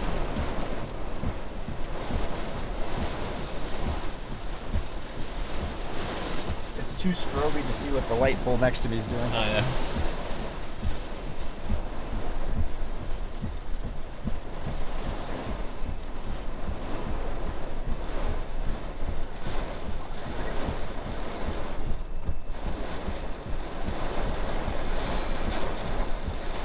We also have some flash flooding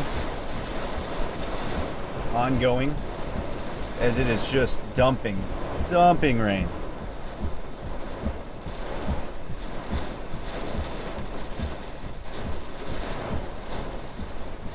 Tyler says velocity's looking tighter, Brandon. I know.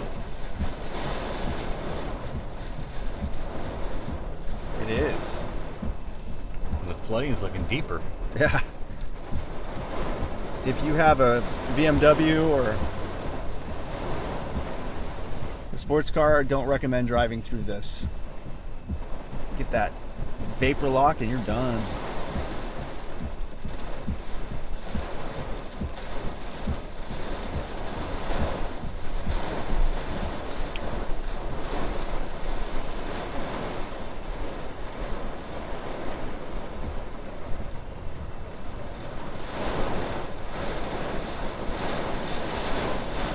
A lot of hazards right now. Yeah. We got flash flooding, The storm's just sitting here, man. blasting lightning, a tightening rotation and velocity. Power's out. My bladder's full. What an adventure, folks.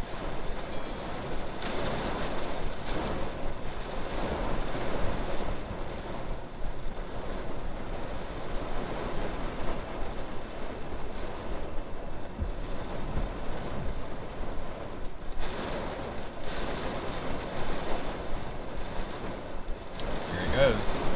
Alright, you see that? That's gonna try and curl around. Okay, be a hook. Yeah. Where is that from us right now? That's southwest. Yeah, southwest. So what Brandon's just saying is that the storm southwest of us looks like it wants Well, to... it's this storm. It's a big storm. Oh yeah, I mean this storm, but yeah, you're saying the tail end of it. Yeah, it's starting to try and become dominant.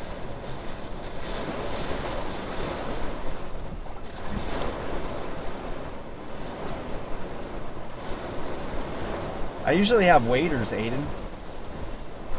And honestly, I might need them at You then. might, because this is starting to train, and if this hooks up with this and this runs like trains through here, with what I'm seeing already, it'll get interesting. I will not be getting wet to add to my misery. Lack of sleep, food. I don't want to add soaked. All right, watch this truck coming by, guys. Ooh. It's getting deep. What's that highway? I was about to ask you. I'll tell you in It's 2 green. seconds. It's a highway. How is it? Well, it's West 1st Street, but I think it turns into Highway 287. Yeah. But West 1st Street here in Groveton is getting deep. Look at that car. Woo! So recommendation, if you guys ever find yourselves in deep water, what, 5 miles an hour? 5 to 6 miles an hour? Steady pace. That's how you can get through some deep water.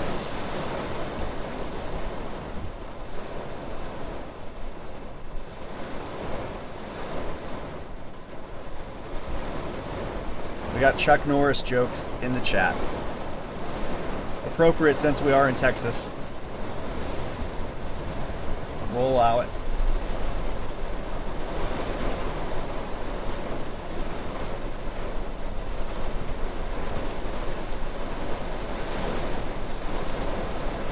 Do you have room in the back of your car to carry around waders?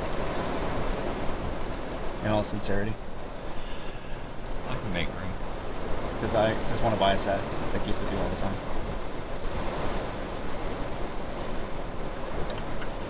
I guess I'll take my pillow out and put a waiter in.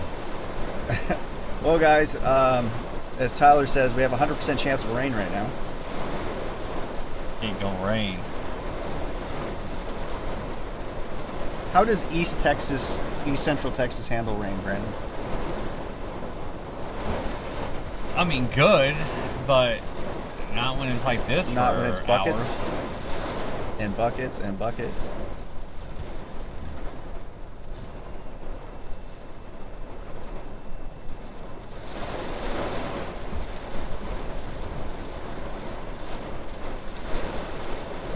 Yeah, this is a very impressive severe storm, guys. It's not over either. No.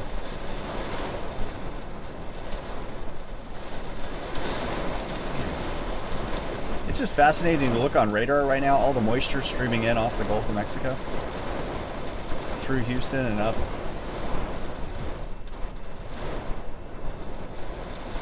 That's why when you get right along the Gulf of Mexico, it's pretty rare to have 3+ tornadoes. Too much moisture. Too much storm interference. Uh-oh. Whoa. A little gust. That's inflow.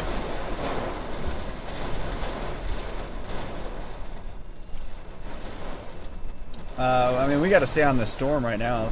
As much as I would love to Actually, see a hotel. the storm's gonna stay on us. Yeah. That semi may be stuck down there. I think it might already just stopped because of the wind. Surely he's not stuck at a semi. It's not that deep. It's right down the other side of the railroad tracks. Could be.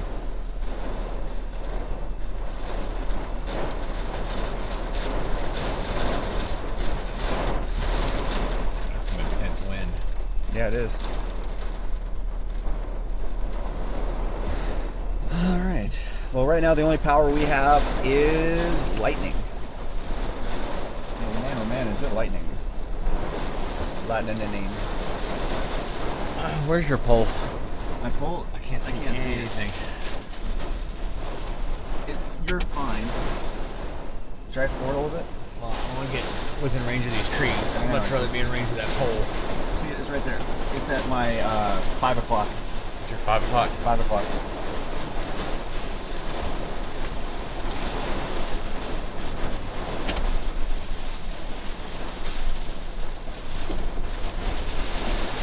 This guy with the pickup and trailers pulling in close to the grocery store. And I'm putting my lights on the grocery store that way I can watch it blow apart. Oh, he's got a camper. Doesn't want to get that thing flipped.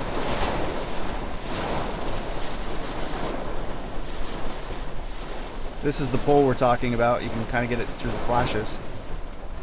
Not really. It's so wet.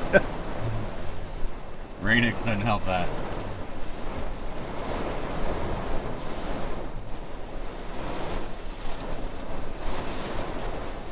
So yeah, all hazards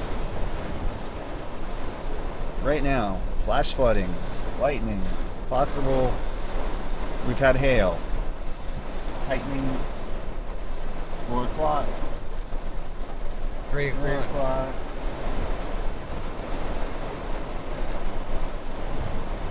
god. I just hit the buggy. Get out of the way, Buggy. No, buggy's back in the original spot. Oh, yeah. I'll have to watch it though. I don't mind hitting it with my metal bumper. I don't want to hit it on my door.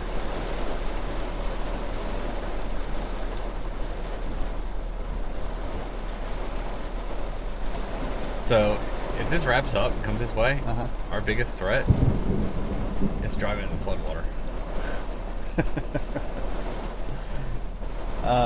Anne-Marie says her brother-in-law knew Chuck Norris in the Army. Oh, no kidding? Yeah. It's pretty cool. Chuck Norris was,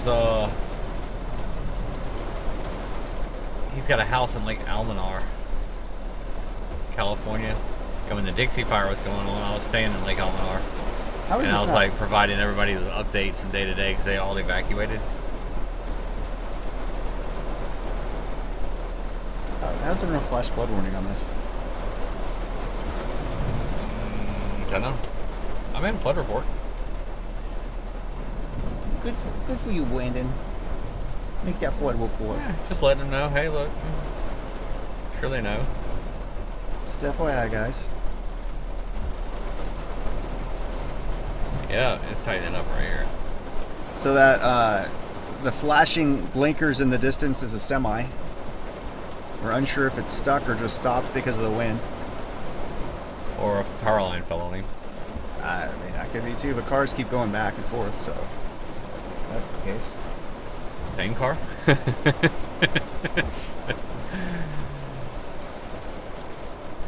the same car. It's probably power lines. Or a tree.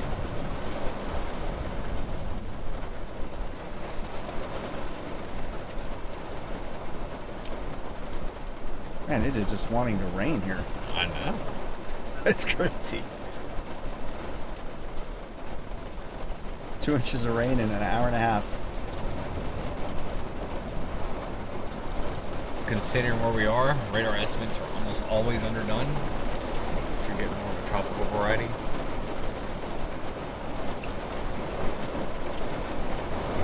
I mean, it's just feeding moisture in from the south. It's just eating it. It's just nom nom nom nom nom nom nom. I wish I could add to the moisture if I could step outside, but I can't because I'd get too wet.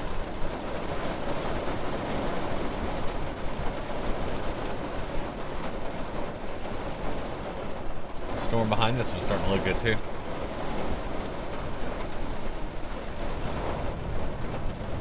See? Yeah. This one. And a convergence right here, just sucking into the storm. Yeah. I mean, seriously, look at the velocity. Look at this loop. Watch this.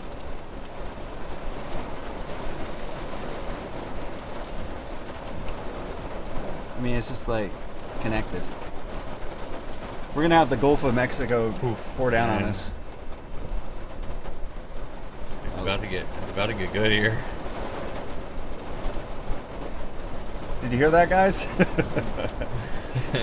When Brandon says that, it's about to get good. It's about to get good. Yeah, this is a dash cam right now. The cameras on the side are too wet. Like, you just can't see much. That's the grocery store. The power went out. That was a guy with the travel trailer. He parked closer to the grocery store because of the wind. And look at that flood water that car is going through right now. It's getting deep. Getting deep. Well, it's getting deep. It's just running faster. So wherever it's running to, it's getting deep. Behind us. Yeah. We literally have a whitewater river on the, what is that street? 287 1st Street, West 1st Street in Groveton, Texas. It is, I mean, there are rapids.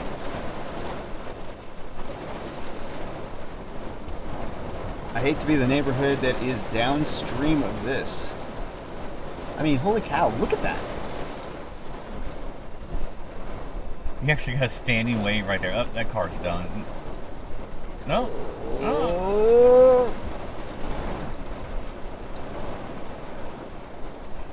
No, it's gonna make it.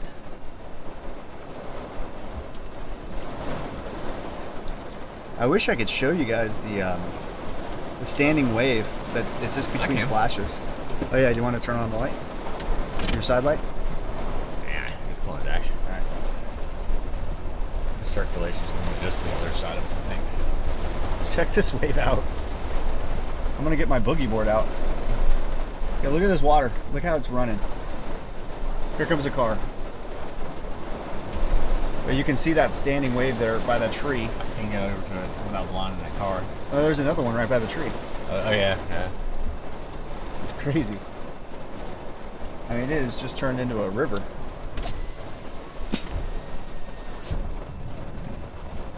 Is that car stalled? It might have stalled up there.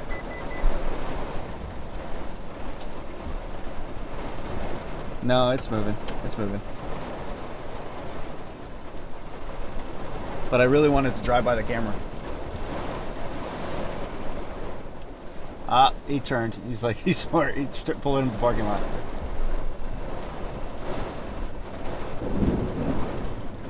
Alright, it's tightening up. I mean, like, right here. It's going to push off. Back to the dollar store.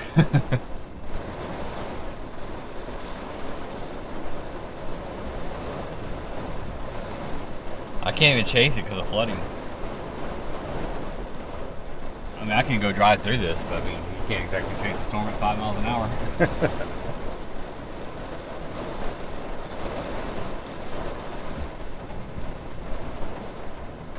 The wind's about to start ripping this way. I always say, guys, we wouldn't have a job if people made common sense decisions.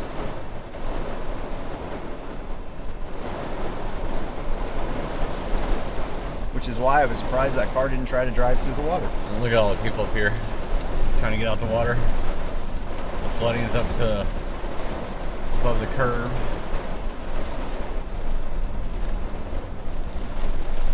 The high ground's the grocery store. I think the community knows where the high ground is. Here comes semi. Oh, the semi's coming? Yeah. Slowly? Slowly.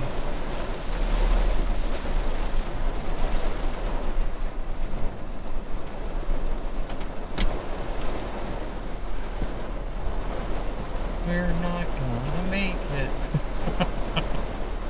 Alright, here comes a car. Stupid semi. I think I'm gonna blast the water. Oh, he's blasting it, dude. That's a truck. I think it'll be fine. He's coming through. He's pushing it. Look at him go. He's sending it. He's putting water over his windshield.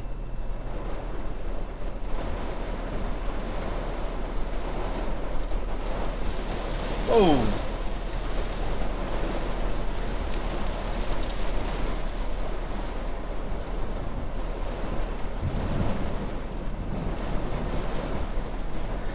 All right, time to break out the jet ski.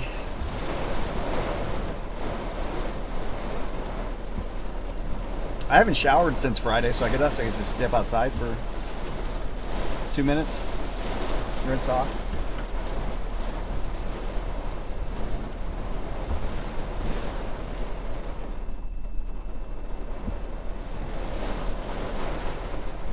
The bad news, if it does tour, we're not going to be able to see power flashes.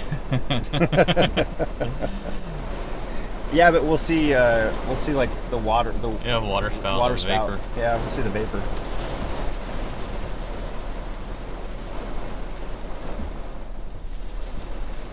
It's a gnarly storm, man.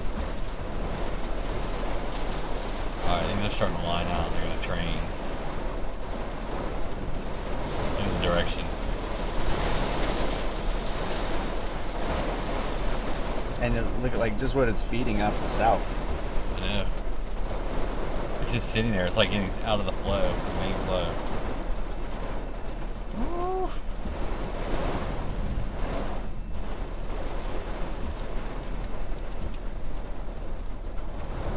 Got a hail Here comes a car. No, truck. It's a little truck. He's sending it too, over the windshield.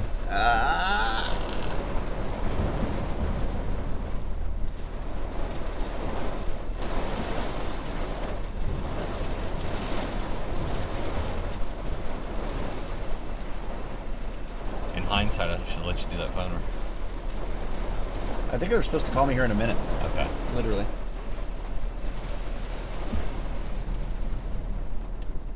I think it was moving at us at 30 miles an hour and then just stopped.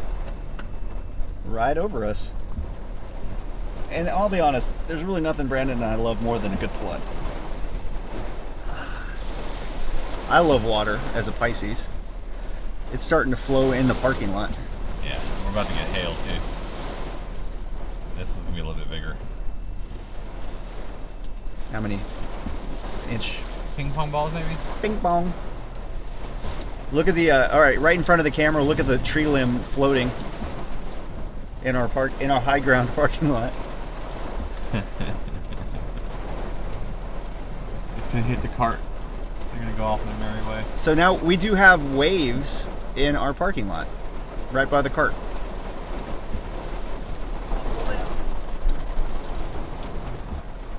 There you go. Go look at it. That's a lot of water, man. It's gonna rain a lot more too. And wait for the hail. It's almost on. Hail's gonna be about 7 minutes away.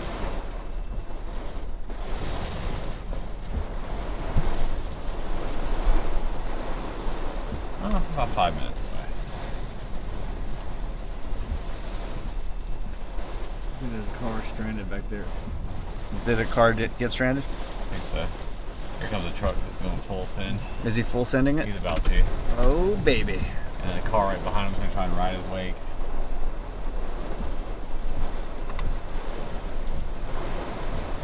He's not full sending it, though. It's like, it's shallow over there. It's deeper right here. Of course, the water's running that way, so he's about to run off the road.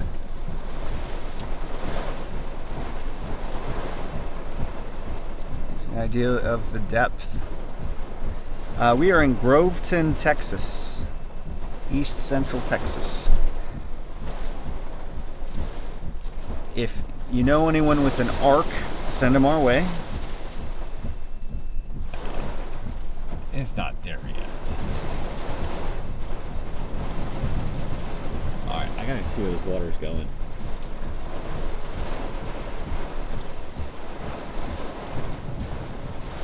We're gonna get flood, lightning, and hail in the same shot here in a minute, and wind. I mean, yes. I want to see giant hail splashing into floodwater with the lightning bursting around it. My favorite shots, dude. Here's your wind.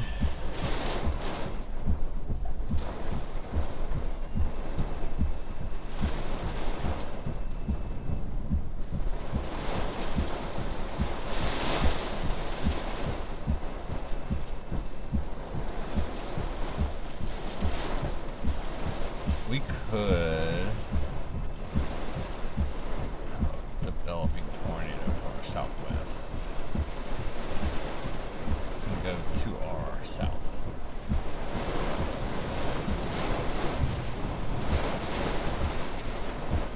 Yeah, I mean, worst case scenario, I'll set Brandon in the cart and push him.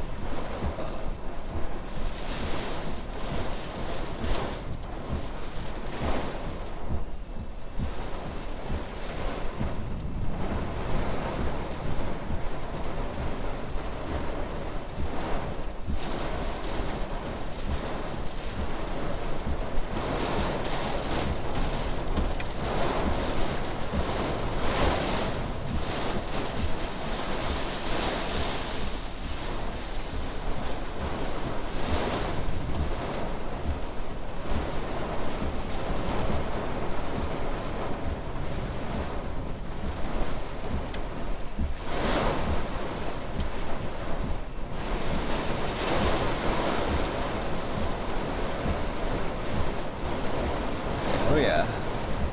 Here's an SUV sending it. It's a van, not an SUV. Subaru. He's like, enough of Man. this.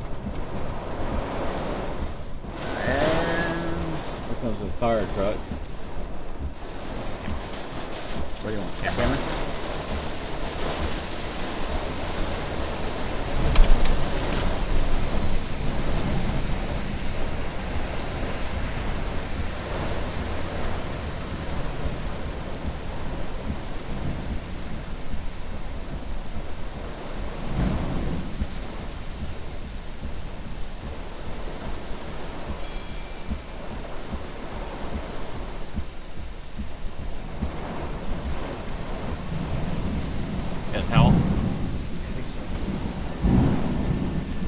do.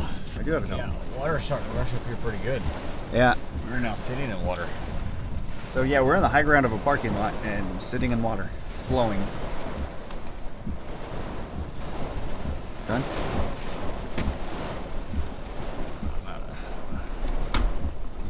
You got a door spot? Door spot? No, but I can make one.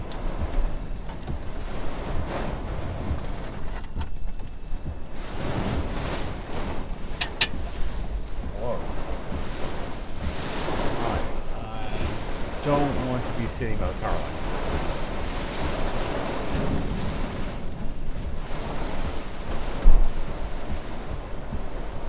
More tree branches coming. Look at that tree branch, guys.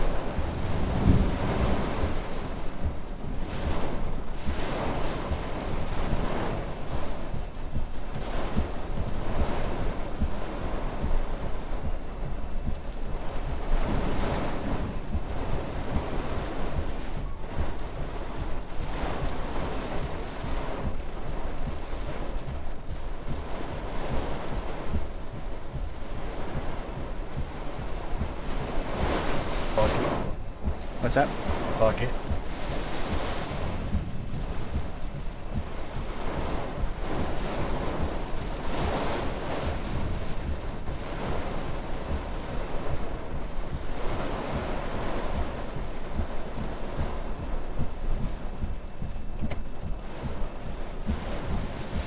And there's that Yeah. standing wave right in front of us. Look at those waves. They need to tornado warn this thing. We're getting wet and wild here, folks. They definitely need a tornado warn this thing.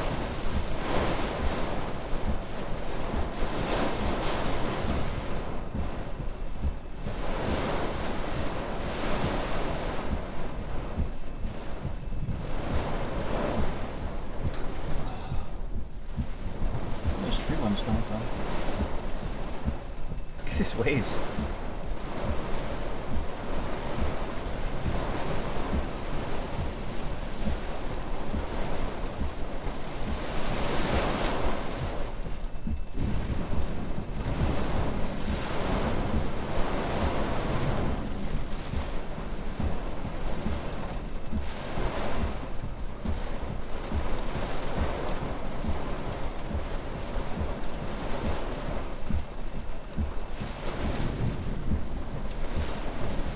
All right, look at that wind change.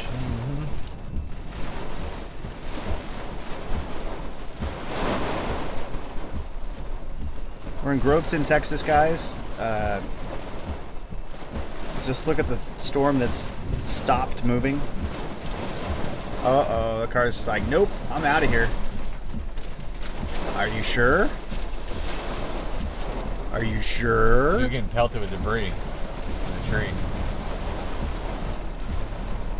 Oh, you mean like this tree branch that just is floating by? Yeah, I gotta get up in higher ground though. Or that tree branch?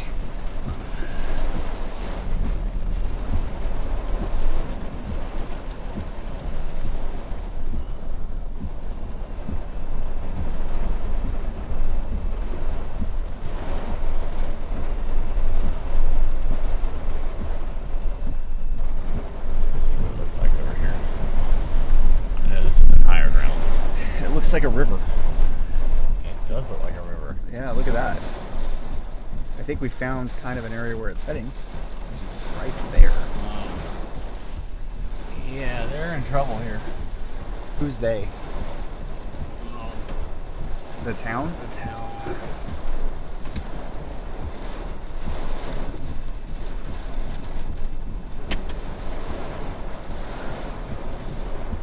All right, guys, we're in Groveton, Texas. There is a lot of water. You can see water up to that house right there, that house over there. I mean, it's like a raging river. So I'm not saying they're in trouble because of this amount of water. I'm saying they're in trouble because of these storms training over the same area. It could dump a whole lot more, and it's coming up fast now.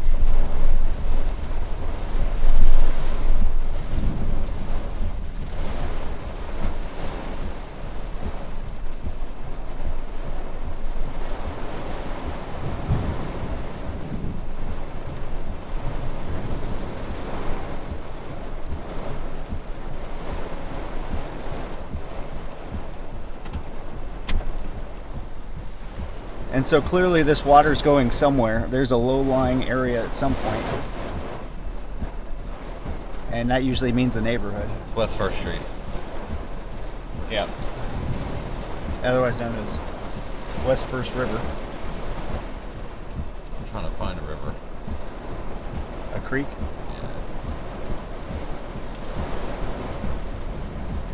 Yeah. Are we not worried about the tornado anymore? Well, there's an Avery Lake over to our south. So I'm assuming that's where it's going. So you see that little tree line that's jagging and runs? I'm assuming that's what this is. Yeah, that's exactly what it is. And it's going down into that upper Lake Avery. It's not named or anything. Yeah, it is.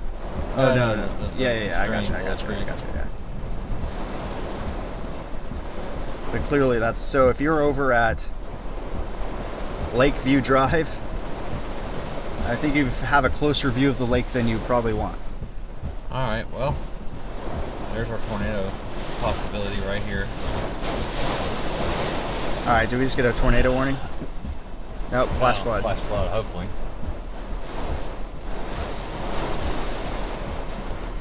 Flash flood warning. We are dead center in it, basically, here in Groveton, Texas. The storm has not moved in way too long, and it is just dumping like buckets, winding. Yeah, this is some 4 to 5 inch an hour rainfall rates here. The bottom of the parking lot is now a river. At first, West 1st Street was a river, which is essentially Highway 287.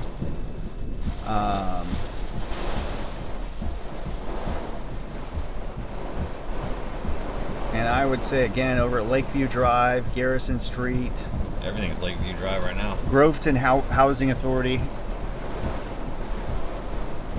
Yeah. Welcome to your hotel. Y'all should see the look on his face right now. I'm so excited. In fairness, it's really hard with a full bladder to see all this water falling too. And no, there's nothing you can do about it. I have nothing I can do about it. There's no sneaking up behind a bush on this because the bush is floating down the street. At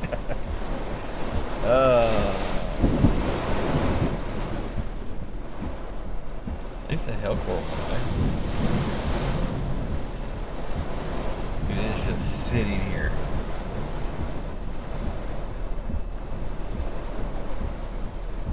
Where do you think you're gonna go, truck? It's like, I got a Tacoma.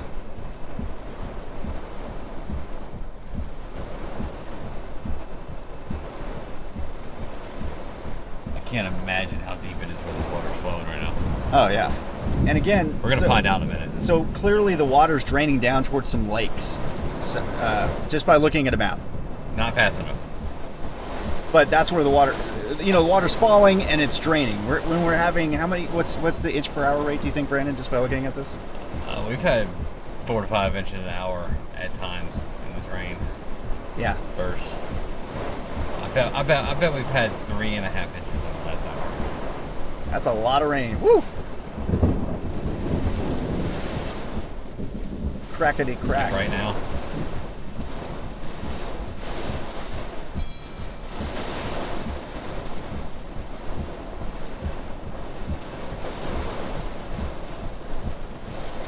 So they're expecting another 1 to 3 inches. Barrett. Thanks, Barrett. Is that hail or debris? I think that was debris.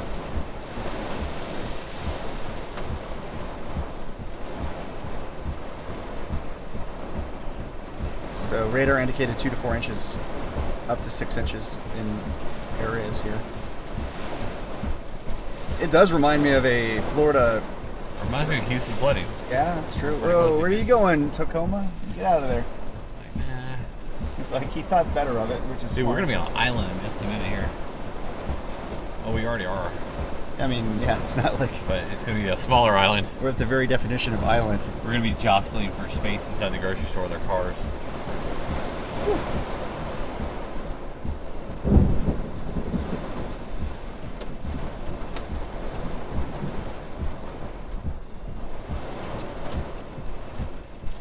The camera is zoomed out.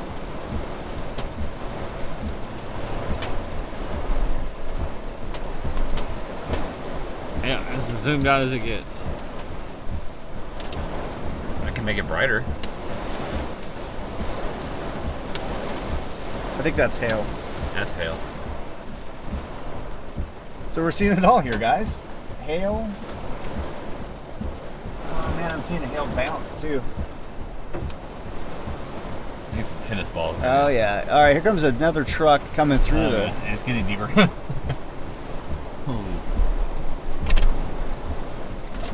See them coming. They're creeping.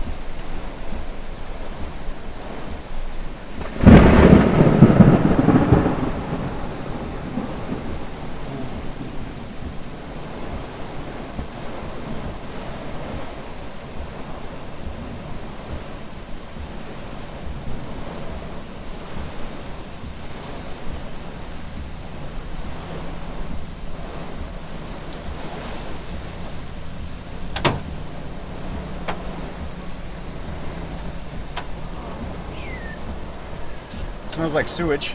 It does. It's no longer manure. It's now human feces. That was deep. That is deep. Whew.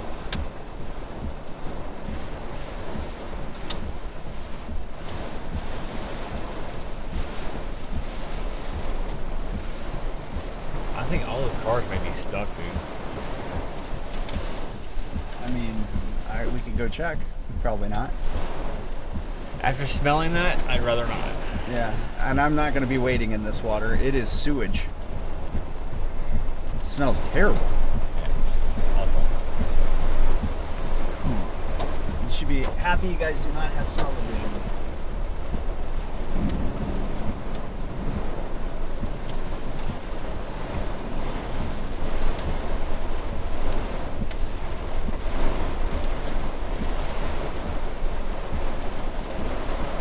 What is back here?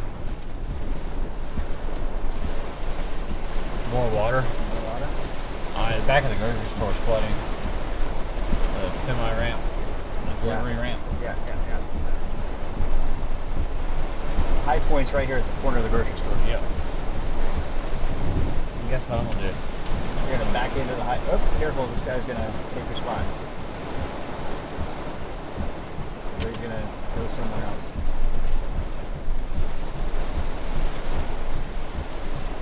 There's enough of us for all high points. What's up? There's enough of us for all of us have high points.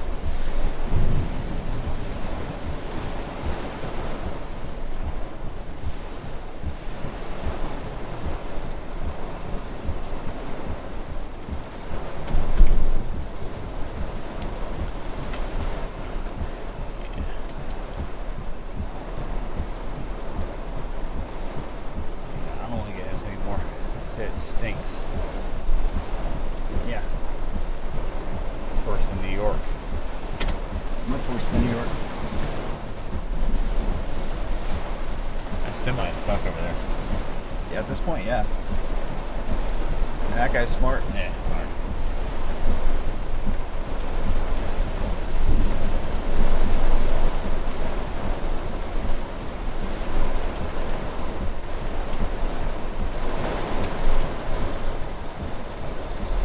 So exact location, we're at the Brookshire Brothers Express. You can Amazon us some floaties and a kayak.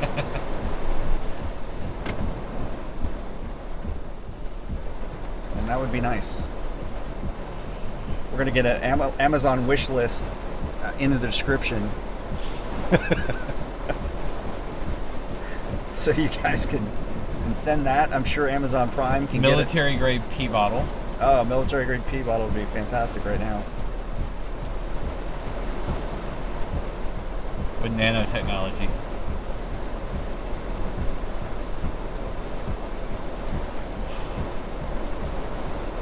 What's up, Keith? So, we're in the town called Groveton, but really we're on an island called Brookshire Brothers Express grocery store. The main highway here that comes through town is 287. In town, it's called West 1st Street, and it is just West 1st River. We believe it's draining into the upper Lake Avery and Avery Lake. So folks on the south side of town are probably not doing well in terms of their homes unless they're on stilts. Can Amazon drones deliver in this, Brandon? Nope. That's what we need. We're going to need the Amazon drone.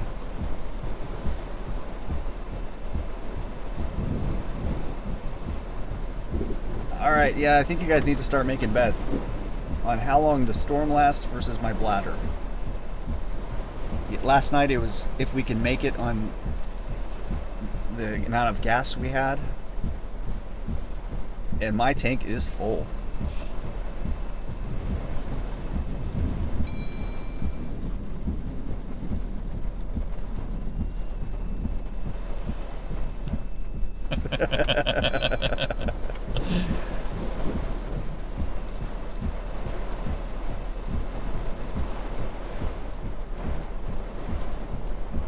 And again, not making a joke of a flash flood, like it is some serious stuff. And at this amount of rain, if they are in a low area, people can be getting into trouble beyond what we can help right now. The water smells like sewage, as we've said, so clearly everything's kind of overwhelmed right now. At least I'm not hungry now.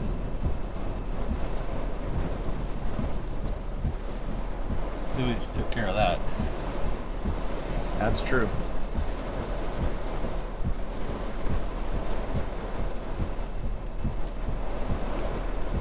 I don't know where they're the gonna have to go flash flooding. They're gonna have to go flash flood FFE. emergency. Yeah.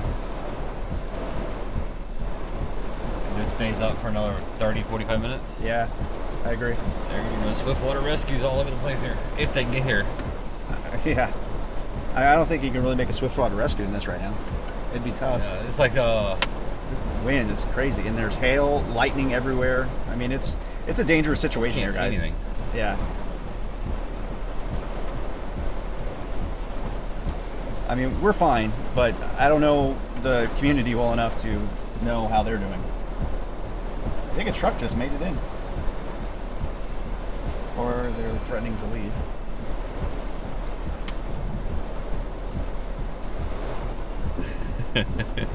What? Barrett. What do you say? He likes pea jug banana technology. I'm muting you, Barrett.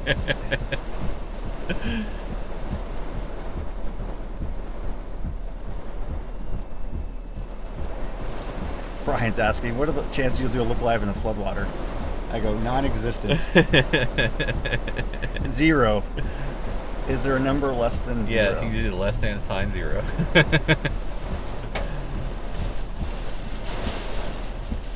And I love water, but I don't have waders, He loves waders too. and I don't like my skin touching sewage water. So, hence why I wear waders all the time in hurricanes. This thing may slowly be dropping south. So now it's gonna sit here and drop a foot of penny-sized hail. There's the Tacoma again. That Tacoma's getting antsy. He's wanting to leave. making laps around this thing. Yeah, he's literally.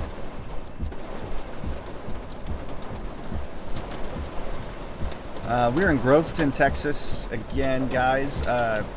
Flash flood warning. We're pretty much in the bullseye. The first sign I've seen of letting up is happening. Yeah, but look at this pushing But then, back. but guess what? It's just feeding, man. We're like just sitting there. His feeder bands just coming to this thing. So if you have a chance to look at the radar, you can see the moisture coming straight from Galveston. So what happened is they had storms earlier, and it left a cold boundary in this layer, and these storms blew up on this boundary. And it's a classic flash flood setup. You got this incredibly moist environment pushing over this boundary and just cranking into these supercells. They're just sitting here. And so yeah, we like joking, guys. That's why we're joking. This is a serious situation, though. If you are in a low-lying area, this is getting pretty serious. When you just see that amount of water flooding down somewhere, that means somewhere is very deep because it's a lot of water. Somebody suggested to go sit in the water and pee in the sewage.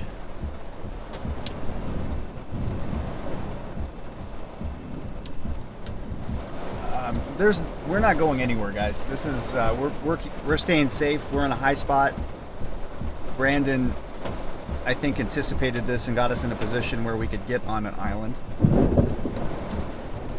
I didn't anticipate this much. But you didn't. I can tell you anticipated some flood. Oh yeah. Yeah.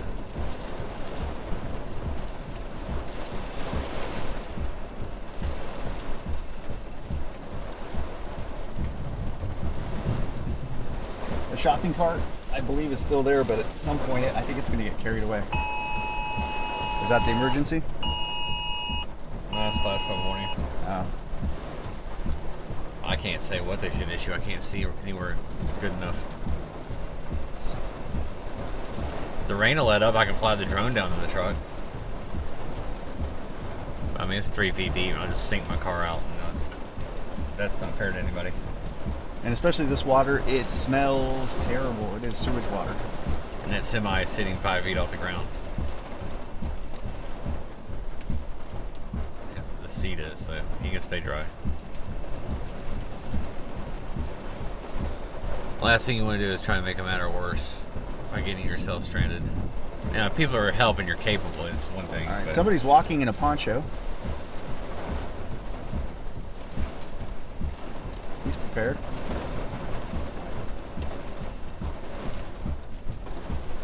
you're just going to the grocery store. That's the most relaxed walk I've seen Yeah. in a flash flood. Go get some eggs. Semi's going down the road. You guys can't see it because we're... Yeah, there you go. That's another semi. Yeah. There's a lot of water. It's almost all the way up to That his water flatbed. is pushing up to his flatbed. Yeah, that's crazy.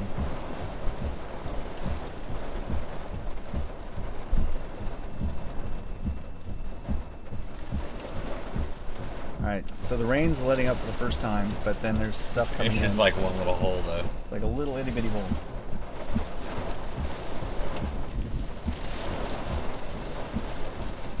Alright, see that right there where it's bowing out? Yeah. I could push that boundary a little farther south and give it some relief. We'll see. This next storm could just push right back up into it.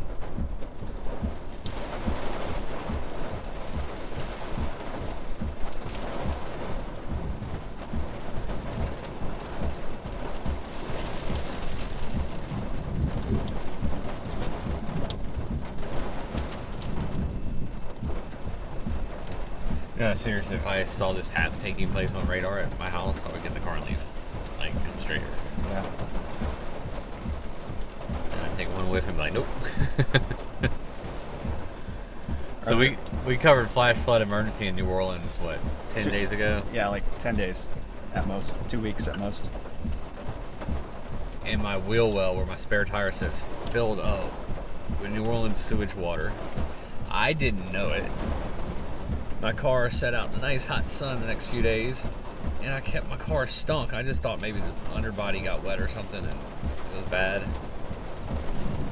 And I was putting this new equipment in, and I lifted up that wheel well cover, and it was full of that New Orleans sewage water. No bueno. No. Because I don't know if you guys know much about New Orleans, but cleanliness is not what it's known for. But I love the city. I do too. And then I got an antique nail in my tire. Like a 6.5 inch nail. What's more impressive to you, the lightning or the flash flooding? Both are pretty incredible.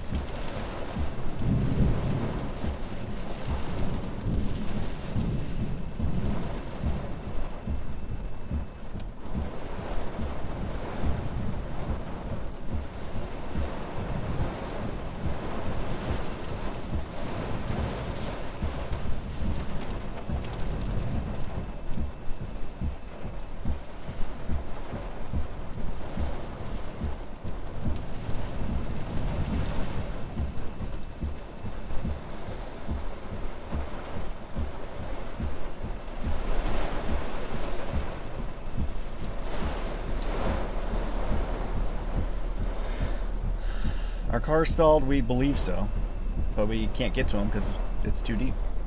All right, that car definitely just drove through some flood water because you can see The water pouring out of his the door. water pouring out of his door. Yeah, and I think we saw him earlier. Plus, his front license plate's bent. It's becoming valuable ground right here.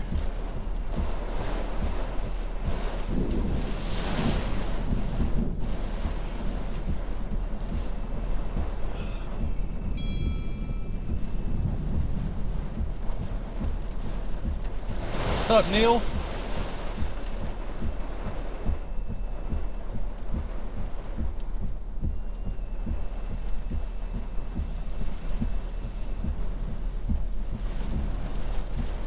Neil's watching us, Callie. Hey.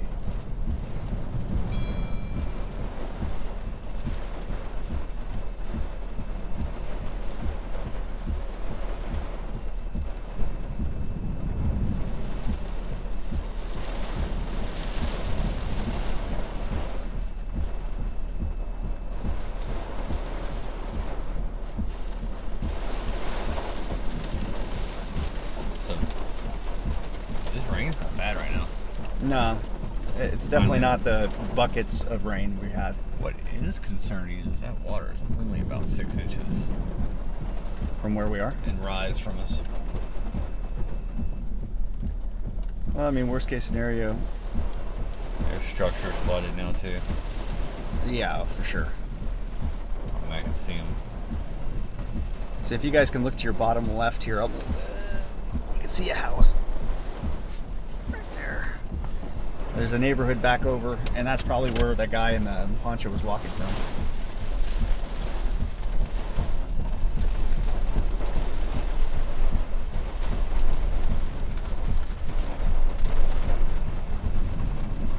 So, Those two aren't too bad. no, but I bet over to our left it is.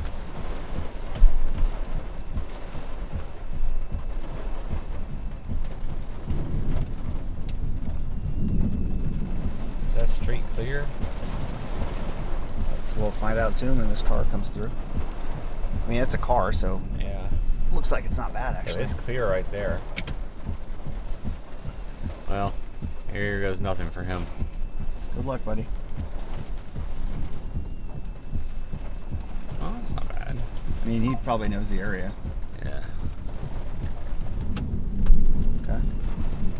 Oh. It's getting deep right there, and he just, yep.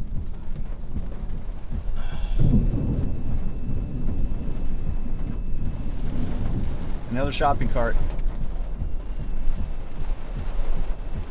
He's powering through, but boy, he's getting deep.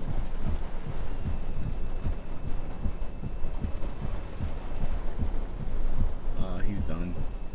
Did he just stall out? No, Yep. Are you sure? he's floating. Getting traction.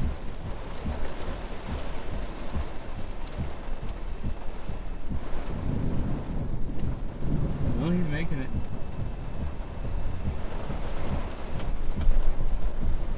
So I know we can get out and go that way.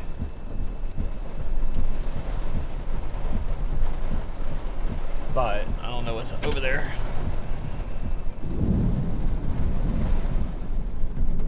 Look at the shopping cart in front of us, guys. Wait for it. And there. See that? I think that car's sitting in floodwater right now in the parking lot.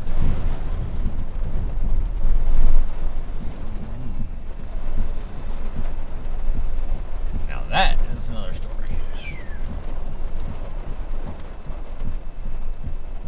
All those houses are flooded.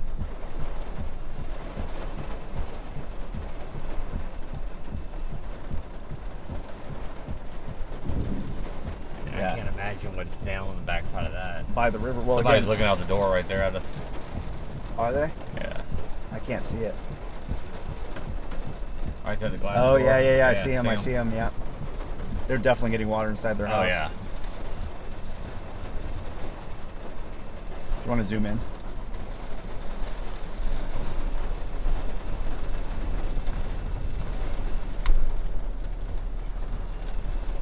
Yeah, you see him with the broom right there? Yep. They're trying to sweep their house out right now, keep up with the water. I'm seeing that more and more on floods. People with brooms. I think it's we've shot so much video of it, people think that's the right thing to do. I mean, I guess it can work. So yeah, on the other side of this house you see here to the south, there are some lakes. So clearly those are the low spot. Oh, there's a car coming down the street here, Brandon. Or attempting to. There was. Or it might be a boat. Whoa. Look at that. It's a car. That's a car. That's insane. I'll float from the house in a second. Oh, that's a pickup truck. Wow.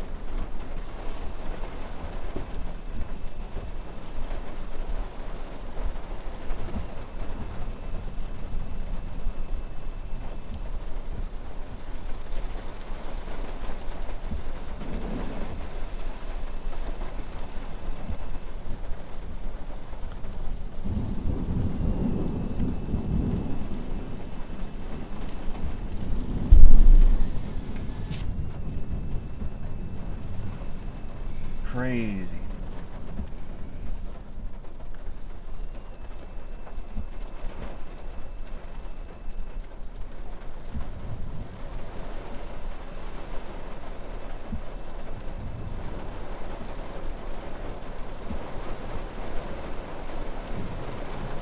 Alright, here comes round two.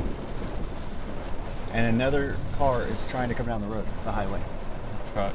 The truck? Yeah.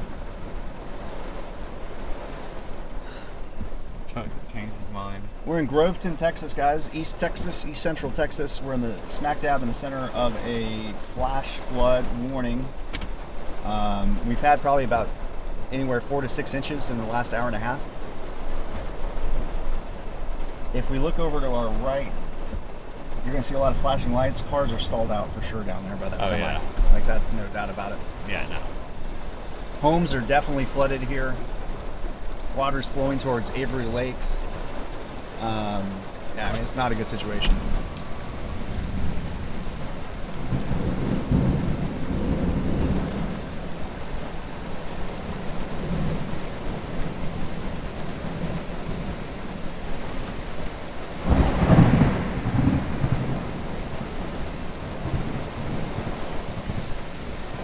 That's wet.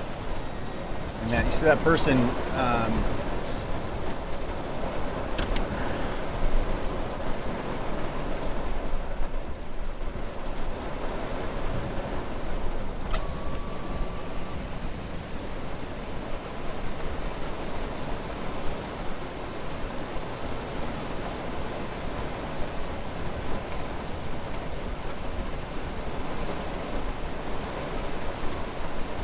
Still wet. Look at this truck. want to shoot it? Yep. Whoa, that is going to his hood.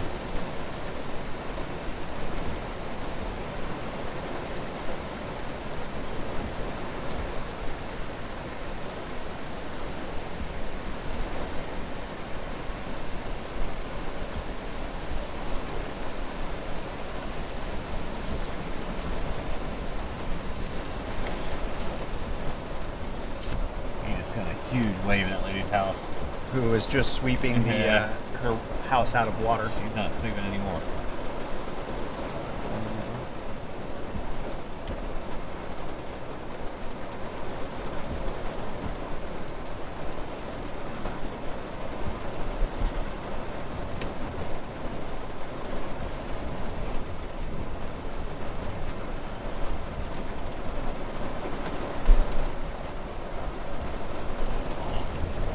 Here. I could actually shoot a look live right here. Yeah, you want to shoot a look live? Yeah, that's what I'm gonna do. More cars coming.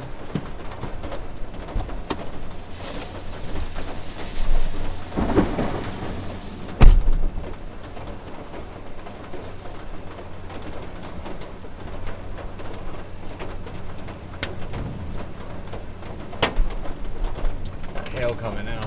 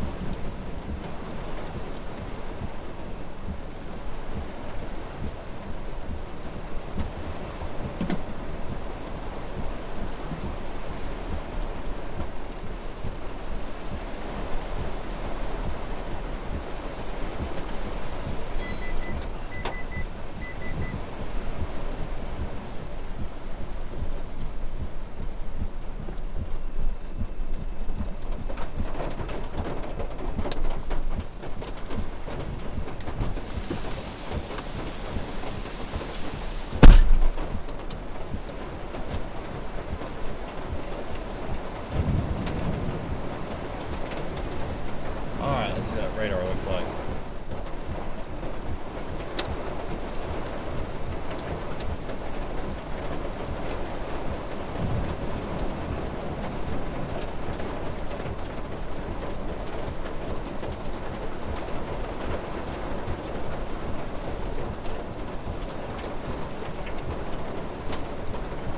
So we're on the back side of the storm. We may get a little bit of a break, and then the next storm starts pushing in.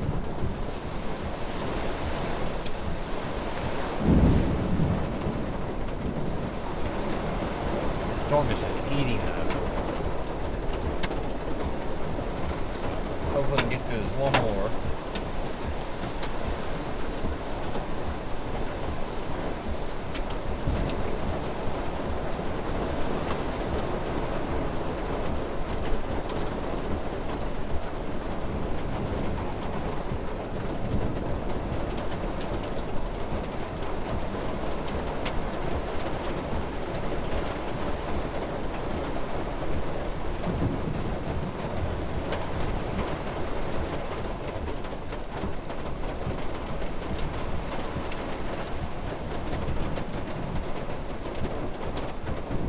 This storm is insane.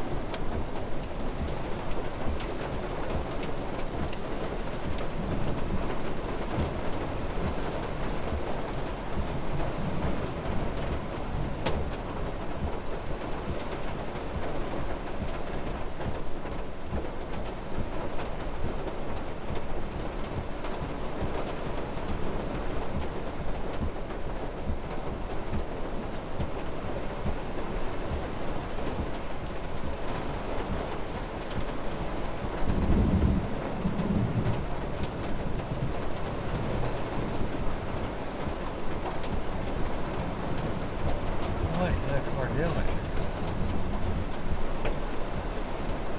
Oh, it's an SUV.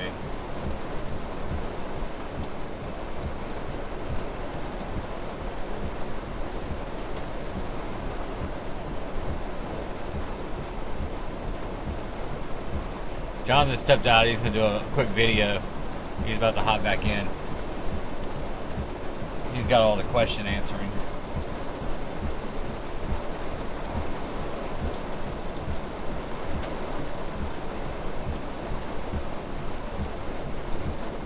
Oh my God, look at this white car.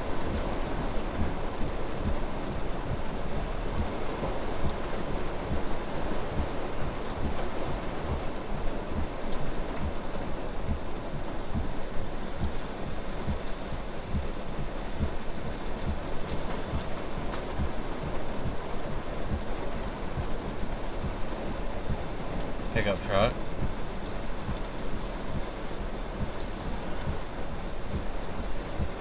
Oh, car just went in the ditch right in front of us.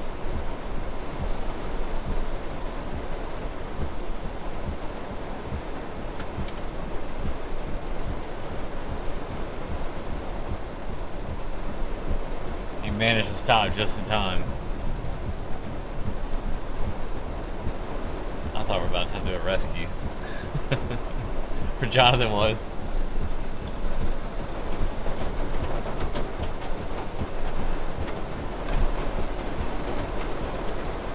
So that's what happens. You can't see the edge of the road.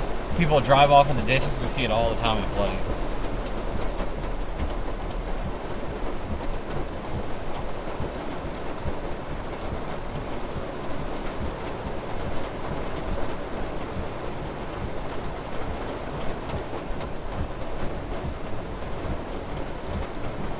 Luckily, the water it rose up quick. It slowed its progression upwards at this point.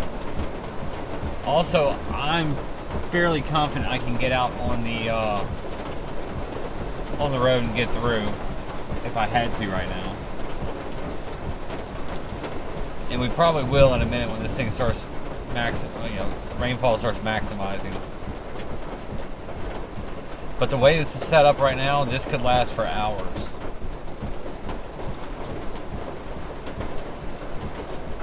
And right now is actually some of the lightest it's rained.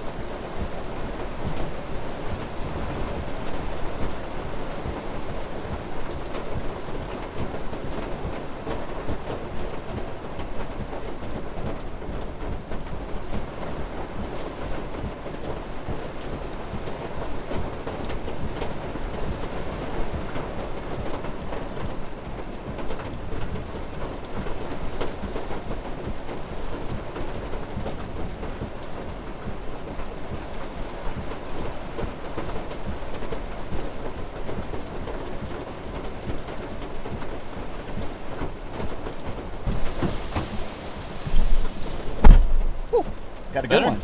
Yeah. All right, they're going to be happy. I bet. Everybody's going to be happy. Look I at just that. had to record a... Everybody except for my eyes. Your eyes? Yeah. Why? They're red, bloodshot, and tired. That car nearly got into trouble. Whew. You better check his pants. Did you show that live in the stream? What's that? The ditch? The car? Yeah. I had to turn it right after we pulled in. Man. You know how many times we've seen cars in ditches from that? Yeah, it's crazy. I missed the video of it real quick, unfortunately. Did you? Yeah, I tried to get it out of my pocket and then he got out just because he panicked. Yeah. He got out really quick. He did. He did a Yeah. good job, actually. Yeah. I was like, oh, okay, good. Jonathan got it on video. I tried. I got him backing out, but I didn't get him like stuck. You know what I mean? It's two of us. Oh, well.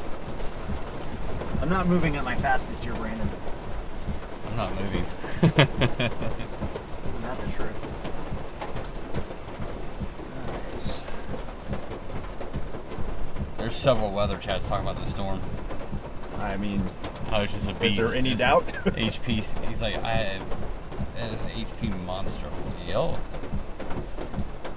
Like, how'd you know it was gonna happen? I'm like, I didn't.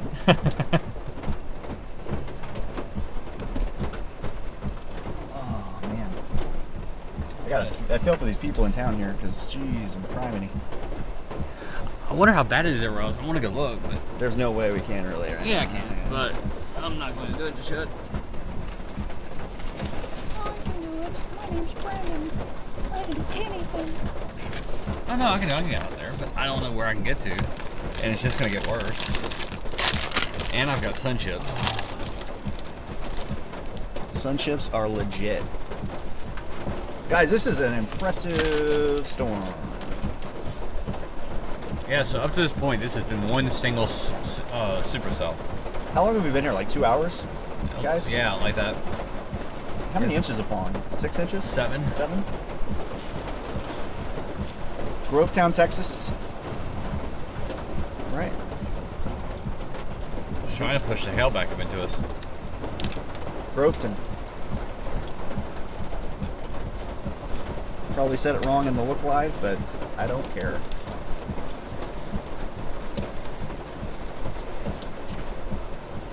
I'm not going back out there.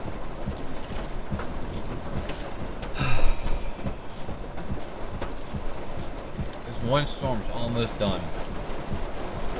And then the next one's going to start.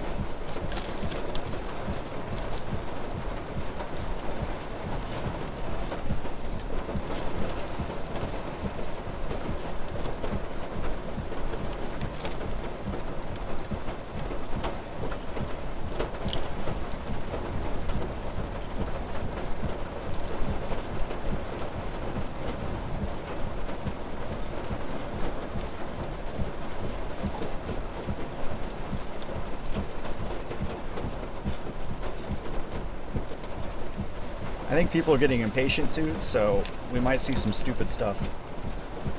Me too. Brandon's always impatient.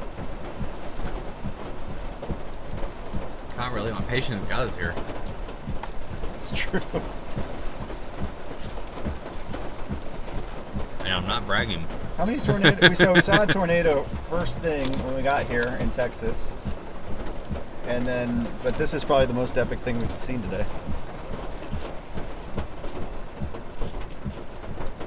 What's up, Barroso? You watching the chat? Yeah, he just sent me a message.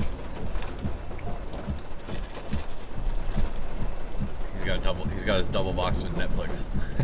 Oh, really? I mean, this is pretty entertaining. Between the lightning and the river.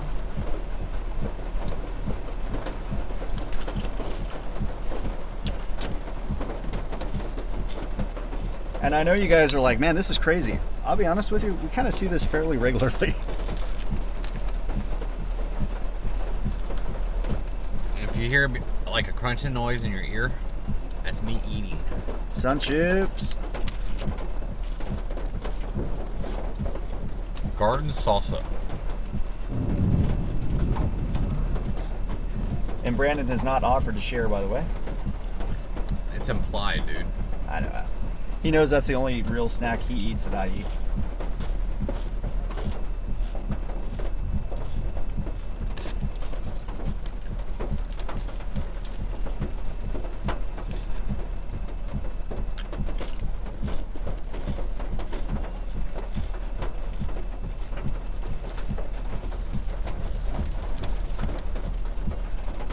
About to wash it down with some espresso, too.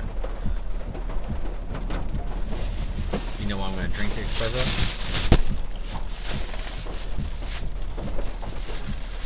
Thank you, sir. Do you know why I'm going to drink the espresso? Why? Because I don't have a syringe. Whoa.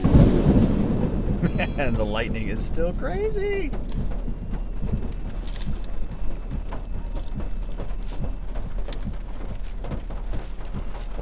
Hit that flooded house. Did it? I'm going to hit right there. So Whoa. I'm editing. Guys, I just shot what we call look live in the biz.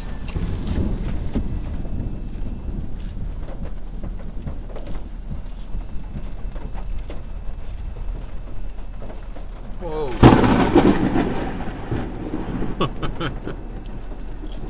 We are just getting hammered. CG barrage. It's like, what have we not had? Tornado. I said earlier. But I mean, like here on this storm Not on this specifically. storm. That That's what I'm close. saying. Yeah, I know. I was there, dude.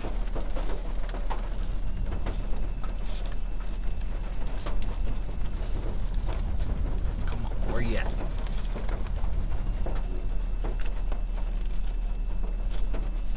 Whoa! Whoa! Jeez. Criminy. Best CG barrage I've been in a while. This is an all-timer severe storm, man. Tyler wants to know how long you want the stream up. Until it quits raining. Uh-oh, he's getting tired. Do you have to work or something tomorrow, Tyler? Come on. Come on.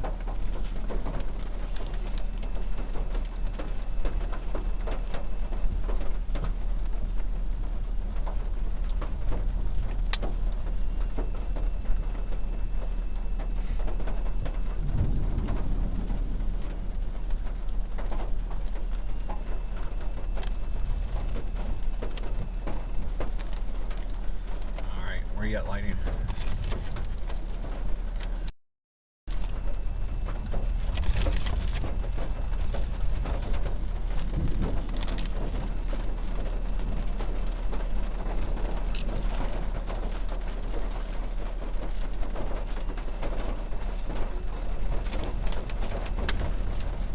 Hail.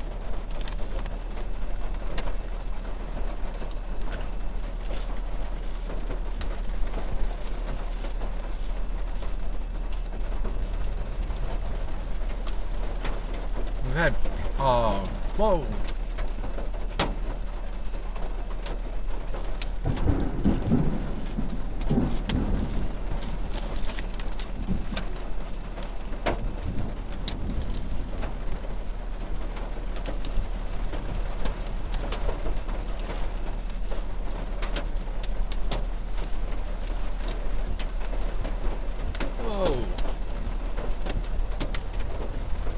stop saying whoa.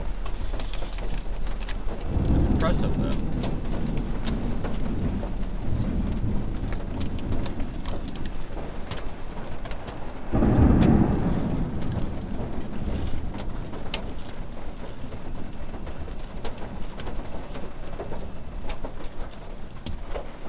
This would be some great natural audio if I wasn't crunching on sun chips.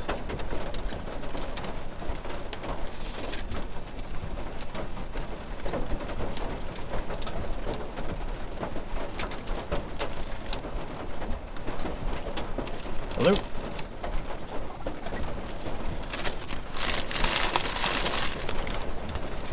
Yeah, no problem.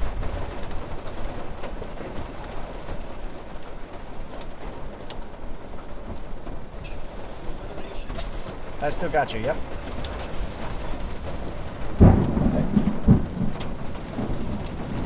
Hey guys, absolutely, I'm glad. I like being favorites.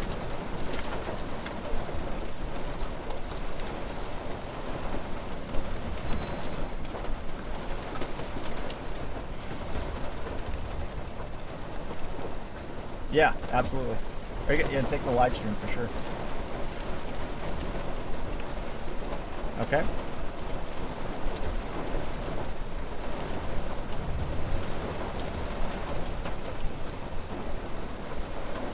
Close to 800 people in the chat. Awesome.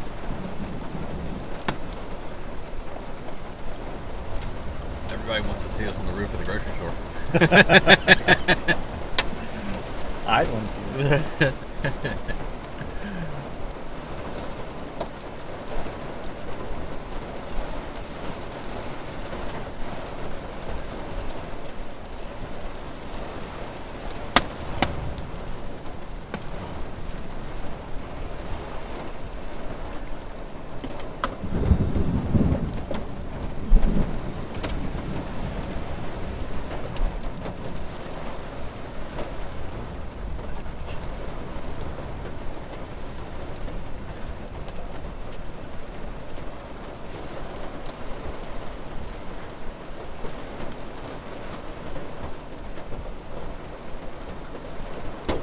We are basically on an island right now. The island is the grocery store in the center of Groveton, Texas. And the highway that cuts right through the center of town, I mean, that's just, it's a raging river, Highway 287, and incredible amount of water. You can see standing waves. There's whitewater waves coming down these roads and the highway. And unfortunately, just on the south side of town, there are homes and there's neighborhood right where this water is flowing towards. There's a couple of lakes, apparently, looking on the map, that's where this water wants to go to. And we've just had such a tremendous amount of rain as this severe thunderstorm has parked directly over us. And it hasn't stopped barraging us with lightning. I mean, there's a strobe effect. That's just how many bolts we're seeing every second. It's incredible. And then you add on top of that just this tremendous amount of rain. It's like somebody's dumping water out of a bucket on us. It feels like we're in Florida at the time, even though we're here in East Texas. Just the tremendous amount of water. Cars still trying to make their way down this highway. It's deep enough that even if you're in a pickup truck, it comes right over to your hood level. You can see right here in front of us if you're taking the live picture now. What's frustrating about that too, when you see that truck blasting through this floodwater, as literally the wake is covering his lights, he is pushing a wake into these homes. So we saw a woman standing at her front door with a broom trying to keep her house and keep the water out of her house. Of course, that's not the most successful of attempts, but she's trying anything she can, just being overwhelmed as she is right here where this convergence of water is rushing to the south side of the city.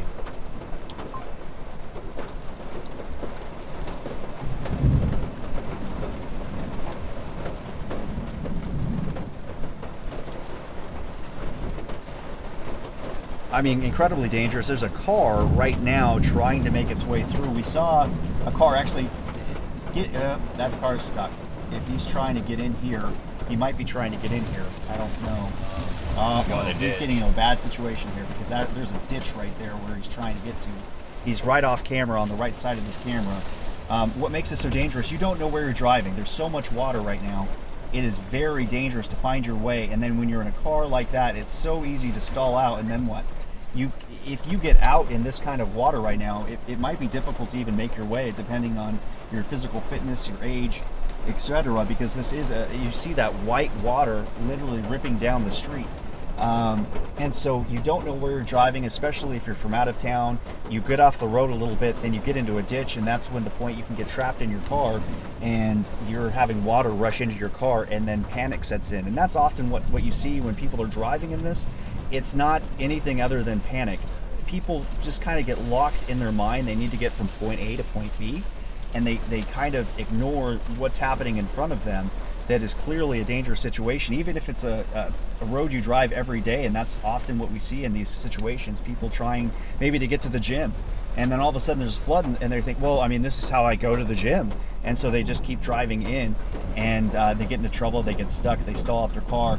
And if you're in a car and you get vapor lock, I mean, that car is basically worthless at that point.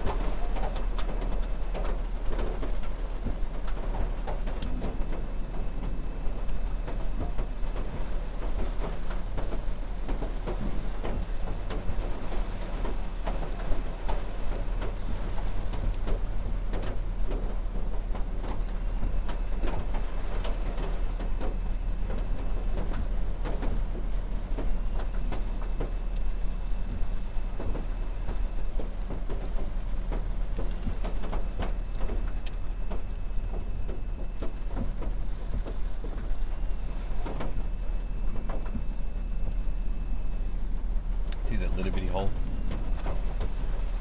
What's that? That little bitty hole. Yeah, we're getting a little break. We're in like a donut hole in this flood water. A lot more coming.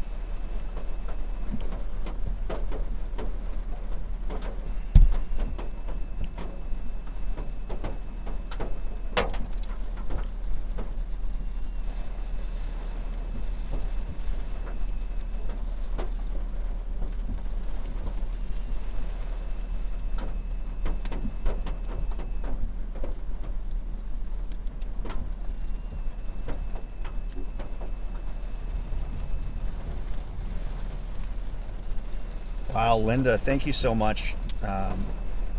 Massive super chat, massive. Holy crap! Thank That you, is Linda. awesome. Thank you so much. That's so kind. I might invest in some floaties. Wetsuit, dude. That's A like wetsuit? Yeah, the wetsuit to keep my car. Not wetsuit. Oh, What are you talking about? Waders? waders in my car. Yeah. Yeah, I know. I That way actually you don't have to pack them all the time. That's something we're talking about. I got to get some waders to stash in Brandon's car, so I do not have to pack them on the flights all the time. So thank you very much. That's very, very kind of you. And I'm not talking as much right now because I'm editing for a story I'm putting together on this.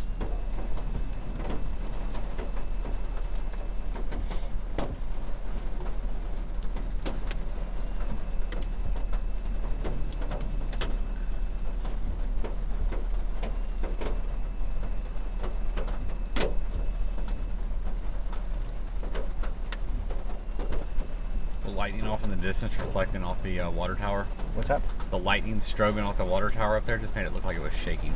Wow. Either that or I'm so tired I'm hallucinating. I mean, that could easily be the case. Going either way here.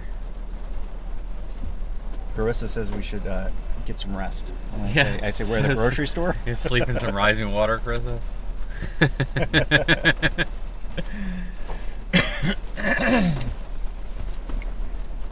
I guess the sewage, when a turd hits your foot, you'll wake up. Of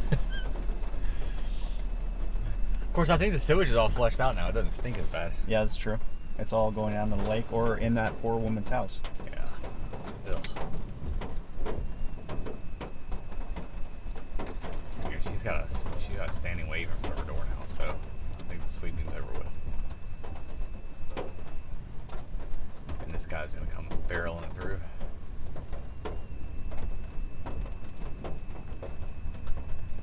I think the water's actually come down just in here. Well, I mean, we don't have like 30 inches an hour rate right now. Yeah, I know, but we're about to. All right, where are we going? Just right here for a second because I need to finish this.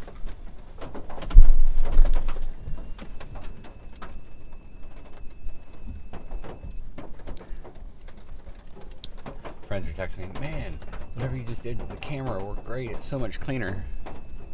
I'm like, quit raining.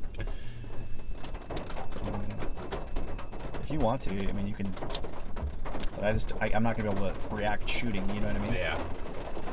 While I'm doing this.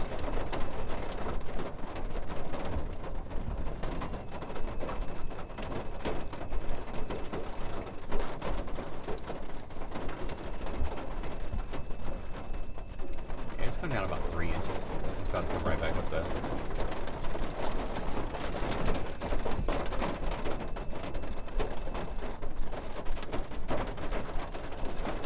I mean, it's got to be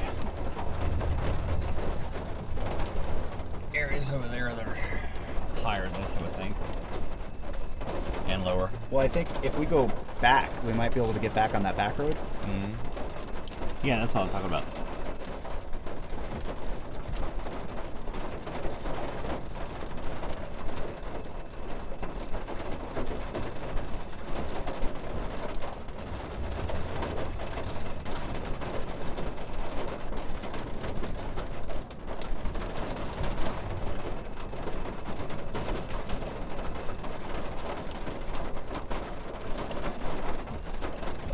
And we are in Groveton, Texas, y'all, as they say, probably, I assume.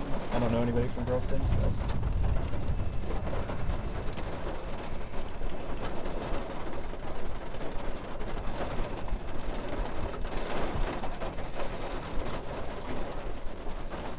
Yeah, I can make it down this street.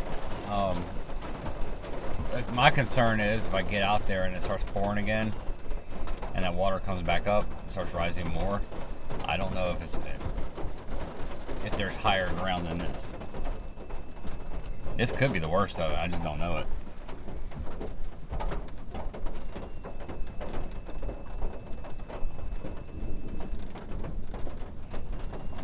We're in Groveton, Texas.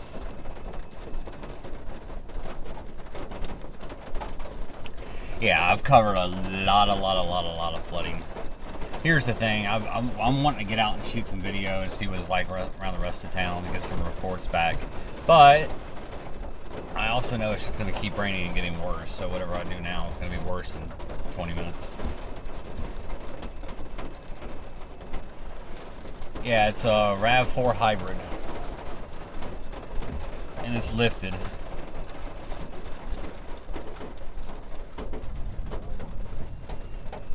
Thank you, Mom.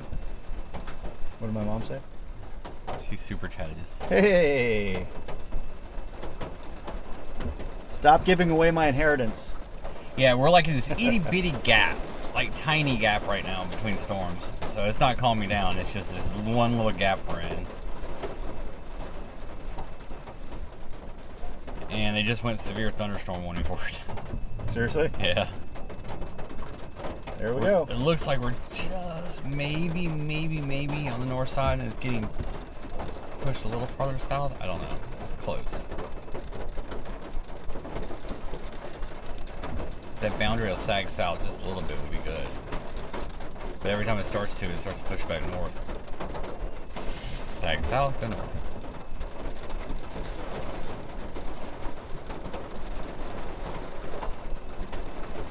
Got several people in Brazil in here. Yeah, the last couple of days we have. It's pretty cool. You guys, you got a big following from Scooby? Yeah, probably so. Yeah. Tell them who Scooby is, by the way. Not the dog from Scooby-Doo. Pedro Scooby's a professional surfer from Brazil. I shot a video of him in Portugal on a absolute epic wipeout on a huge wave where he had to be rescued.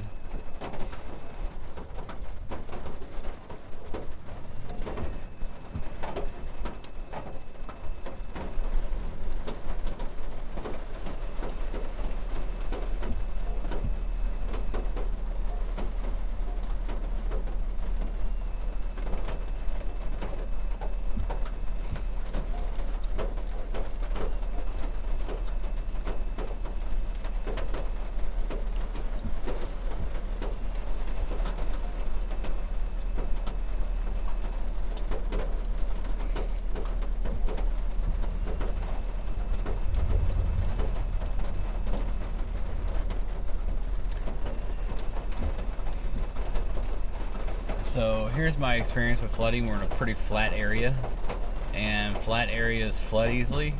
But the good news is, when it's flat, all that water has to spread out to go up. So it takes a lot longer for that water to rise. Not always the case. You get enough rain, and water can do some crazy stuff. But I feel like we're pretty good right here. I was in the 2016 Louisiana floods, and I had to park my car in a Waffle House parking lot. You know, the curb protectors?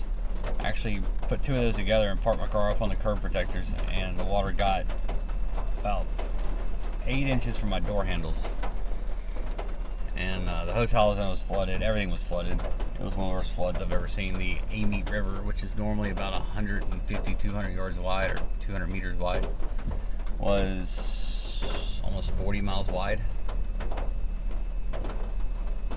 So I've done lots and lots of flooding.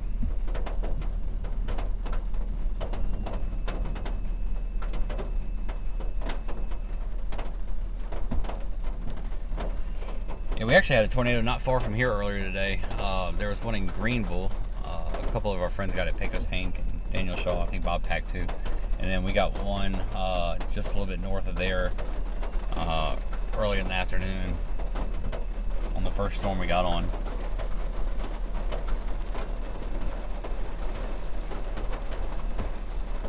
Yeah, Tylertown, parked in the fire station. A big flash flood there. The river came up really fast, and the firehouse got flooded out. And I found high ground across from it and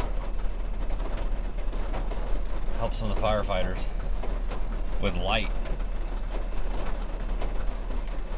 Comes a truck.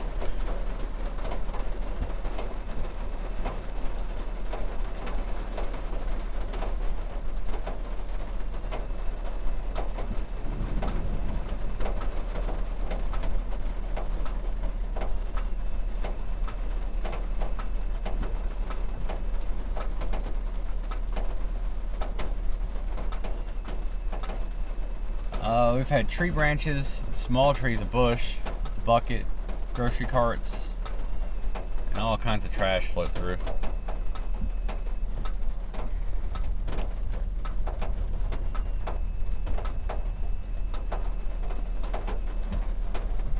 The water has actually come down about 4 to 5 inches now.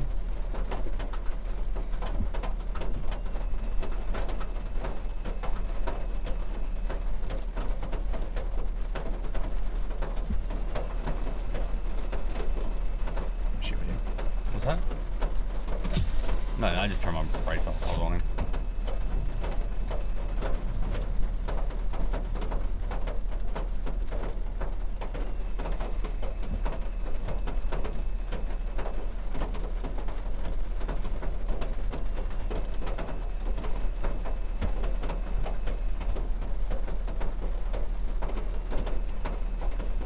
How much longer you got? Not very long. Okay.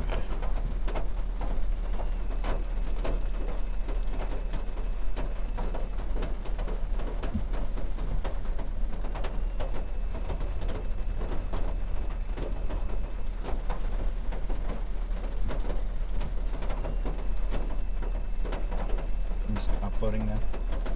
You saw it? I'm uploading one as I edit this other.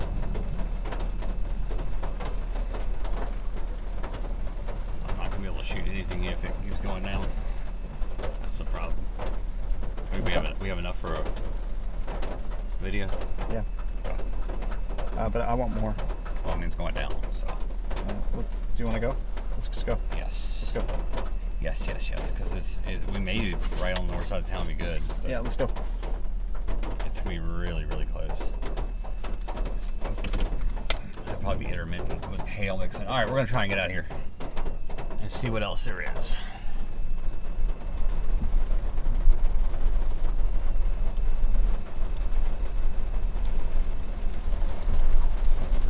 All right, let's go check on all these stuck cars down here. See all the cars in the parking lot. They've all taken the high ground.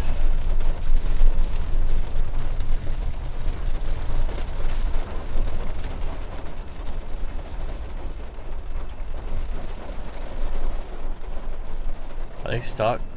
Look. I don't know. I can't tell.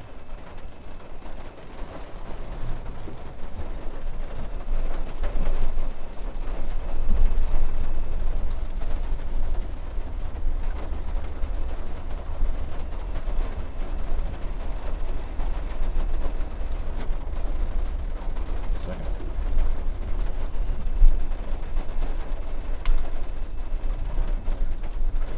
Car up on the curb.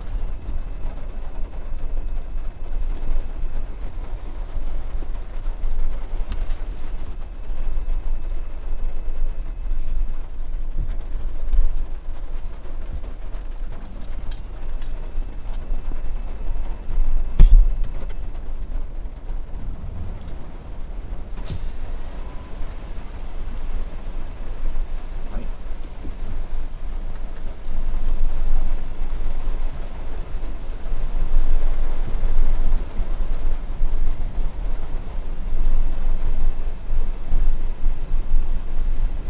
On your side. What's that? One on your side. Yeah, just, well, no. That's that same white car. You should do it.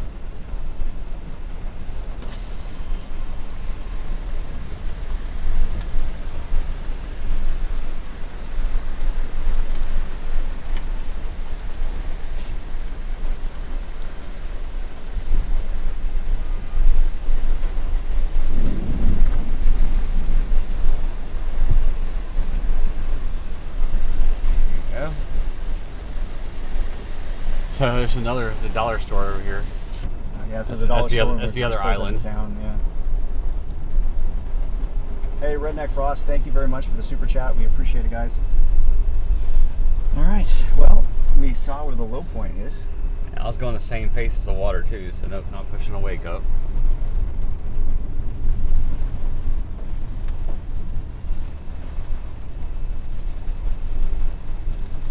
All right, let's see. There's that water tower. It's not bad over here, so it's gonna be bad the other way where the semis were either stuck or stopped.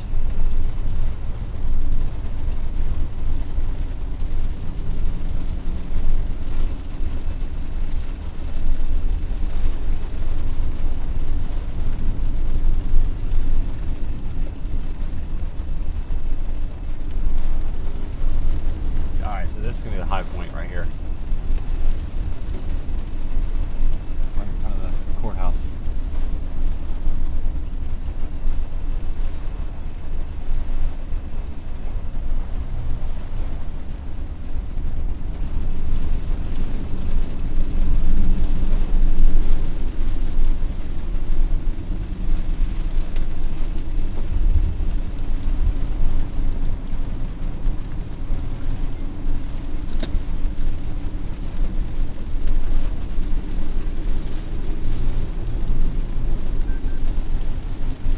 the police and fire, they've been checking out the neighborhood and the highway, so they've been back and forth seeing where those cars we're talking about, where they are, and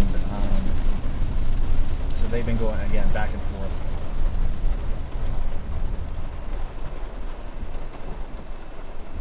There's a car stuck Over there. It's not rushing water, and They can put wade. out. Yeah. Yeah, power went out. We've had a very powerful severe thunderstorm that basically parked over Groveton, Texas. for Originally, we a couple thought it was going to hours. produce a tornado, and we were right there waiting for it. And the winds on it knocked the power out.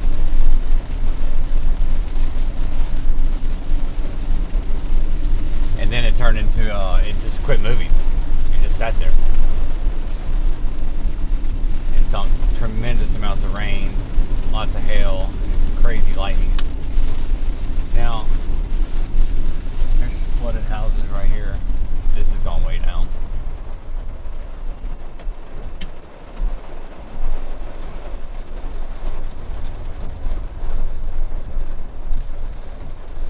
Wow. Yeah, here you go.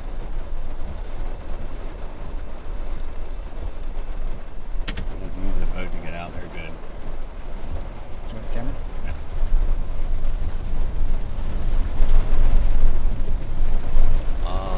They may be having issues.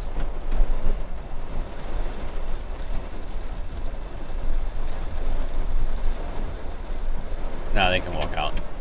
There's grass right there. Yeah.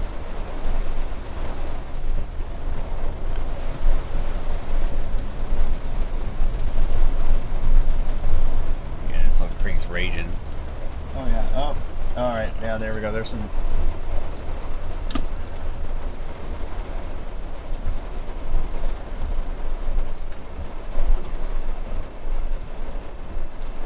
All of this.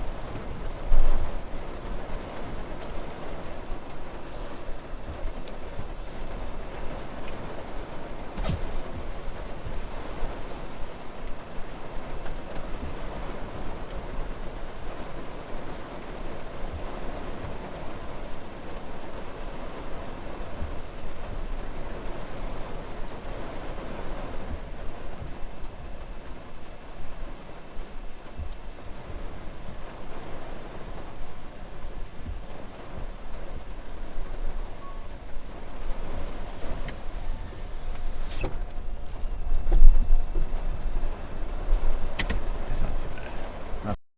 That's, What's that? wasn't the greatest angle.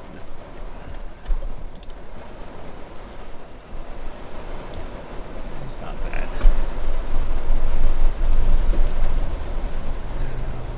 Olive, I So didn't this mean to hide creek- you. This creek right here is coming over. That was a wet phone. Sorry. So anything down here is going to get, That water is raging into this area here. yeah, is there anything there? Just looks like a trailer park, maybe? Yeah, there's a home over there. Can't do that, Brandon. Sorry. Exact problem I was talking about. Well, I mean, I can't. I know. So you can see the water running over the road here.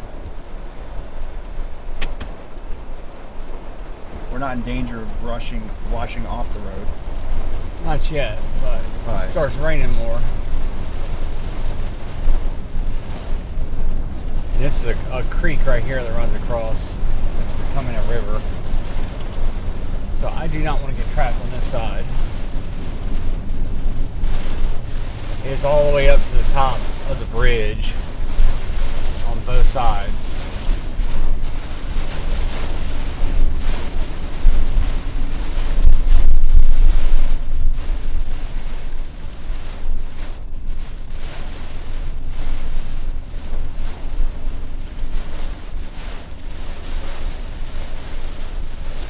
And that little break we had, it's over.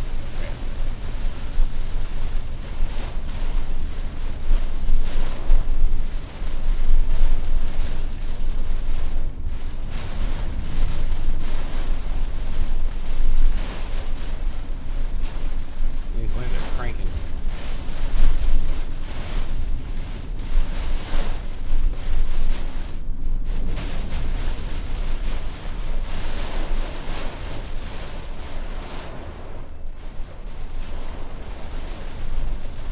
that street where the cars were? Is it right here? Yeah, it's right there. Yeah, it's right there.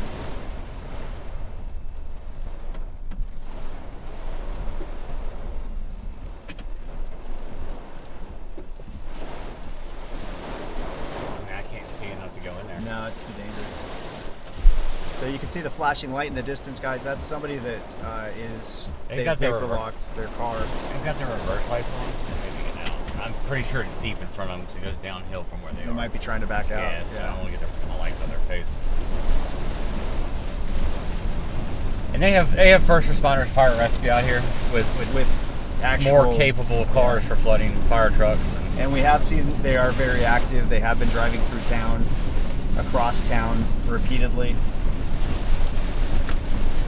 So if they need to respond to an emergency, they're able to do that at this point. Now, once you get past where we just went, I don't know. On either side. But I mean, this is a dangerous situation, guys. We're seeing water surrounding homes, getting into homes. And it's flowing to the south side of the city. Or town, whatever you want to call it.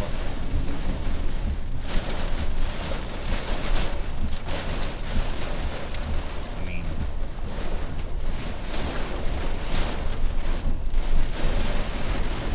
yeah, so this is definitely the high ground right here. Alright, there's a police officer there, right. Just checking things out.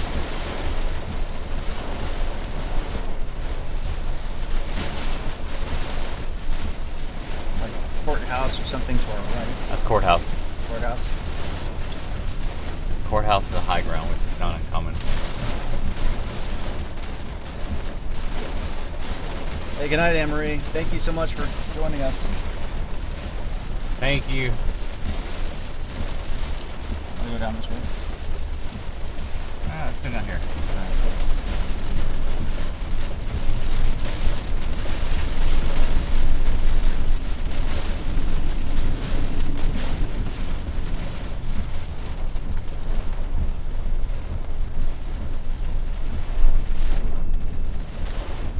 So this is where it drops back off. This is the grocery store we were at.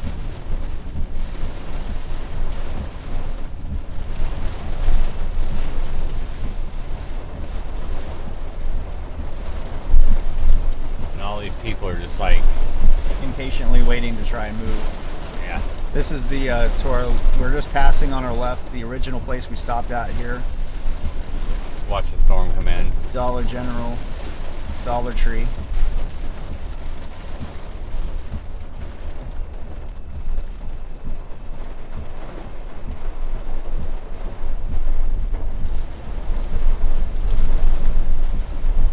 This appears to be where all the water's flowing towards. Yeah, just looking at a map. I believe it is. This is Divine Street. No. Yes. Look to your right. Okay, kind of like. Oh yeah, look at that water.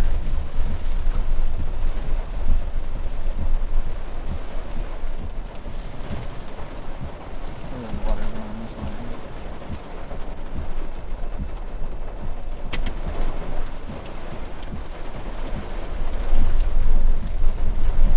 Whoa! That was a big bolt. So we're still getting blasted with lightning here, guys. All right, that's a church that is Heavily flooded. Definitely flooded. Yeah, heavily flooded. Or is it? No, that's grass. Oh yeah, okay, it's barely. Well, I don't know the backside of it though. Backside was definitely flooded, but Yeah. I thought it was all the way over it. Tree limb fell onto a power line.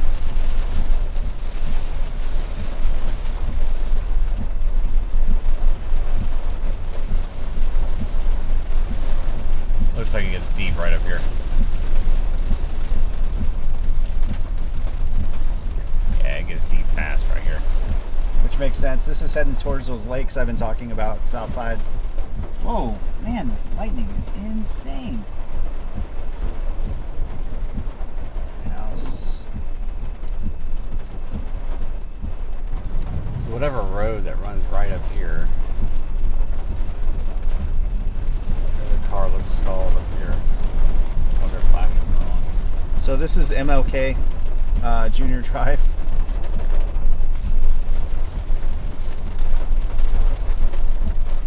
Where we appear to be on.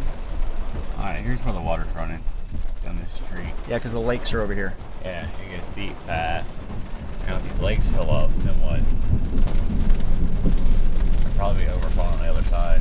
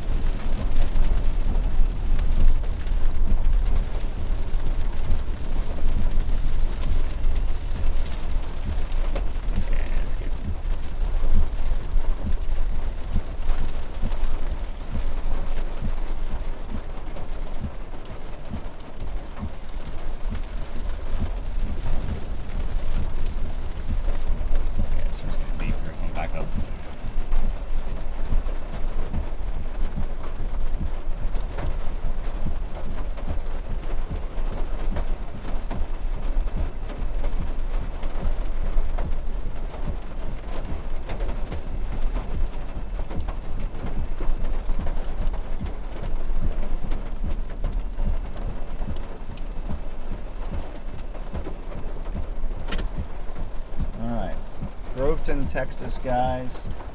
Flash flood. An insane thunderstorm just kind of parked over us and has been dropping prestigious amounts of water and lightning. Prestigious? Prodigious. How's that? Worldwide. Prodigious. Prodigious. Hey, we just cracked 1,000 for the first time in 3 days, dude. Prestige worldwide. Concurrent viewers. And this is a worthwhile stream, I believe, to watch. This is crazy. I think we should try that. I don't know about, I wouldn't want to drive down that. That one to the right over there, that's where it gets stupid deep. Yeah, and this is a severe thunderstorm that basically just kind of parked over the town, dropping that prodigious amounts of water and lightning. We have just strobe lightning constantly. It's crazy. And you can see why this is dangerous to drive unless you can see like the yellow line. It's tough to know like when you're off the road. We've seen it a couple of times tonight. That's where a lot of people get into trouble, driving in high water. They think they know where they're going, they think they're on the road, and then all of a sudden they're off on the side and then they get into trouble. Good news is that brake helped a lot. I think the water... You can see the water lines, it's yeah. down like 8 to 10 inches. Yeah, so we were able to get like a little donut brake essentially. And that helped. But it was, I mean, still, the water's rushing down the road like a river here. This is Highway 287 ahead of us at the stop sign. It's First Street in town. And it's rushing to the south where we just were. And this is Dollar Store Island. Dollar Tree and Dollar General Island. People are parking. Off to the left of the screen, if you want to point that. See the, speaking of somebody who got in trouble. Twice. Somebody in a car trying to make it down during the peak of this flood. How deep's the water do you estimate here, Brandon? In deep spots? Deep spots, well, the spots we're driving, I'm 2 feet's about the deepest I've gotten in. I don't like getting much deeper than that. It starts getting inside the car wet. No, tonight. How deep have you gotten tonight? Tonight, 2 feet.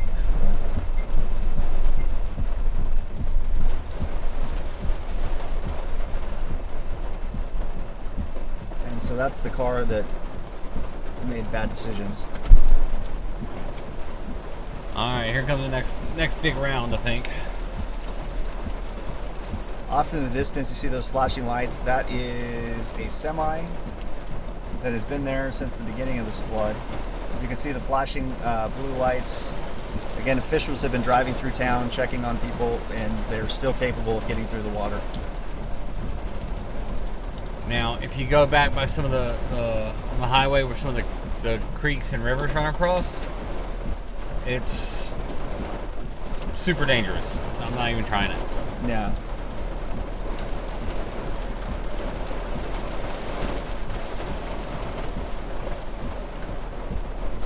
All about limits.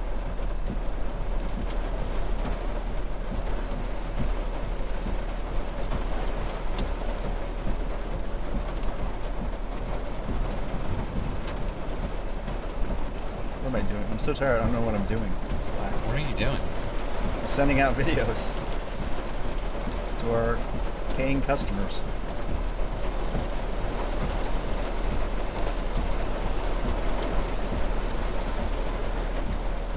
Oh. My God, I just laid my backpack. Stretched it out. Can't lay my head down or go to sleep.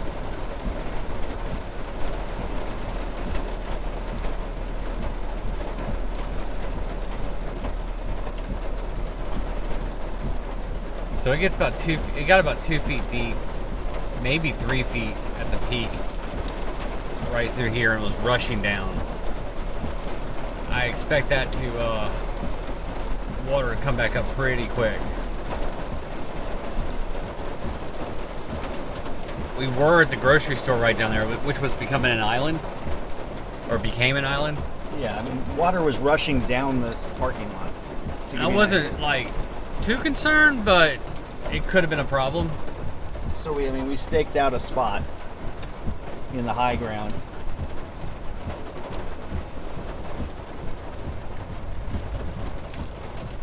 And guys, that car, they can walk out of there. There's no reason for them to panic or us. They're not going to get much worse than what it is. And if it does, he can open the door and he can walk. just walk onto that step. Up to the house. Of course, I don't know, the house looks scarier than the flood water. I know, right? And it's crazy. We initially came to this town because we thought this storm had a potential for a tornado. It did. It's tornado warned now. It just moved off and went tornado warned. Oh, did it? Yeah. And it decided just to sit here and dump rain and lightning.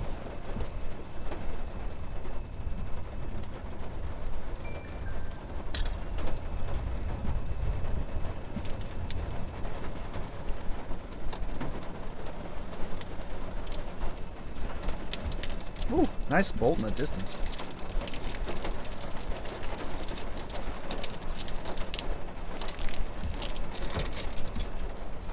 So the highway we're on, well, every highway in and out of here has got indications of significant flooding.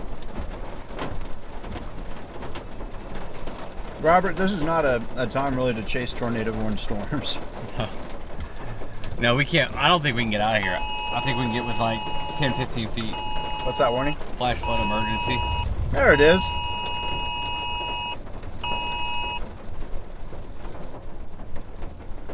So they just went to the highest level of flash flood they have, a flash flood emergency. Which Detect, that car has been sitting there and the police and firefighters have been driving by, so I know they've stopped. We've seen it. So clearly they were he's fine. When I passed by, he was looking out the window at me. He's fine. Yeah. So I mean, it's he's fine.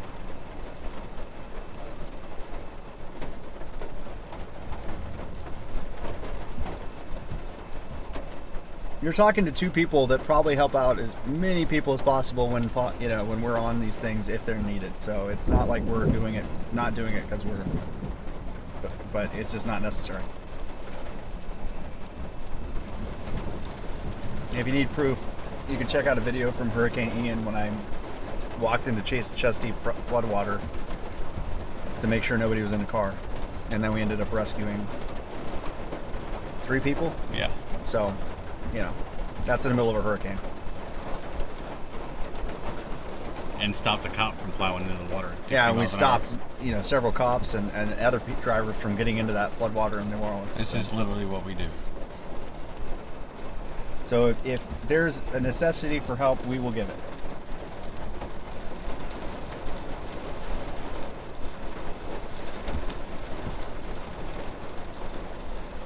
But if either one of us walk up to that car right now, like, all right, come on, let's go walk out in the rain. Like, you're crazy. Yeah, dry. Exactly. And lightning. And it's not like we haven't been throwing down bolts left and right here. Good Lord. And again, I'm not trying to pick on you, D-Tex. I appreciate your concern. Like, that's great. You should have compassion and empathy for people. But I just wanted to make sure people are getting it straight, that we're not, you know, just being lazy or something. We're not being lazy. We're not gonna pretend to be heroes that are not needed. Yeah, we don't need to hype anything and pretend we're something we're not. There's a couple of dudes going off on 40 hours without sleep.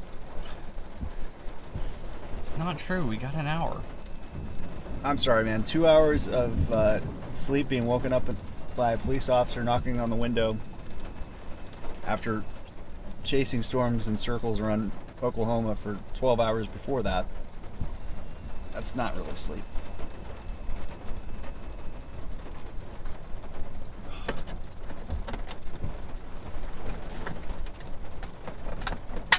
That's resting the eyes.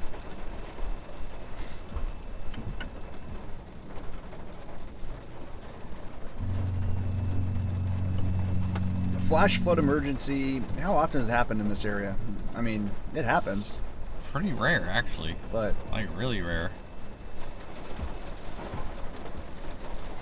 Yeah, it's a good point, Vaughn. We don't want to become a problem, right? You never want to become the problem. Yeah, so back in 2016 in the Carolinas,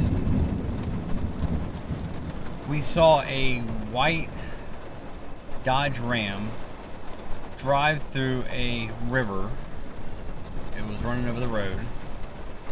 We're all screaming at him to stop. He thought it was funny. Truck started floating, washed out into the river. Another guy wanted to play hero and jump out into fast moving water to try and save the guy. The guy in the truck makes his way to dry land, and a whole platoon of first responders had to come out with swiftwater rescue teams to save the guy that was trying to save the guy. If you're not equipped to handle the situation, you just don't do it. Yep.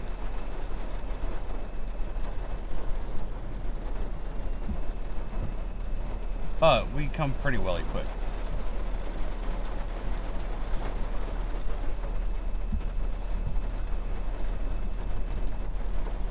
But not swiftwater rescue team equipped. No.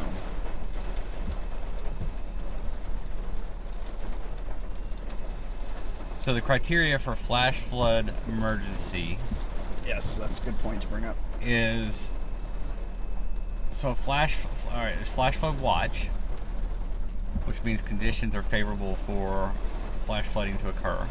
There's flash flood warning, which means flooding is occurring or imminent. Then there's flash flood. There's several tags the offices can use on it too, like flash flood, considerable, life-threatening, and then there's flash flood emergency, which is the top. The criteria is multiple swiftwater rescues in rapidly rising water throughout an area. So what my concern is not so much in this town as it is when we go down the highways and we hit the rivers and creeks. Those things are rising really quickly, and I'm sure the gauges are flying up because this is an incredible amount of rain in a short period of time. When those start to rise, that's what's really dangerous. People coming down highways thinking the water is 6 to 8 inches and it's 3 to 4 feet and it's moving quickly, and they drive into it, and that's one of the most dangerous situations in the weather. That's why you always hear the "turn around, don't drown" slogan. They try to preach it home as much as possible, because flash flooding in cars kill a lot of people every year.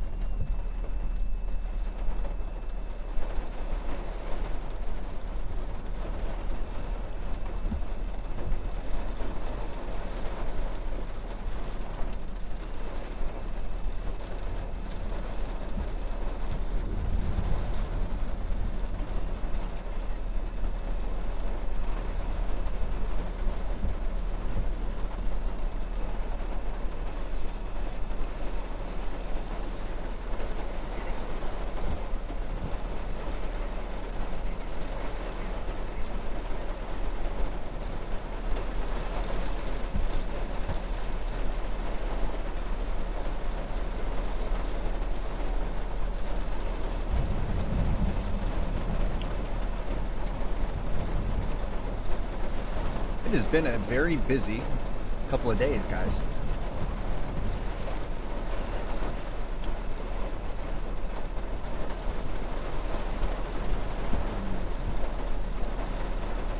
So this is East Central Texas, Groveton, Texas, just a small town in East Central Texas. We were chasing tornado-warned storms. Saw a tornado. We saw this very powerful thunderstorm coming in with the potential for a tornado, so we stopped into town, and then the storm just decided to stall out and dump more water than you can believe, and just you can see the lightning, it just keeps going. It's non-stop. And what's happening here, describe this, if you guys look at radar, you see the storm system where we're set up here in East Texas, in Groveton, Texas. They're kind of training over this area now. Yeah, so there were some thunderstorms earlier today. One produced a tornado we were on. We chased several other tornado warning storms. Well, they put out some cold air, it's called a boundary, and these storms have latched on that boundary and just sat there. And whenever you get this warm air close to the Gulf of Mexico that's pushing up out of the south over the top of this boundary, and whoa, that was a great bolt. Yeah. That warm air is pushing up at the top of the boundary. It's a classic flash flood type setup. And then you have your 850, some of your winds in the atmosphere are pushing out of the southwest and just blowing storms right along parallel to that boundary. So they just train over the same areas. And these storms literally look like a train, all hooked up to one another, just one after the other. Yep. And so we're kind of sitting still, guys. We don't want to get trapped. We don't want to drive into a bad situation. This is a good view, giving you a good idea of someone who did get into a bad situation and probably did something to their car. On the right side of your screen. On the left side of your screen, you see officials kind of blocking people from coming through town. There's a semi that we don't know if stalled out, but it's on the other side of some deep water there. Hey, thank you very much. Jingle Meow gave us an awesome super chat. Thank you guys for that. It's really, really kind of you. We really appreciate it. Man, we've been streaming a long time today. We have. Long time. Yesterday too. Yep. Here comes somebody. Somebody. And again, officials have been... Whoa, that's a great bolt. Officials have been coming through. Firefighters, police. That's a front end loader.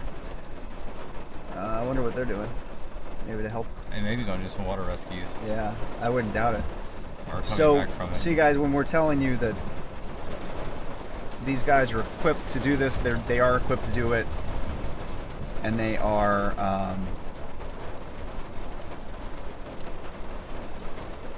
active. So that's why we're not having to try and be super trooper heroes. I'm really sorry to hear that, Jingle Mail. Husband of 23 years just died past October, so.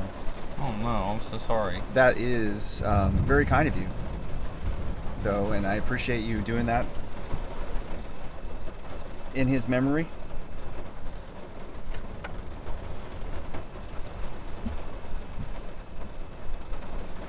All right, that's a semi coming through for the first time. Yep. So we've been waiting for this semi to see what he was doing. He's playing it smart, playing it safe. You can see how high that water is coming up on him. And this is down 8 to 10 inches.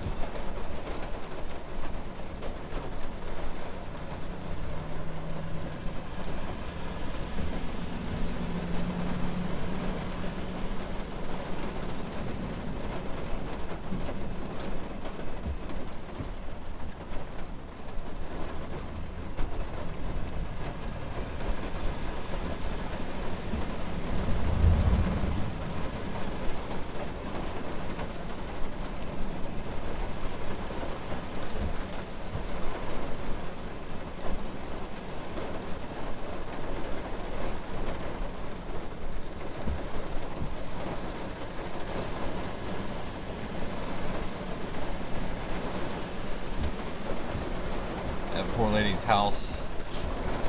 All Yeah. these cars coming through. I bet they're getting these cars in and getting to the high ground by the courthouse. Yeah, there's no way they're saying go ahead and drive across town No. past the others.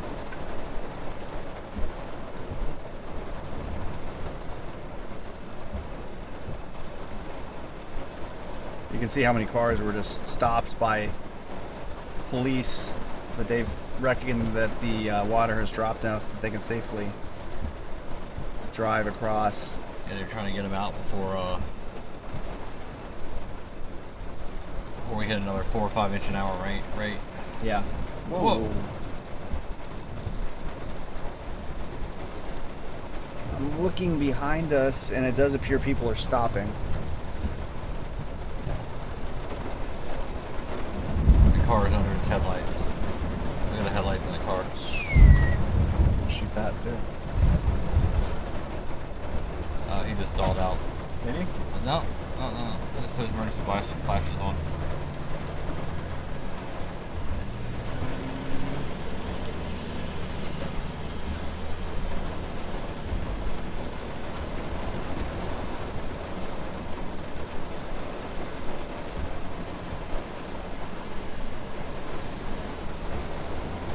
He's wanting to stall out. I mean, he gets deep right over there. Yeah. I can't believe they're letting these cars go through there. Well, I wasn't getting so much water in the window, I'd keep shooting. Give people a tip, Brandon, when you're driving through high water like these people are right now. First, don't. Well, clearly, but let's be realistic. You have to. Nobody listens. Don't look down, look way ahead. Use signs, street lights, electrical lines, mailboxes. This guy's trying to stay in the middle of the road. 3 to 4 miles an hour, push a small wake out in front of you, and just keep a consistent speed.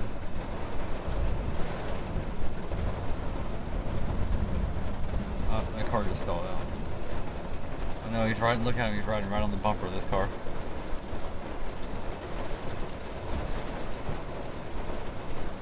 Look at this.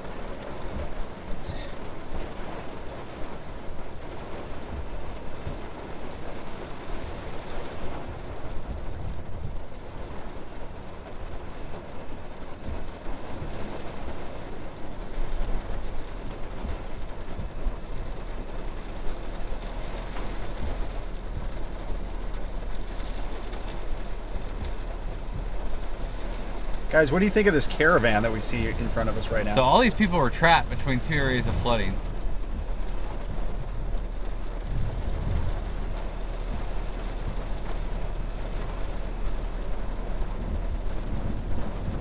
And they're letting them all get to the high ground. Yeah, and again, whoa.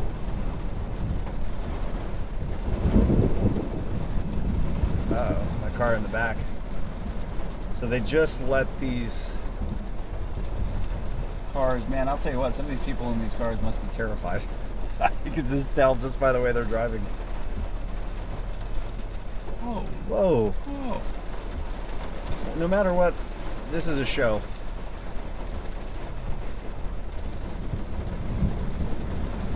That car's going too far right. He corrected it. He was about to go in the ditch. Watch this truck. He's going to flood out this car coming up. Watch. Watch the wave he's going to push on. Oof. He's going to go in the ditch too. Watch. Whoa.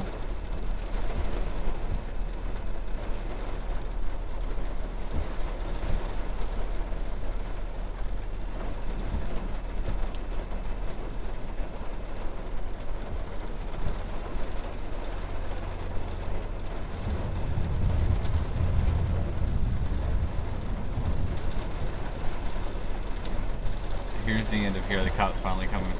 Oh, look at this car right here. Oh, there goes his headlights.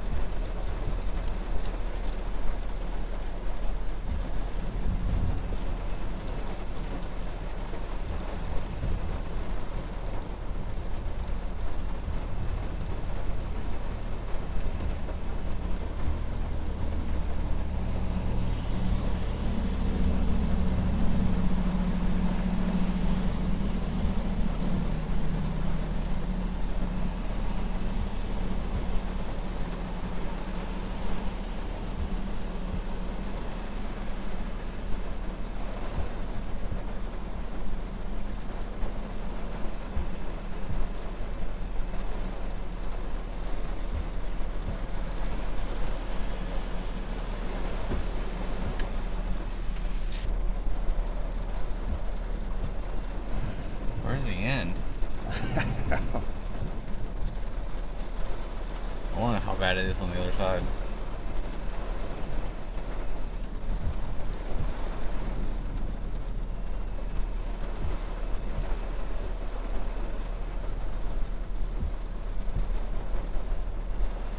Man, and we are in East Texas, guys. We're not on the Gulf Coast. Oh, we're not far. Yeah, but I mean, this is not a common thing here. This is not something you typically see. And it's gonna be tough to find a couple of people who have been in more floods than Brandon and I. And this rain was impressive today, wasn't it? Oh yeah, it was super impressive. I mean, it didn't just. No, what you're seeing now is the light stuff. Yeah, there was times earlier you could not see 50 feet. And you saw some, at one point I think they said some 4 to 6 inch an hour bursts in there. And this is again Groveton, Texas. East Texas. Man.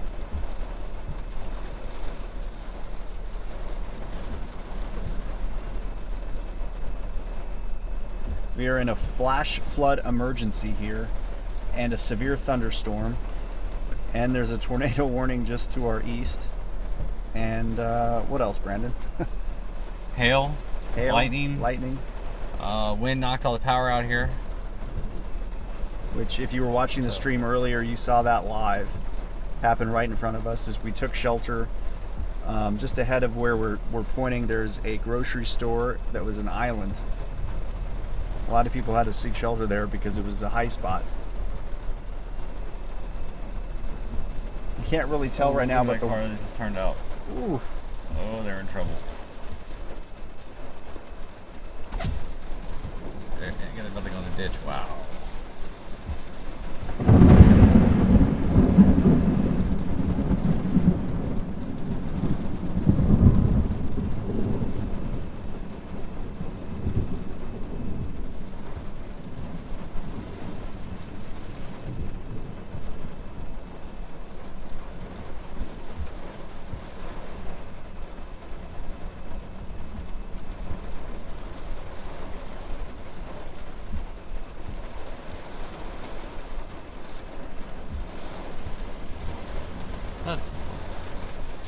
Car is feeling a relief. I'm feeling a relief now.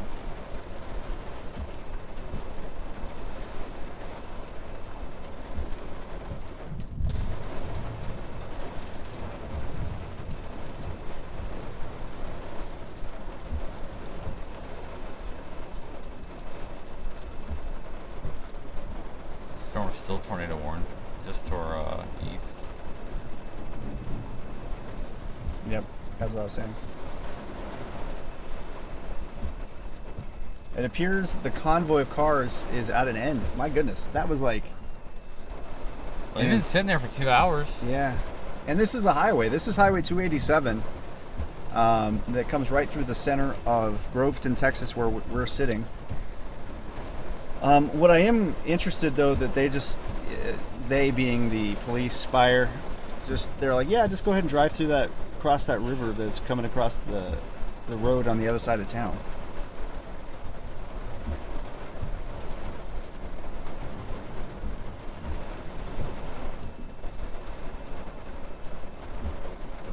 So again, we're in a flash flood emergency here. And tell us again, Brandon, what a flash flood emergency is versus a flash flood. Flash flood watch means conditions are favorable for flash flooding. There's flash flood warning, which means flash flooding is happening or imminent. There's also separate tags that they'll use with them. Sometimes it is just a flash flood warning, and then it can be a considerable threat, which means they typically have reports of flash flooding, and then they have a life-threatening tag, which means that the flash flooding is getting extreme, and then the highest level is flash flood emergency. And I think the criteria was multiple Swift water rescues in rapidly rising water, causing an extreme threat to life and property. And clearly we saw that earlier when we had those rainfall rates that were just insane. Yeah, if it stays like this, the water's going to keep slowly going down. Yeah, this is not necessarily But all it takes is, man, it takes 5 minutes in a burst like that. 5-10 minutes. That's it. Yep. And this was the road here was a whitewater rapid. And these cars would have never made it. Yeah. And if you look on a map, I mean, we're pretty much on the east side of this flash flood emergency. So there's a flash flood warning that's surrounding this flash flood emergency. The two towns I see in it are Groveton and Trinity are the two towns in the flash flood emergency.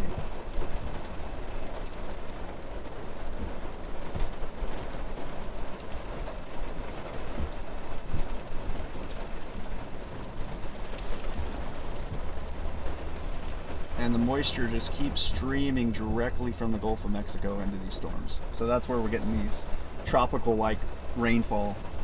Big, giant raindrops. Whoa, look at this guy. He's like, I've been making money. He's the tow truck driver.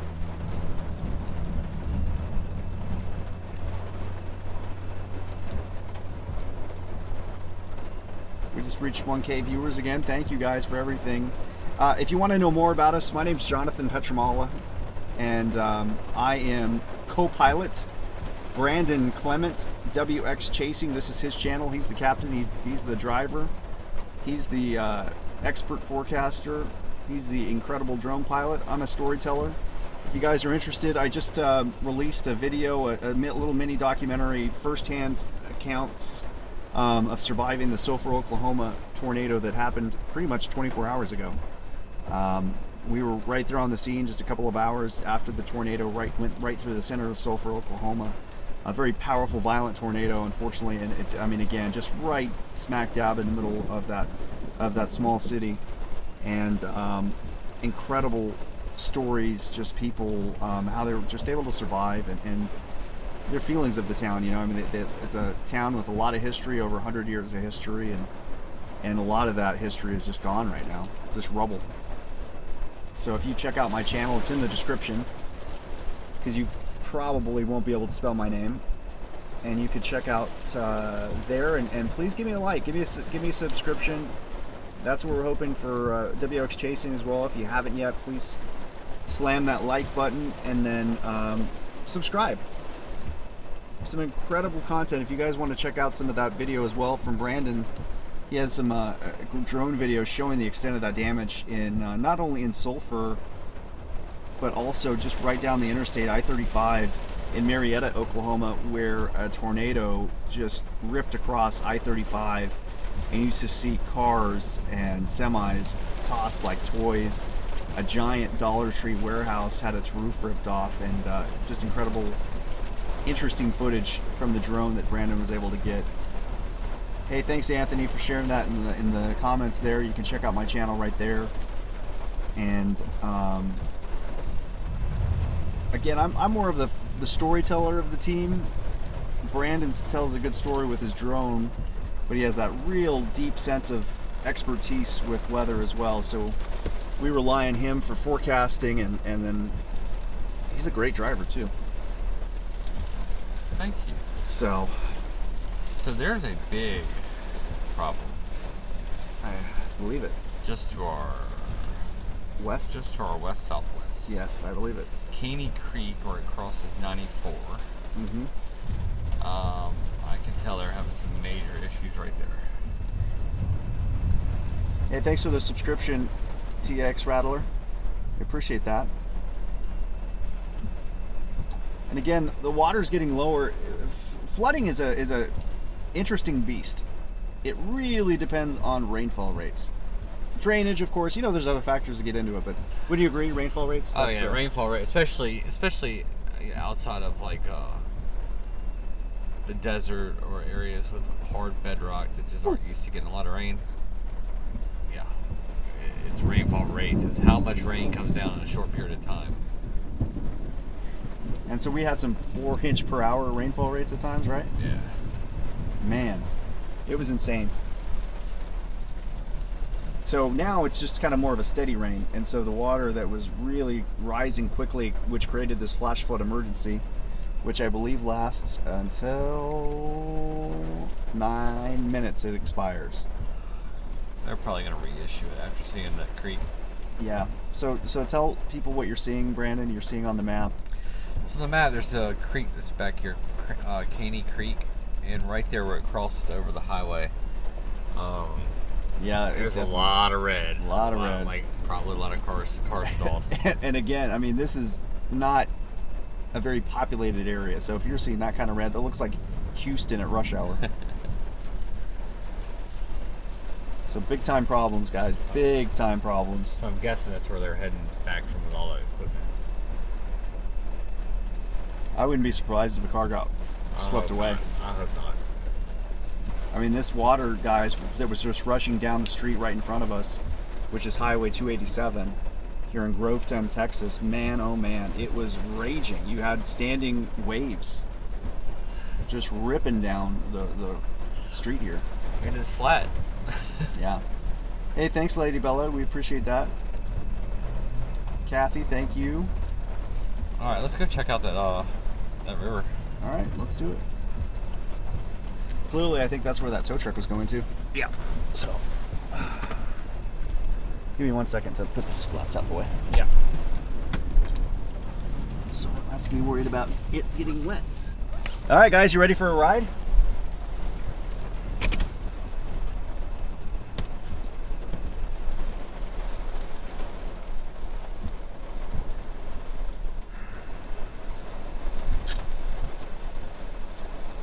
All right, you can see the center line. Looks like a car stalled right up the road here. All right. There.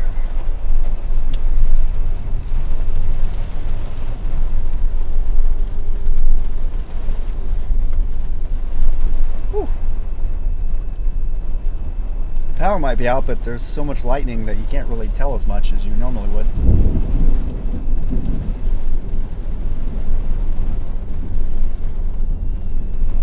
All right, when we pass the grocery store cart, I'm gonna put it on the passenger side, and maybe a flash of lightning, you'll see the cart. We're about ready to pass it.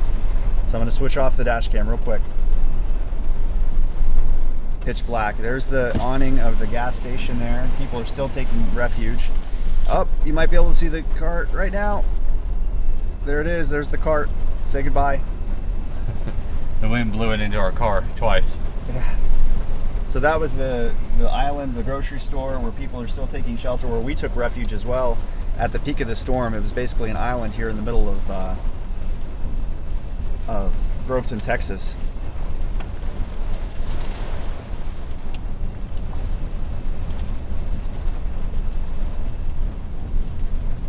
And you can see clearly the yellow line. That's why they wanted to clear that traffic out. It was a massive backup. It was a caravan. You guys were watching, you saw that caravan of cars and trucks and semis, and you name it, coming through.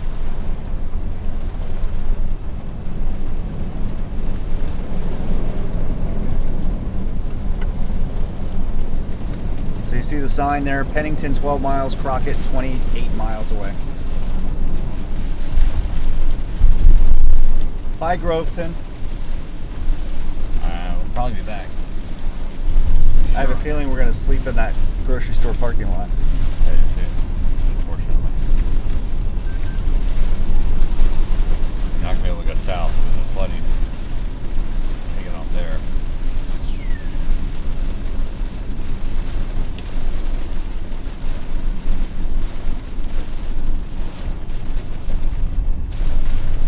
Alright, so in the distance you're already seeing police lights, which is where that creek that Brandon saw. No, it's up here. You got to take a left. Remember where we stopped to when the storm first started going? Yeah. We stopped, waited for it. We thought it was going to produce a tornado. Oh, yeah, yeah. Right there, take that left. That is right, that is right.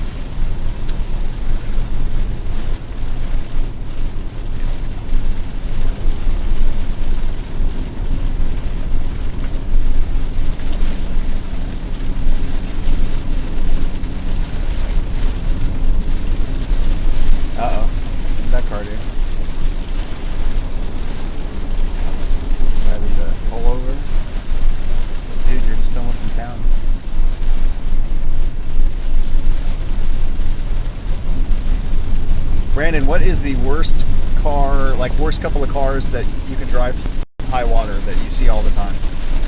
BMW and Mercedes. And why are those cars such a bad car to drive through high water? A lot of electronic components that have a ECU, the computer sits really low on it, tends to fry the car out, or the air intake. I'm not sure why. Well, the air intake's right in the front of the car. Yeah, that's what it was described to me by. I was in a flooding in Miami in November, which I know is pretty common, and I was at one intersection in Brickell in Miami, and I was talking to a guy who was towing cars, expert with, so sport cars and nice cars, luxury cars, and he was talking $500,000 of cars stalled out in that one intersection. And Nissan Altimas too are really bad. Teslas are really good at flood because there's no air intake. Yeah, so when I'm going through deep water, I take this car, I put it in EV mode, air in the engine, or water in the engine.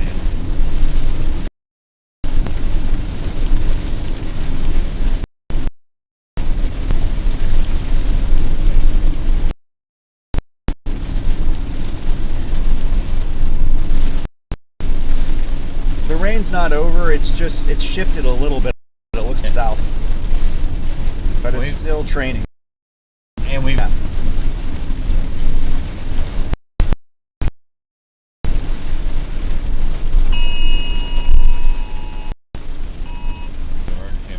That was just a warning.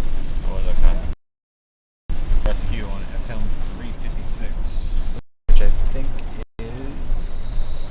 West do not enter. That's not it.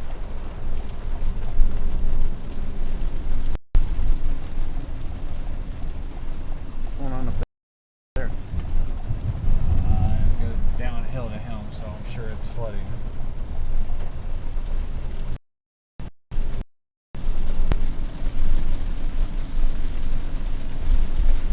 Swiftwater Rescue on 3188.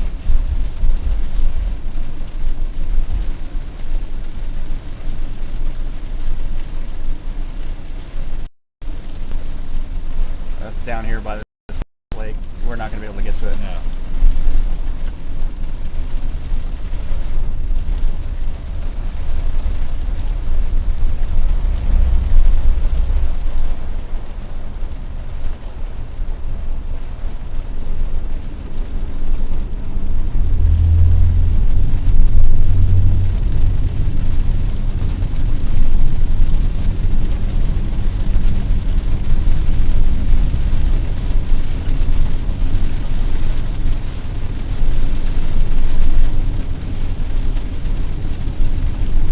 This is Highway 94 heading towards Glendale, Texas. In Trinity. Yeah, Trinity. I don't think Glendale is an actual town. This basically bisects it. Whoa, that was a nice bolt.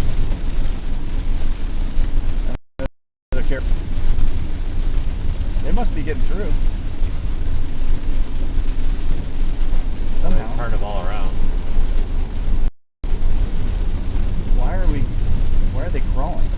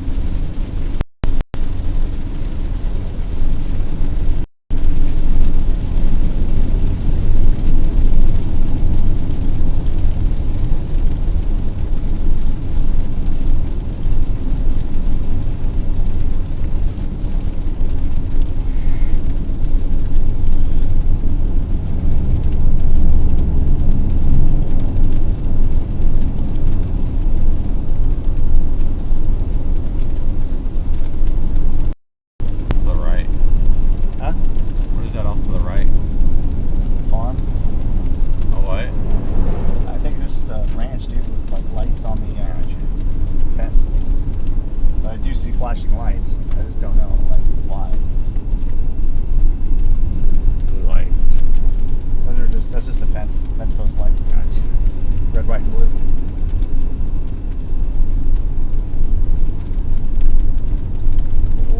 Whoa! That was a great bolt. My goodness. I don't know if that was on camera or not. I think it was just off screen to the pretty.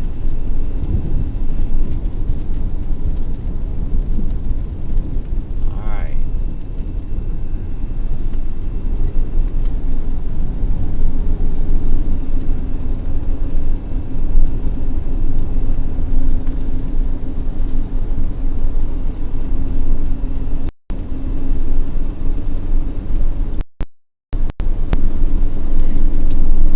I mean, is there any danger from lightning if you stand outside?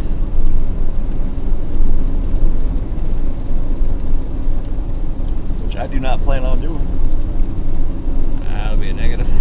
No, thank you. Oh, man. You know what I would love to do right now? Whoa. Sleep. I don't even know if I could sleep though with all the lightning flashing my eyes. Dude, I did last night and wrapped up. Yeah, you're up. The towel around your face. No, it was the, Oh, your sweater.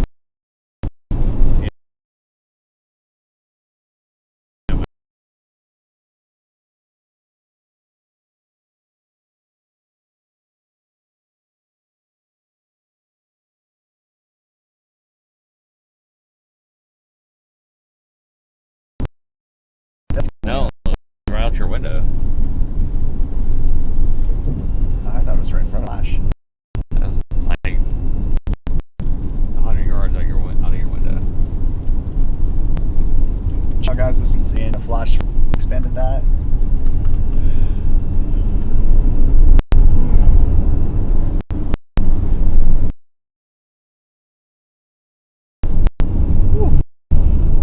Car.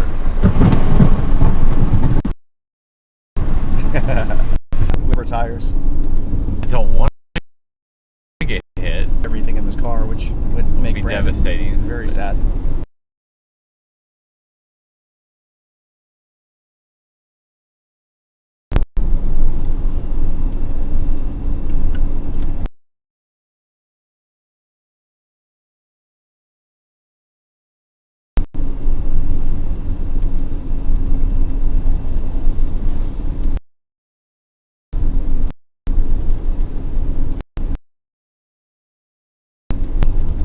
I have flash flooding tag right here.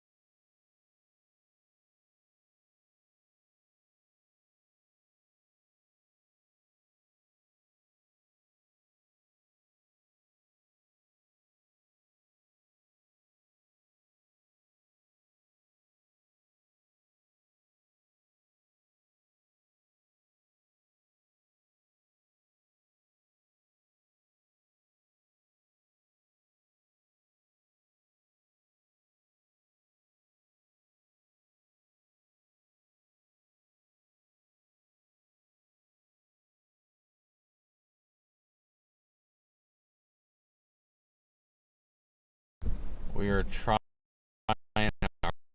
our best.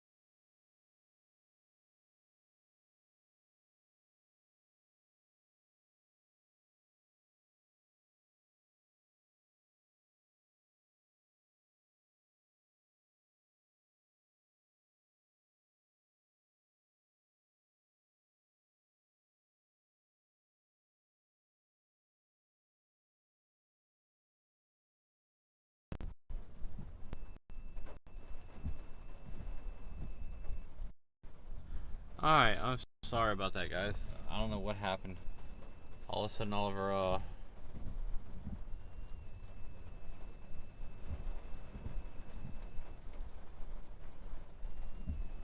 modems quit working. I don't know if that was a really close lightning bolt or what.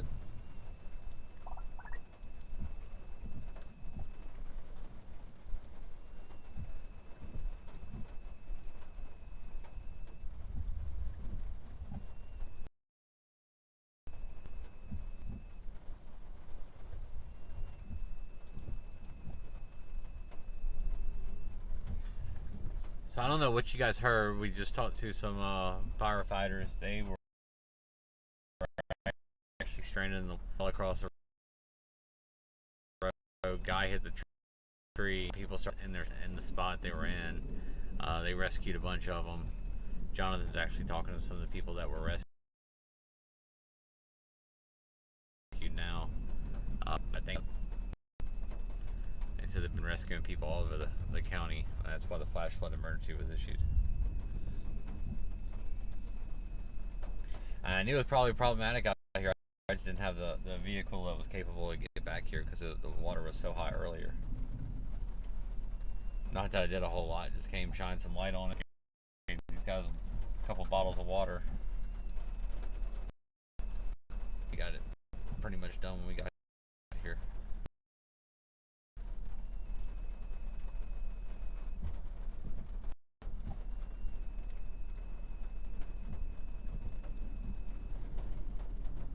Looking at radar, we are not done with the rain yet.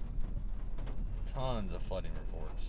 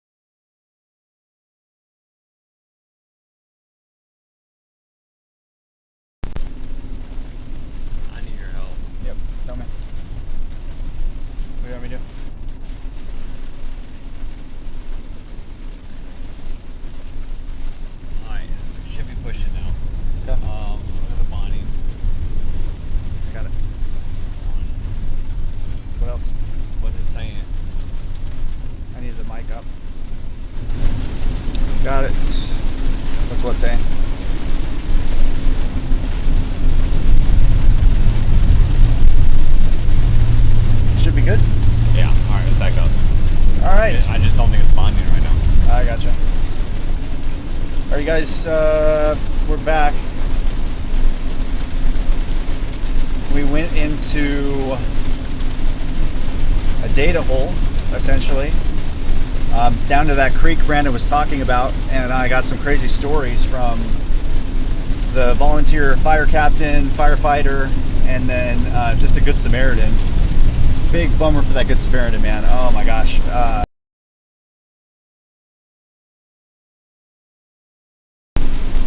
So what had happened, fell on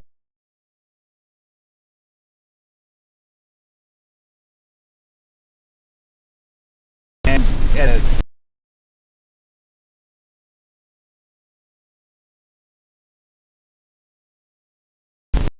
it was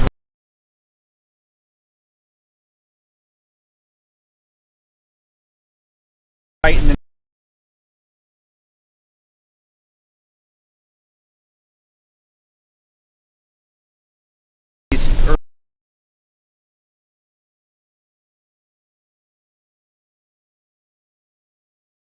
seen the water like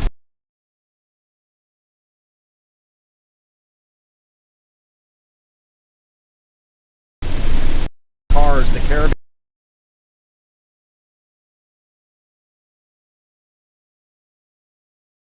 We just saw on the live stream earlier.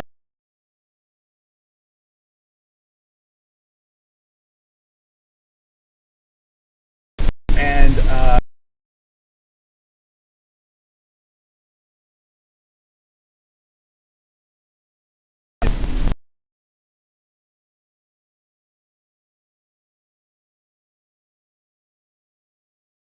probably early 20s.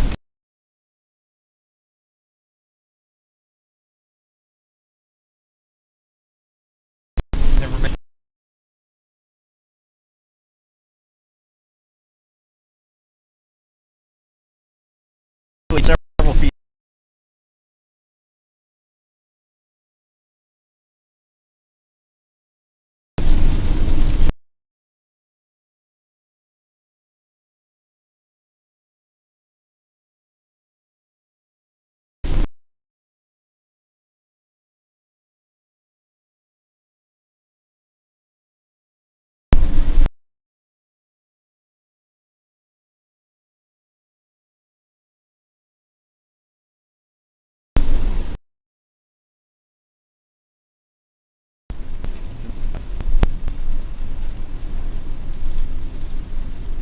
What is it saying?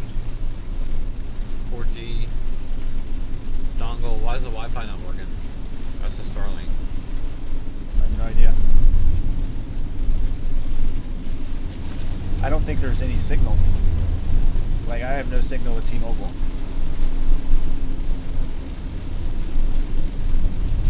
There's just no Turn connection. your Wi-Fi on. Can you see the AT&T? I mean the Starlink. Yes. I'm not even seeing it. Yeah, I see it right here. See, it's not even recognizing it. And that's why we're dropping out so high.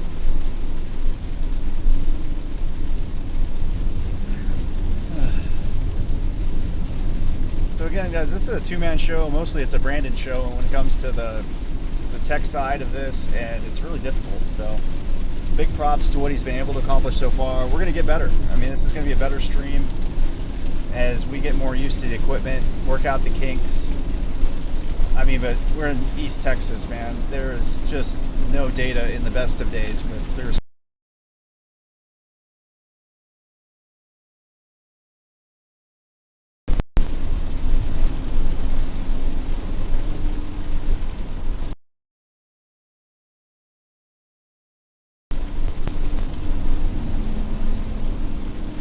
I think I can fix it.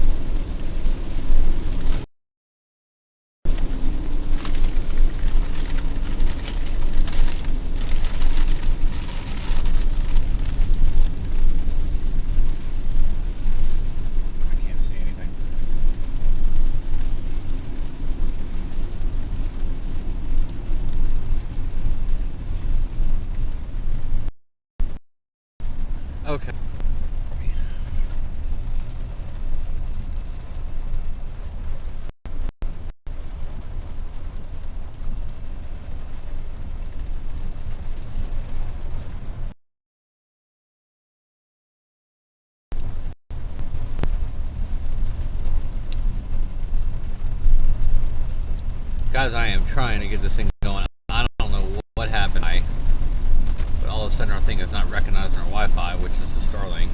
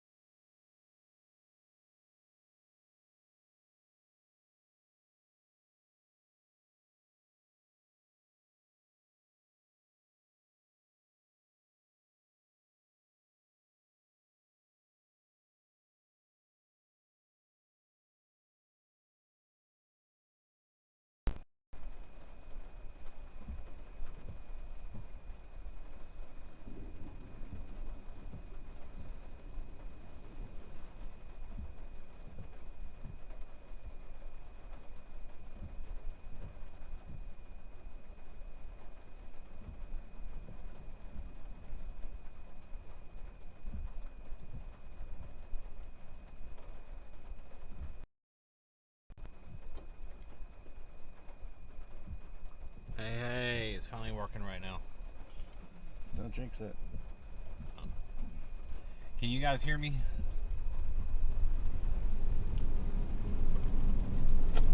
Here we go, here we go, here we go. Back. We got. All right, so we were in a data hole. We weren't having Starlink, was not connecting, yada, yada, yada. That was a problem. Brandon thinks he fixed it. The Wi-Fi wasn't even recognizing, and the bonding wasn't working. It was all kinds of crazy stuff. So, while we were doing that, I went and talked to a couple of firefighters who were doing some swiftwater rescues. This is a volunteer fire department here in Groveton, and they say they've never seen the flash flooding like this before. It's just like new to them.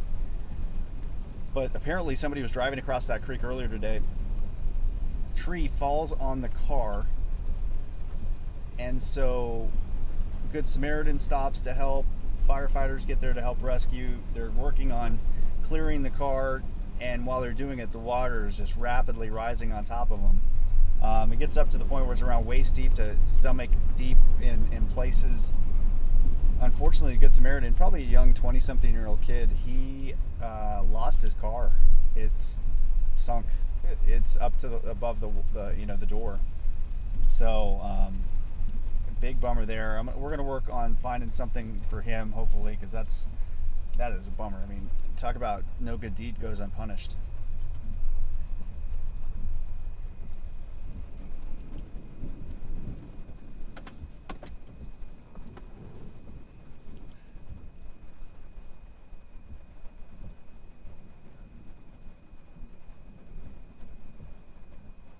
So we're in Groveton, Texas. It's near Trinity, but we can't actually get to Trinity because of that flooding I was just talking to you about.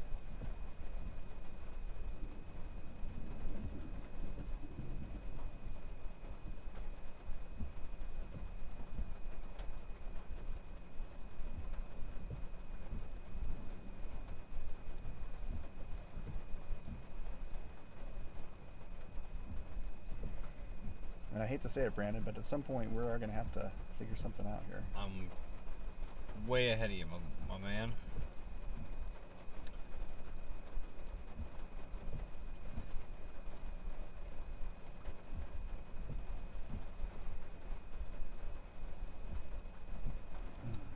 Can you do a favor? Yes. Can you go over to that overhang? So I can knock the Starlink out again? Never mind. I'm clearly on top of my game, guys. Clearly.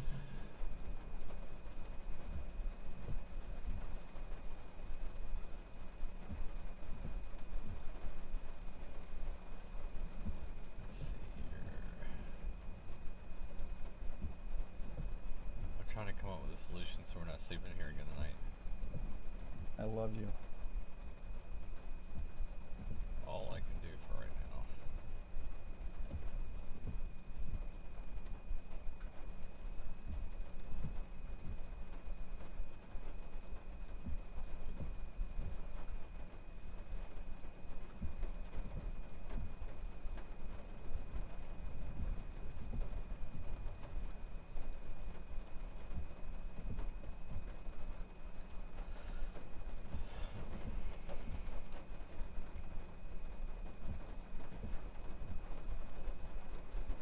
So the only place we can get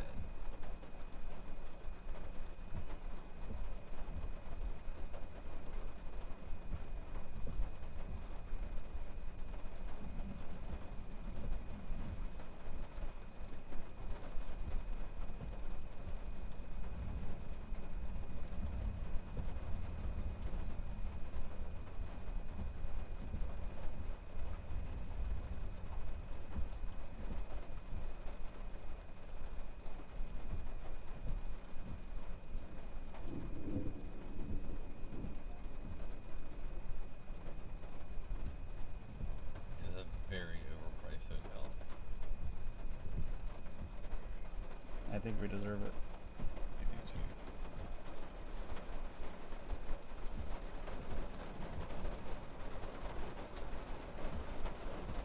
Don't worry, the hell's gonna do just fine to knock out Starlink.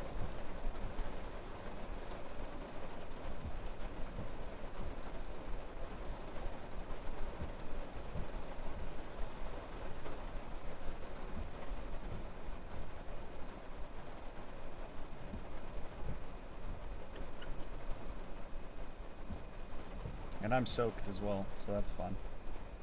Remember I promised not to get wet? Guess what?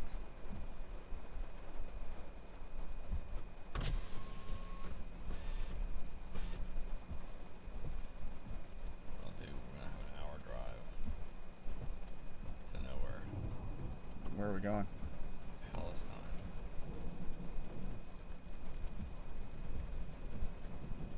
It's the only place I can get.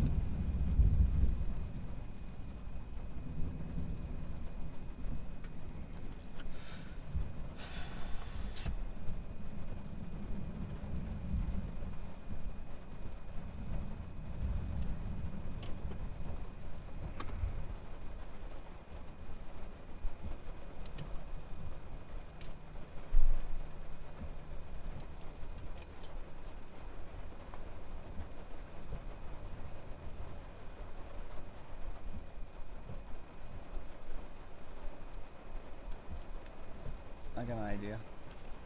Can you drop me off underneath the overhang close to it? Give me a second here. After you get that done? What are you trying to get done? I'm going to do a look live with the stuff I just shot. And that's it. I'm done. Okay? Okay, give me just a second.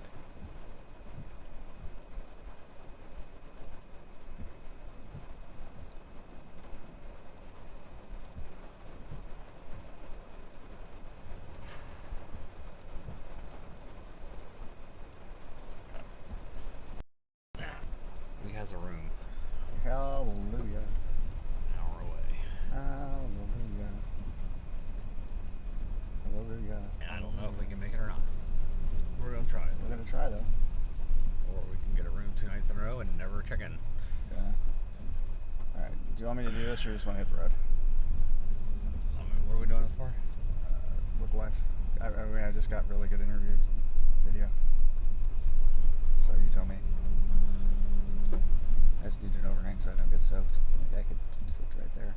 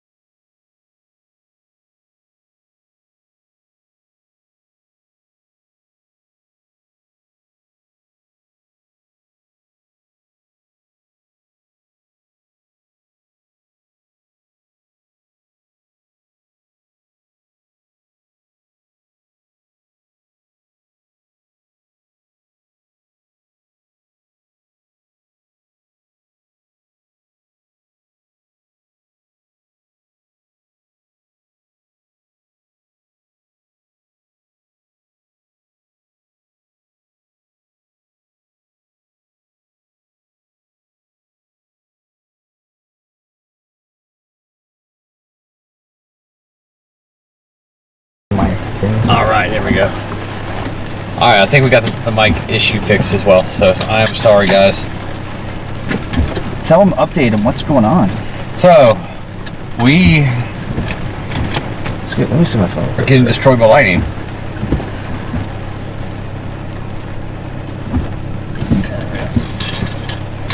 Here you go. You can talk to people. Talk to the people. We are going to go get a hotel room. We have to drive an hour. There's only one way out of here that we can make it.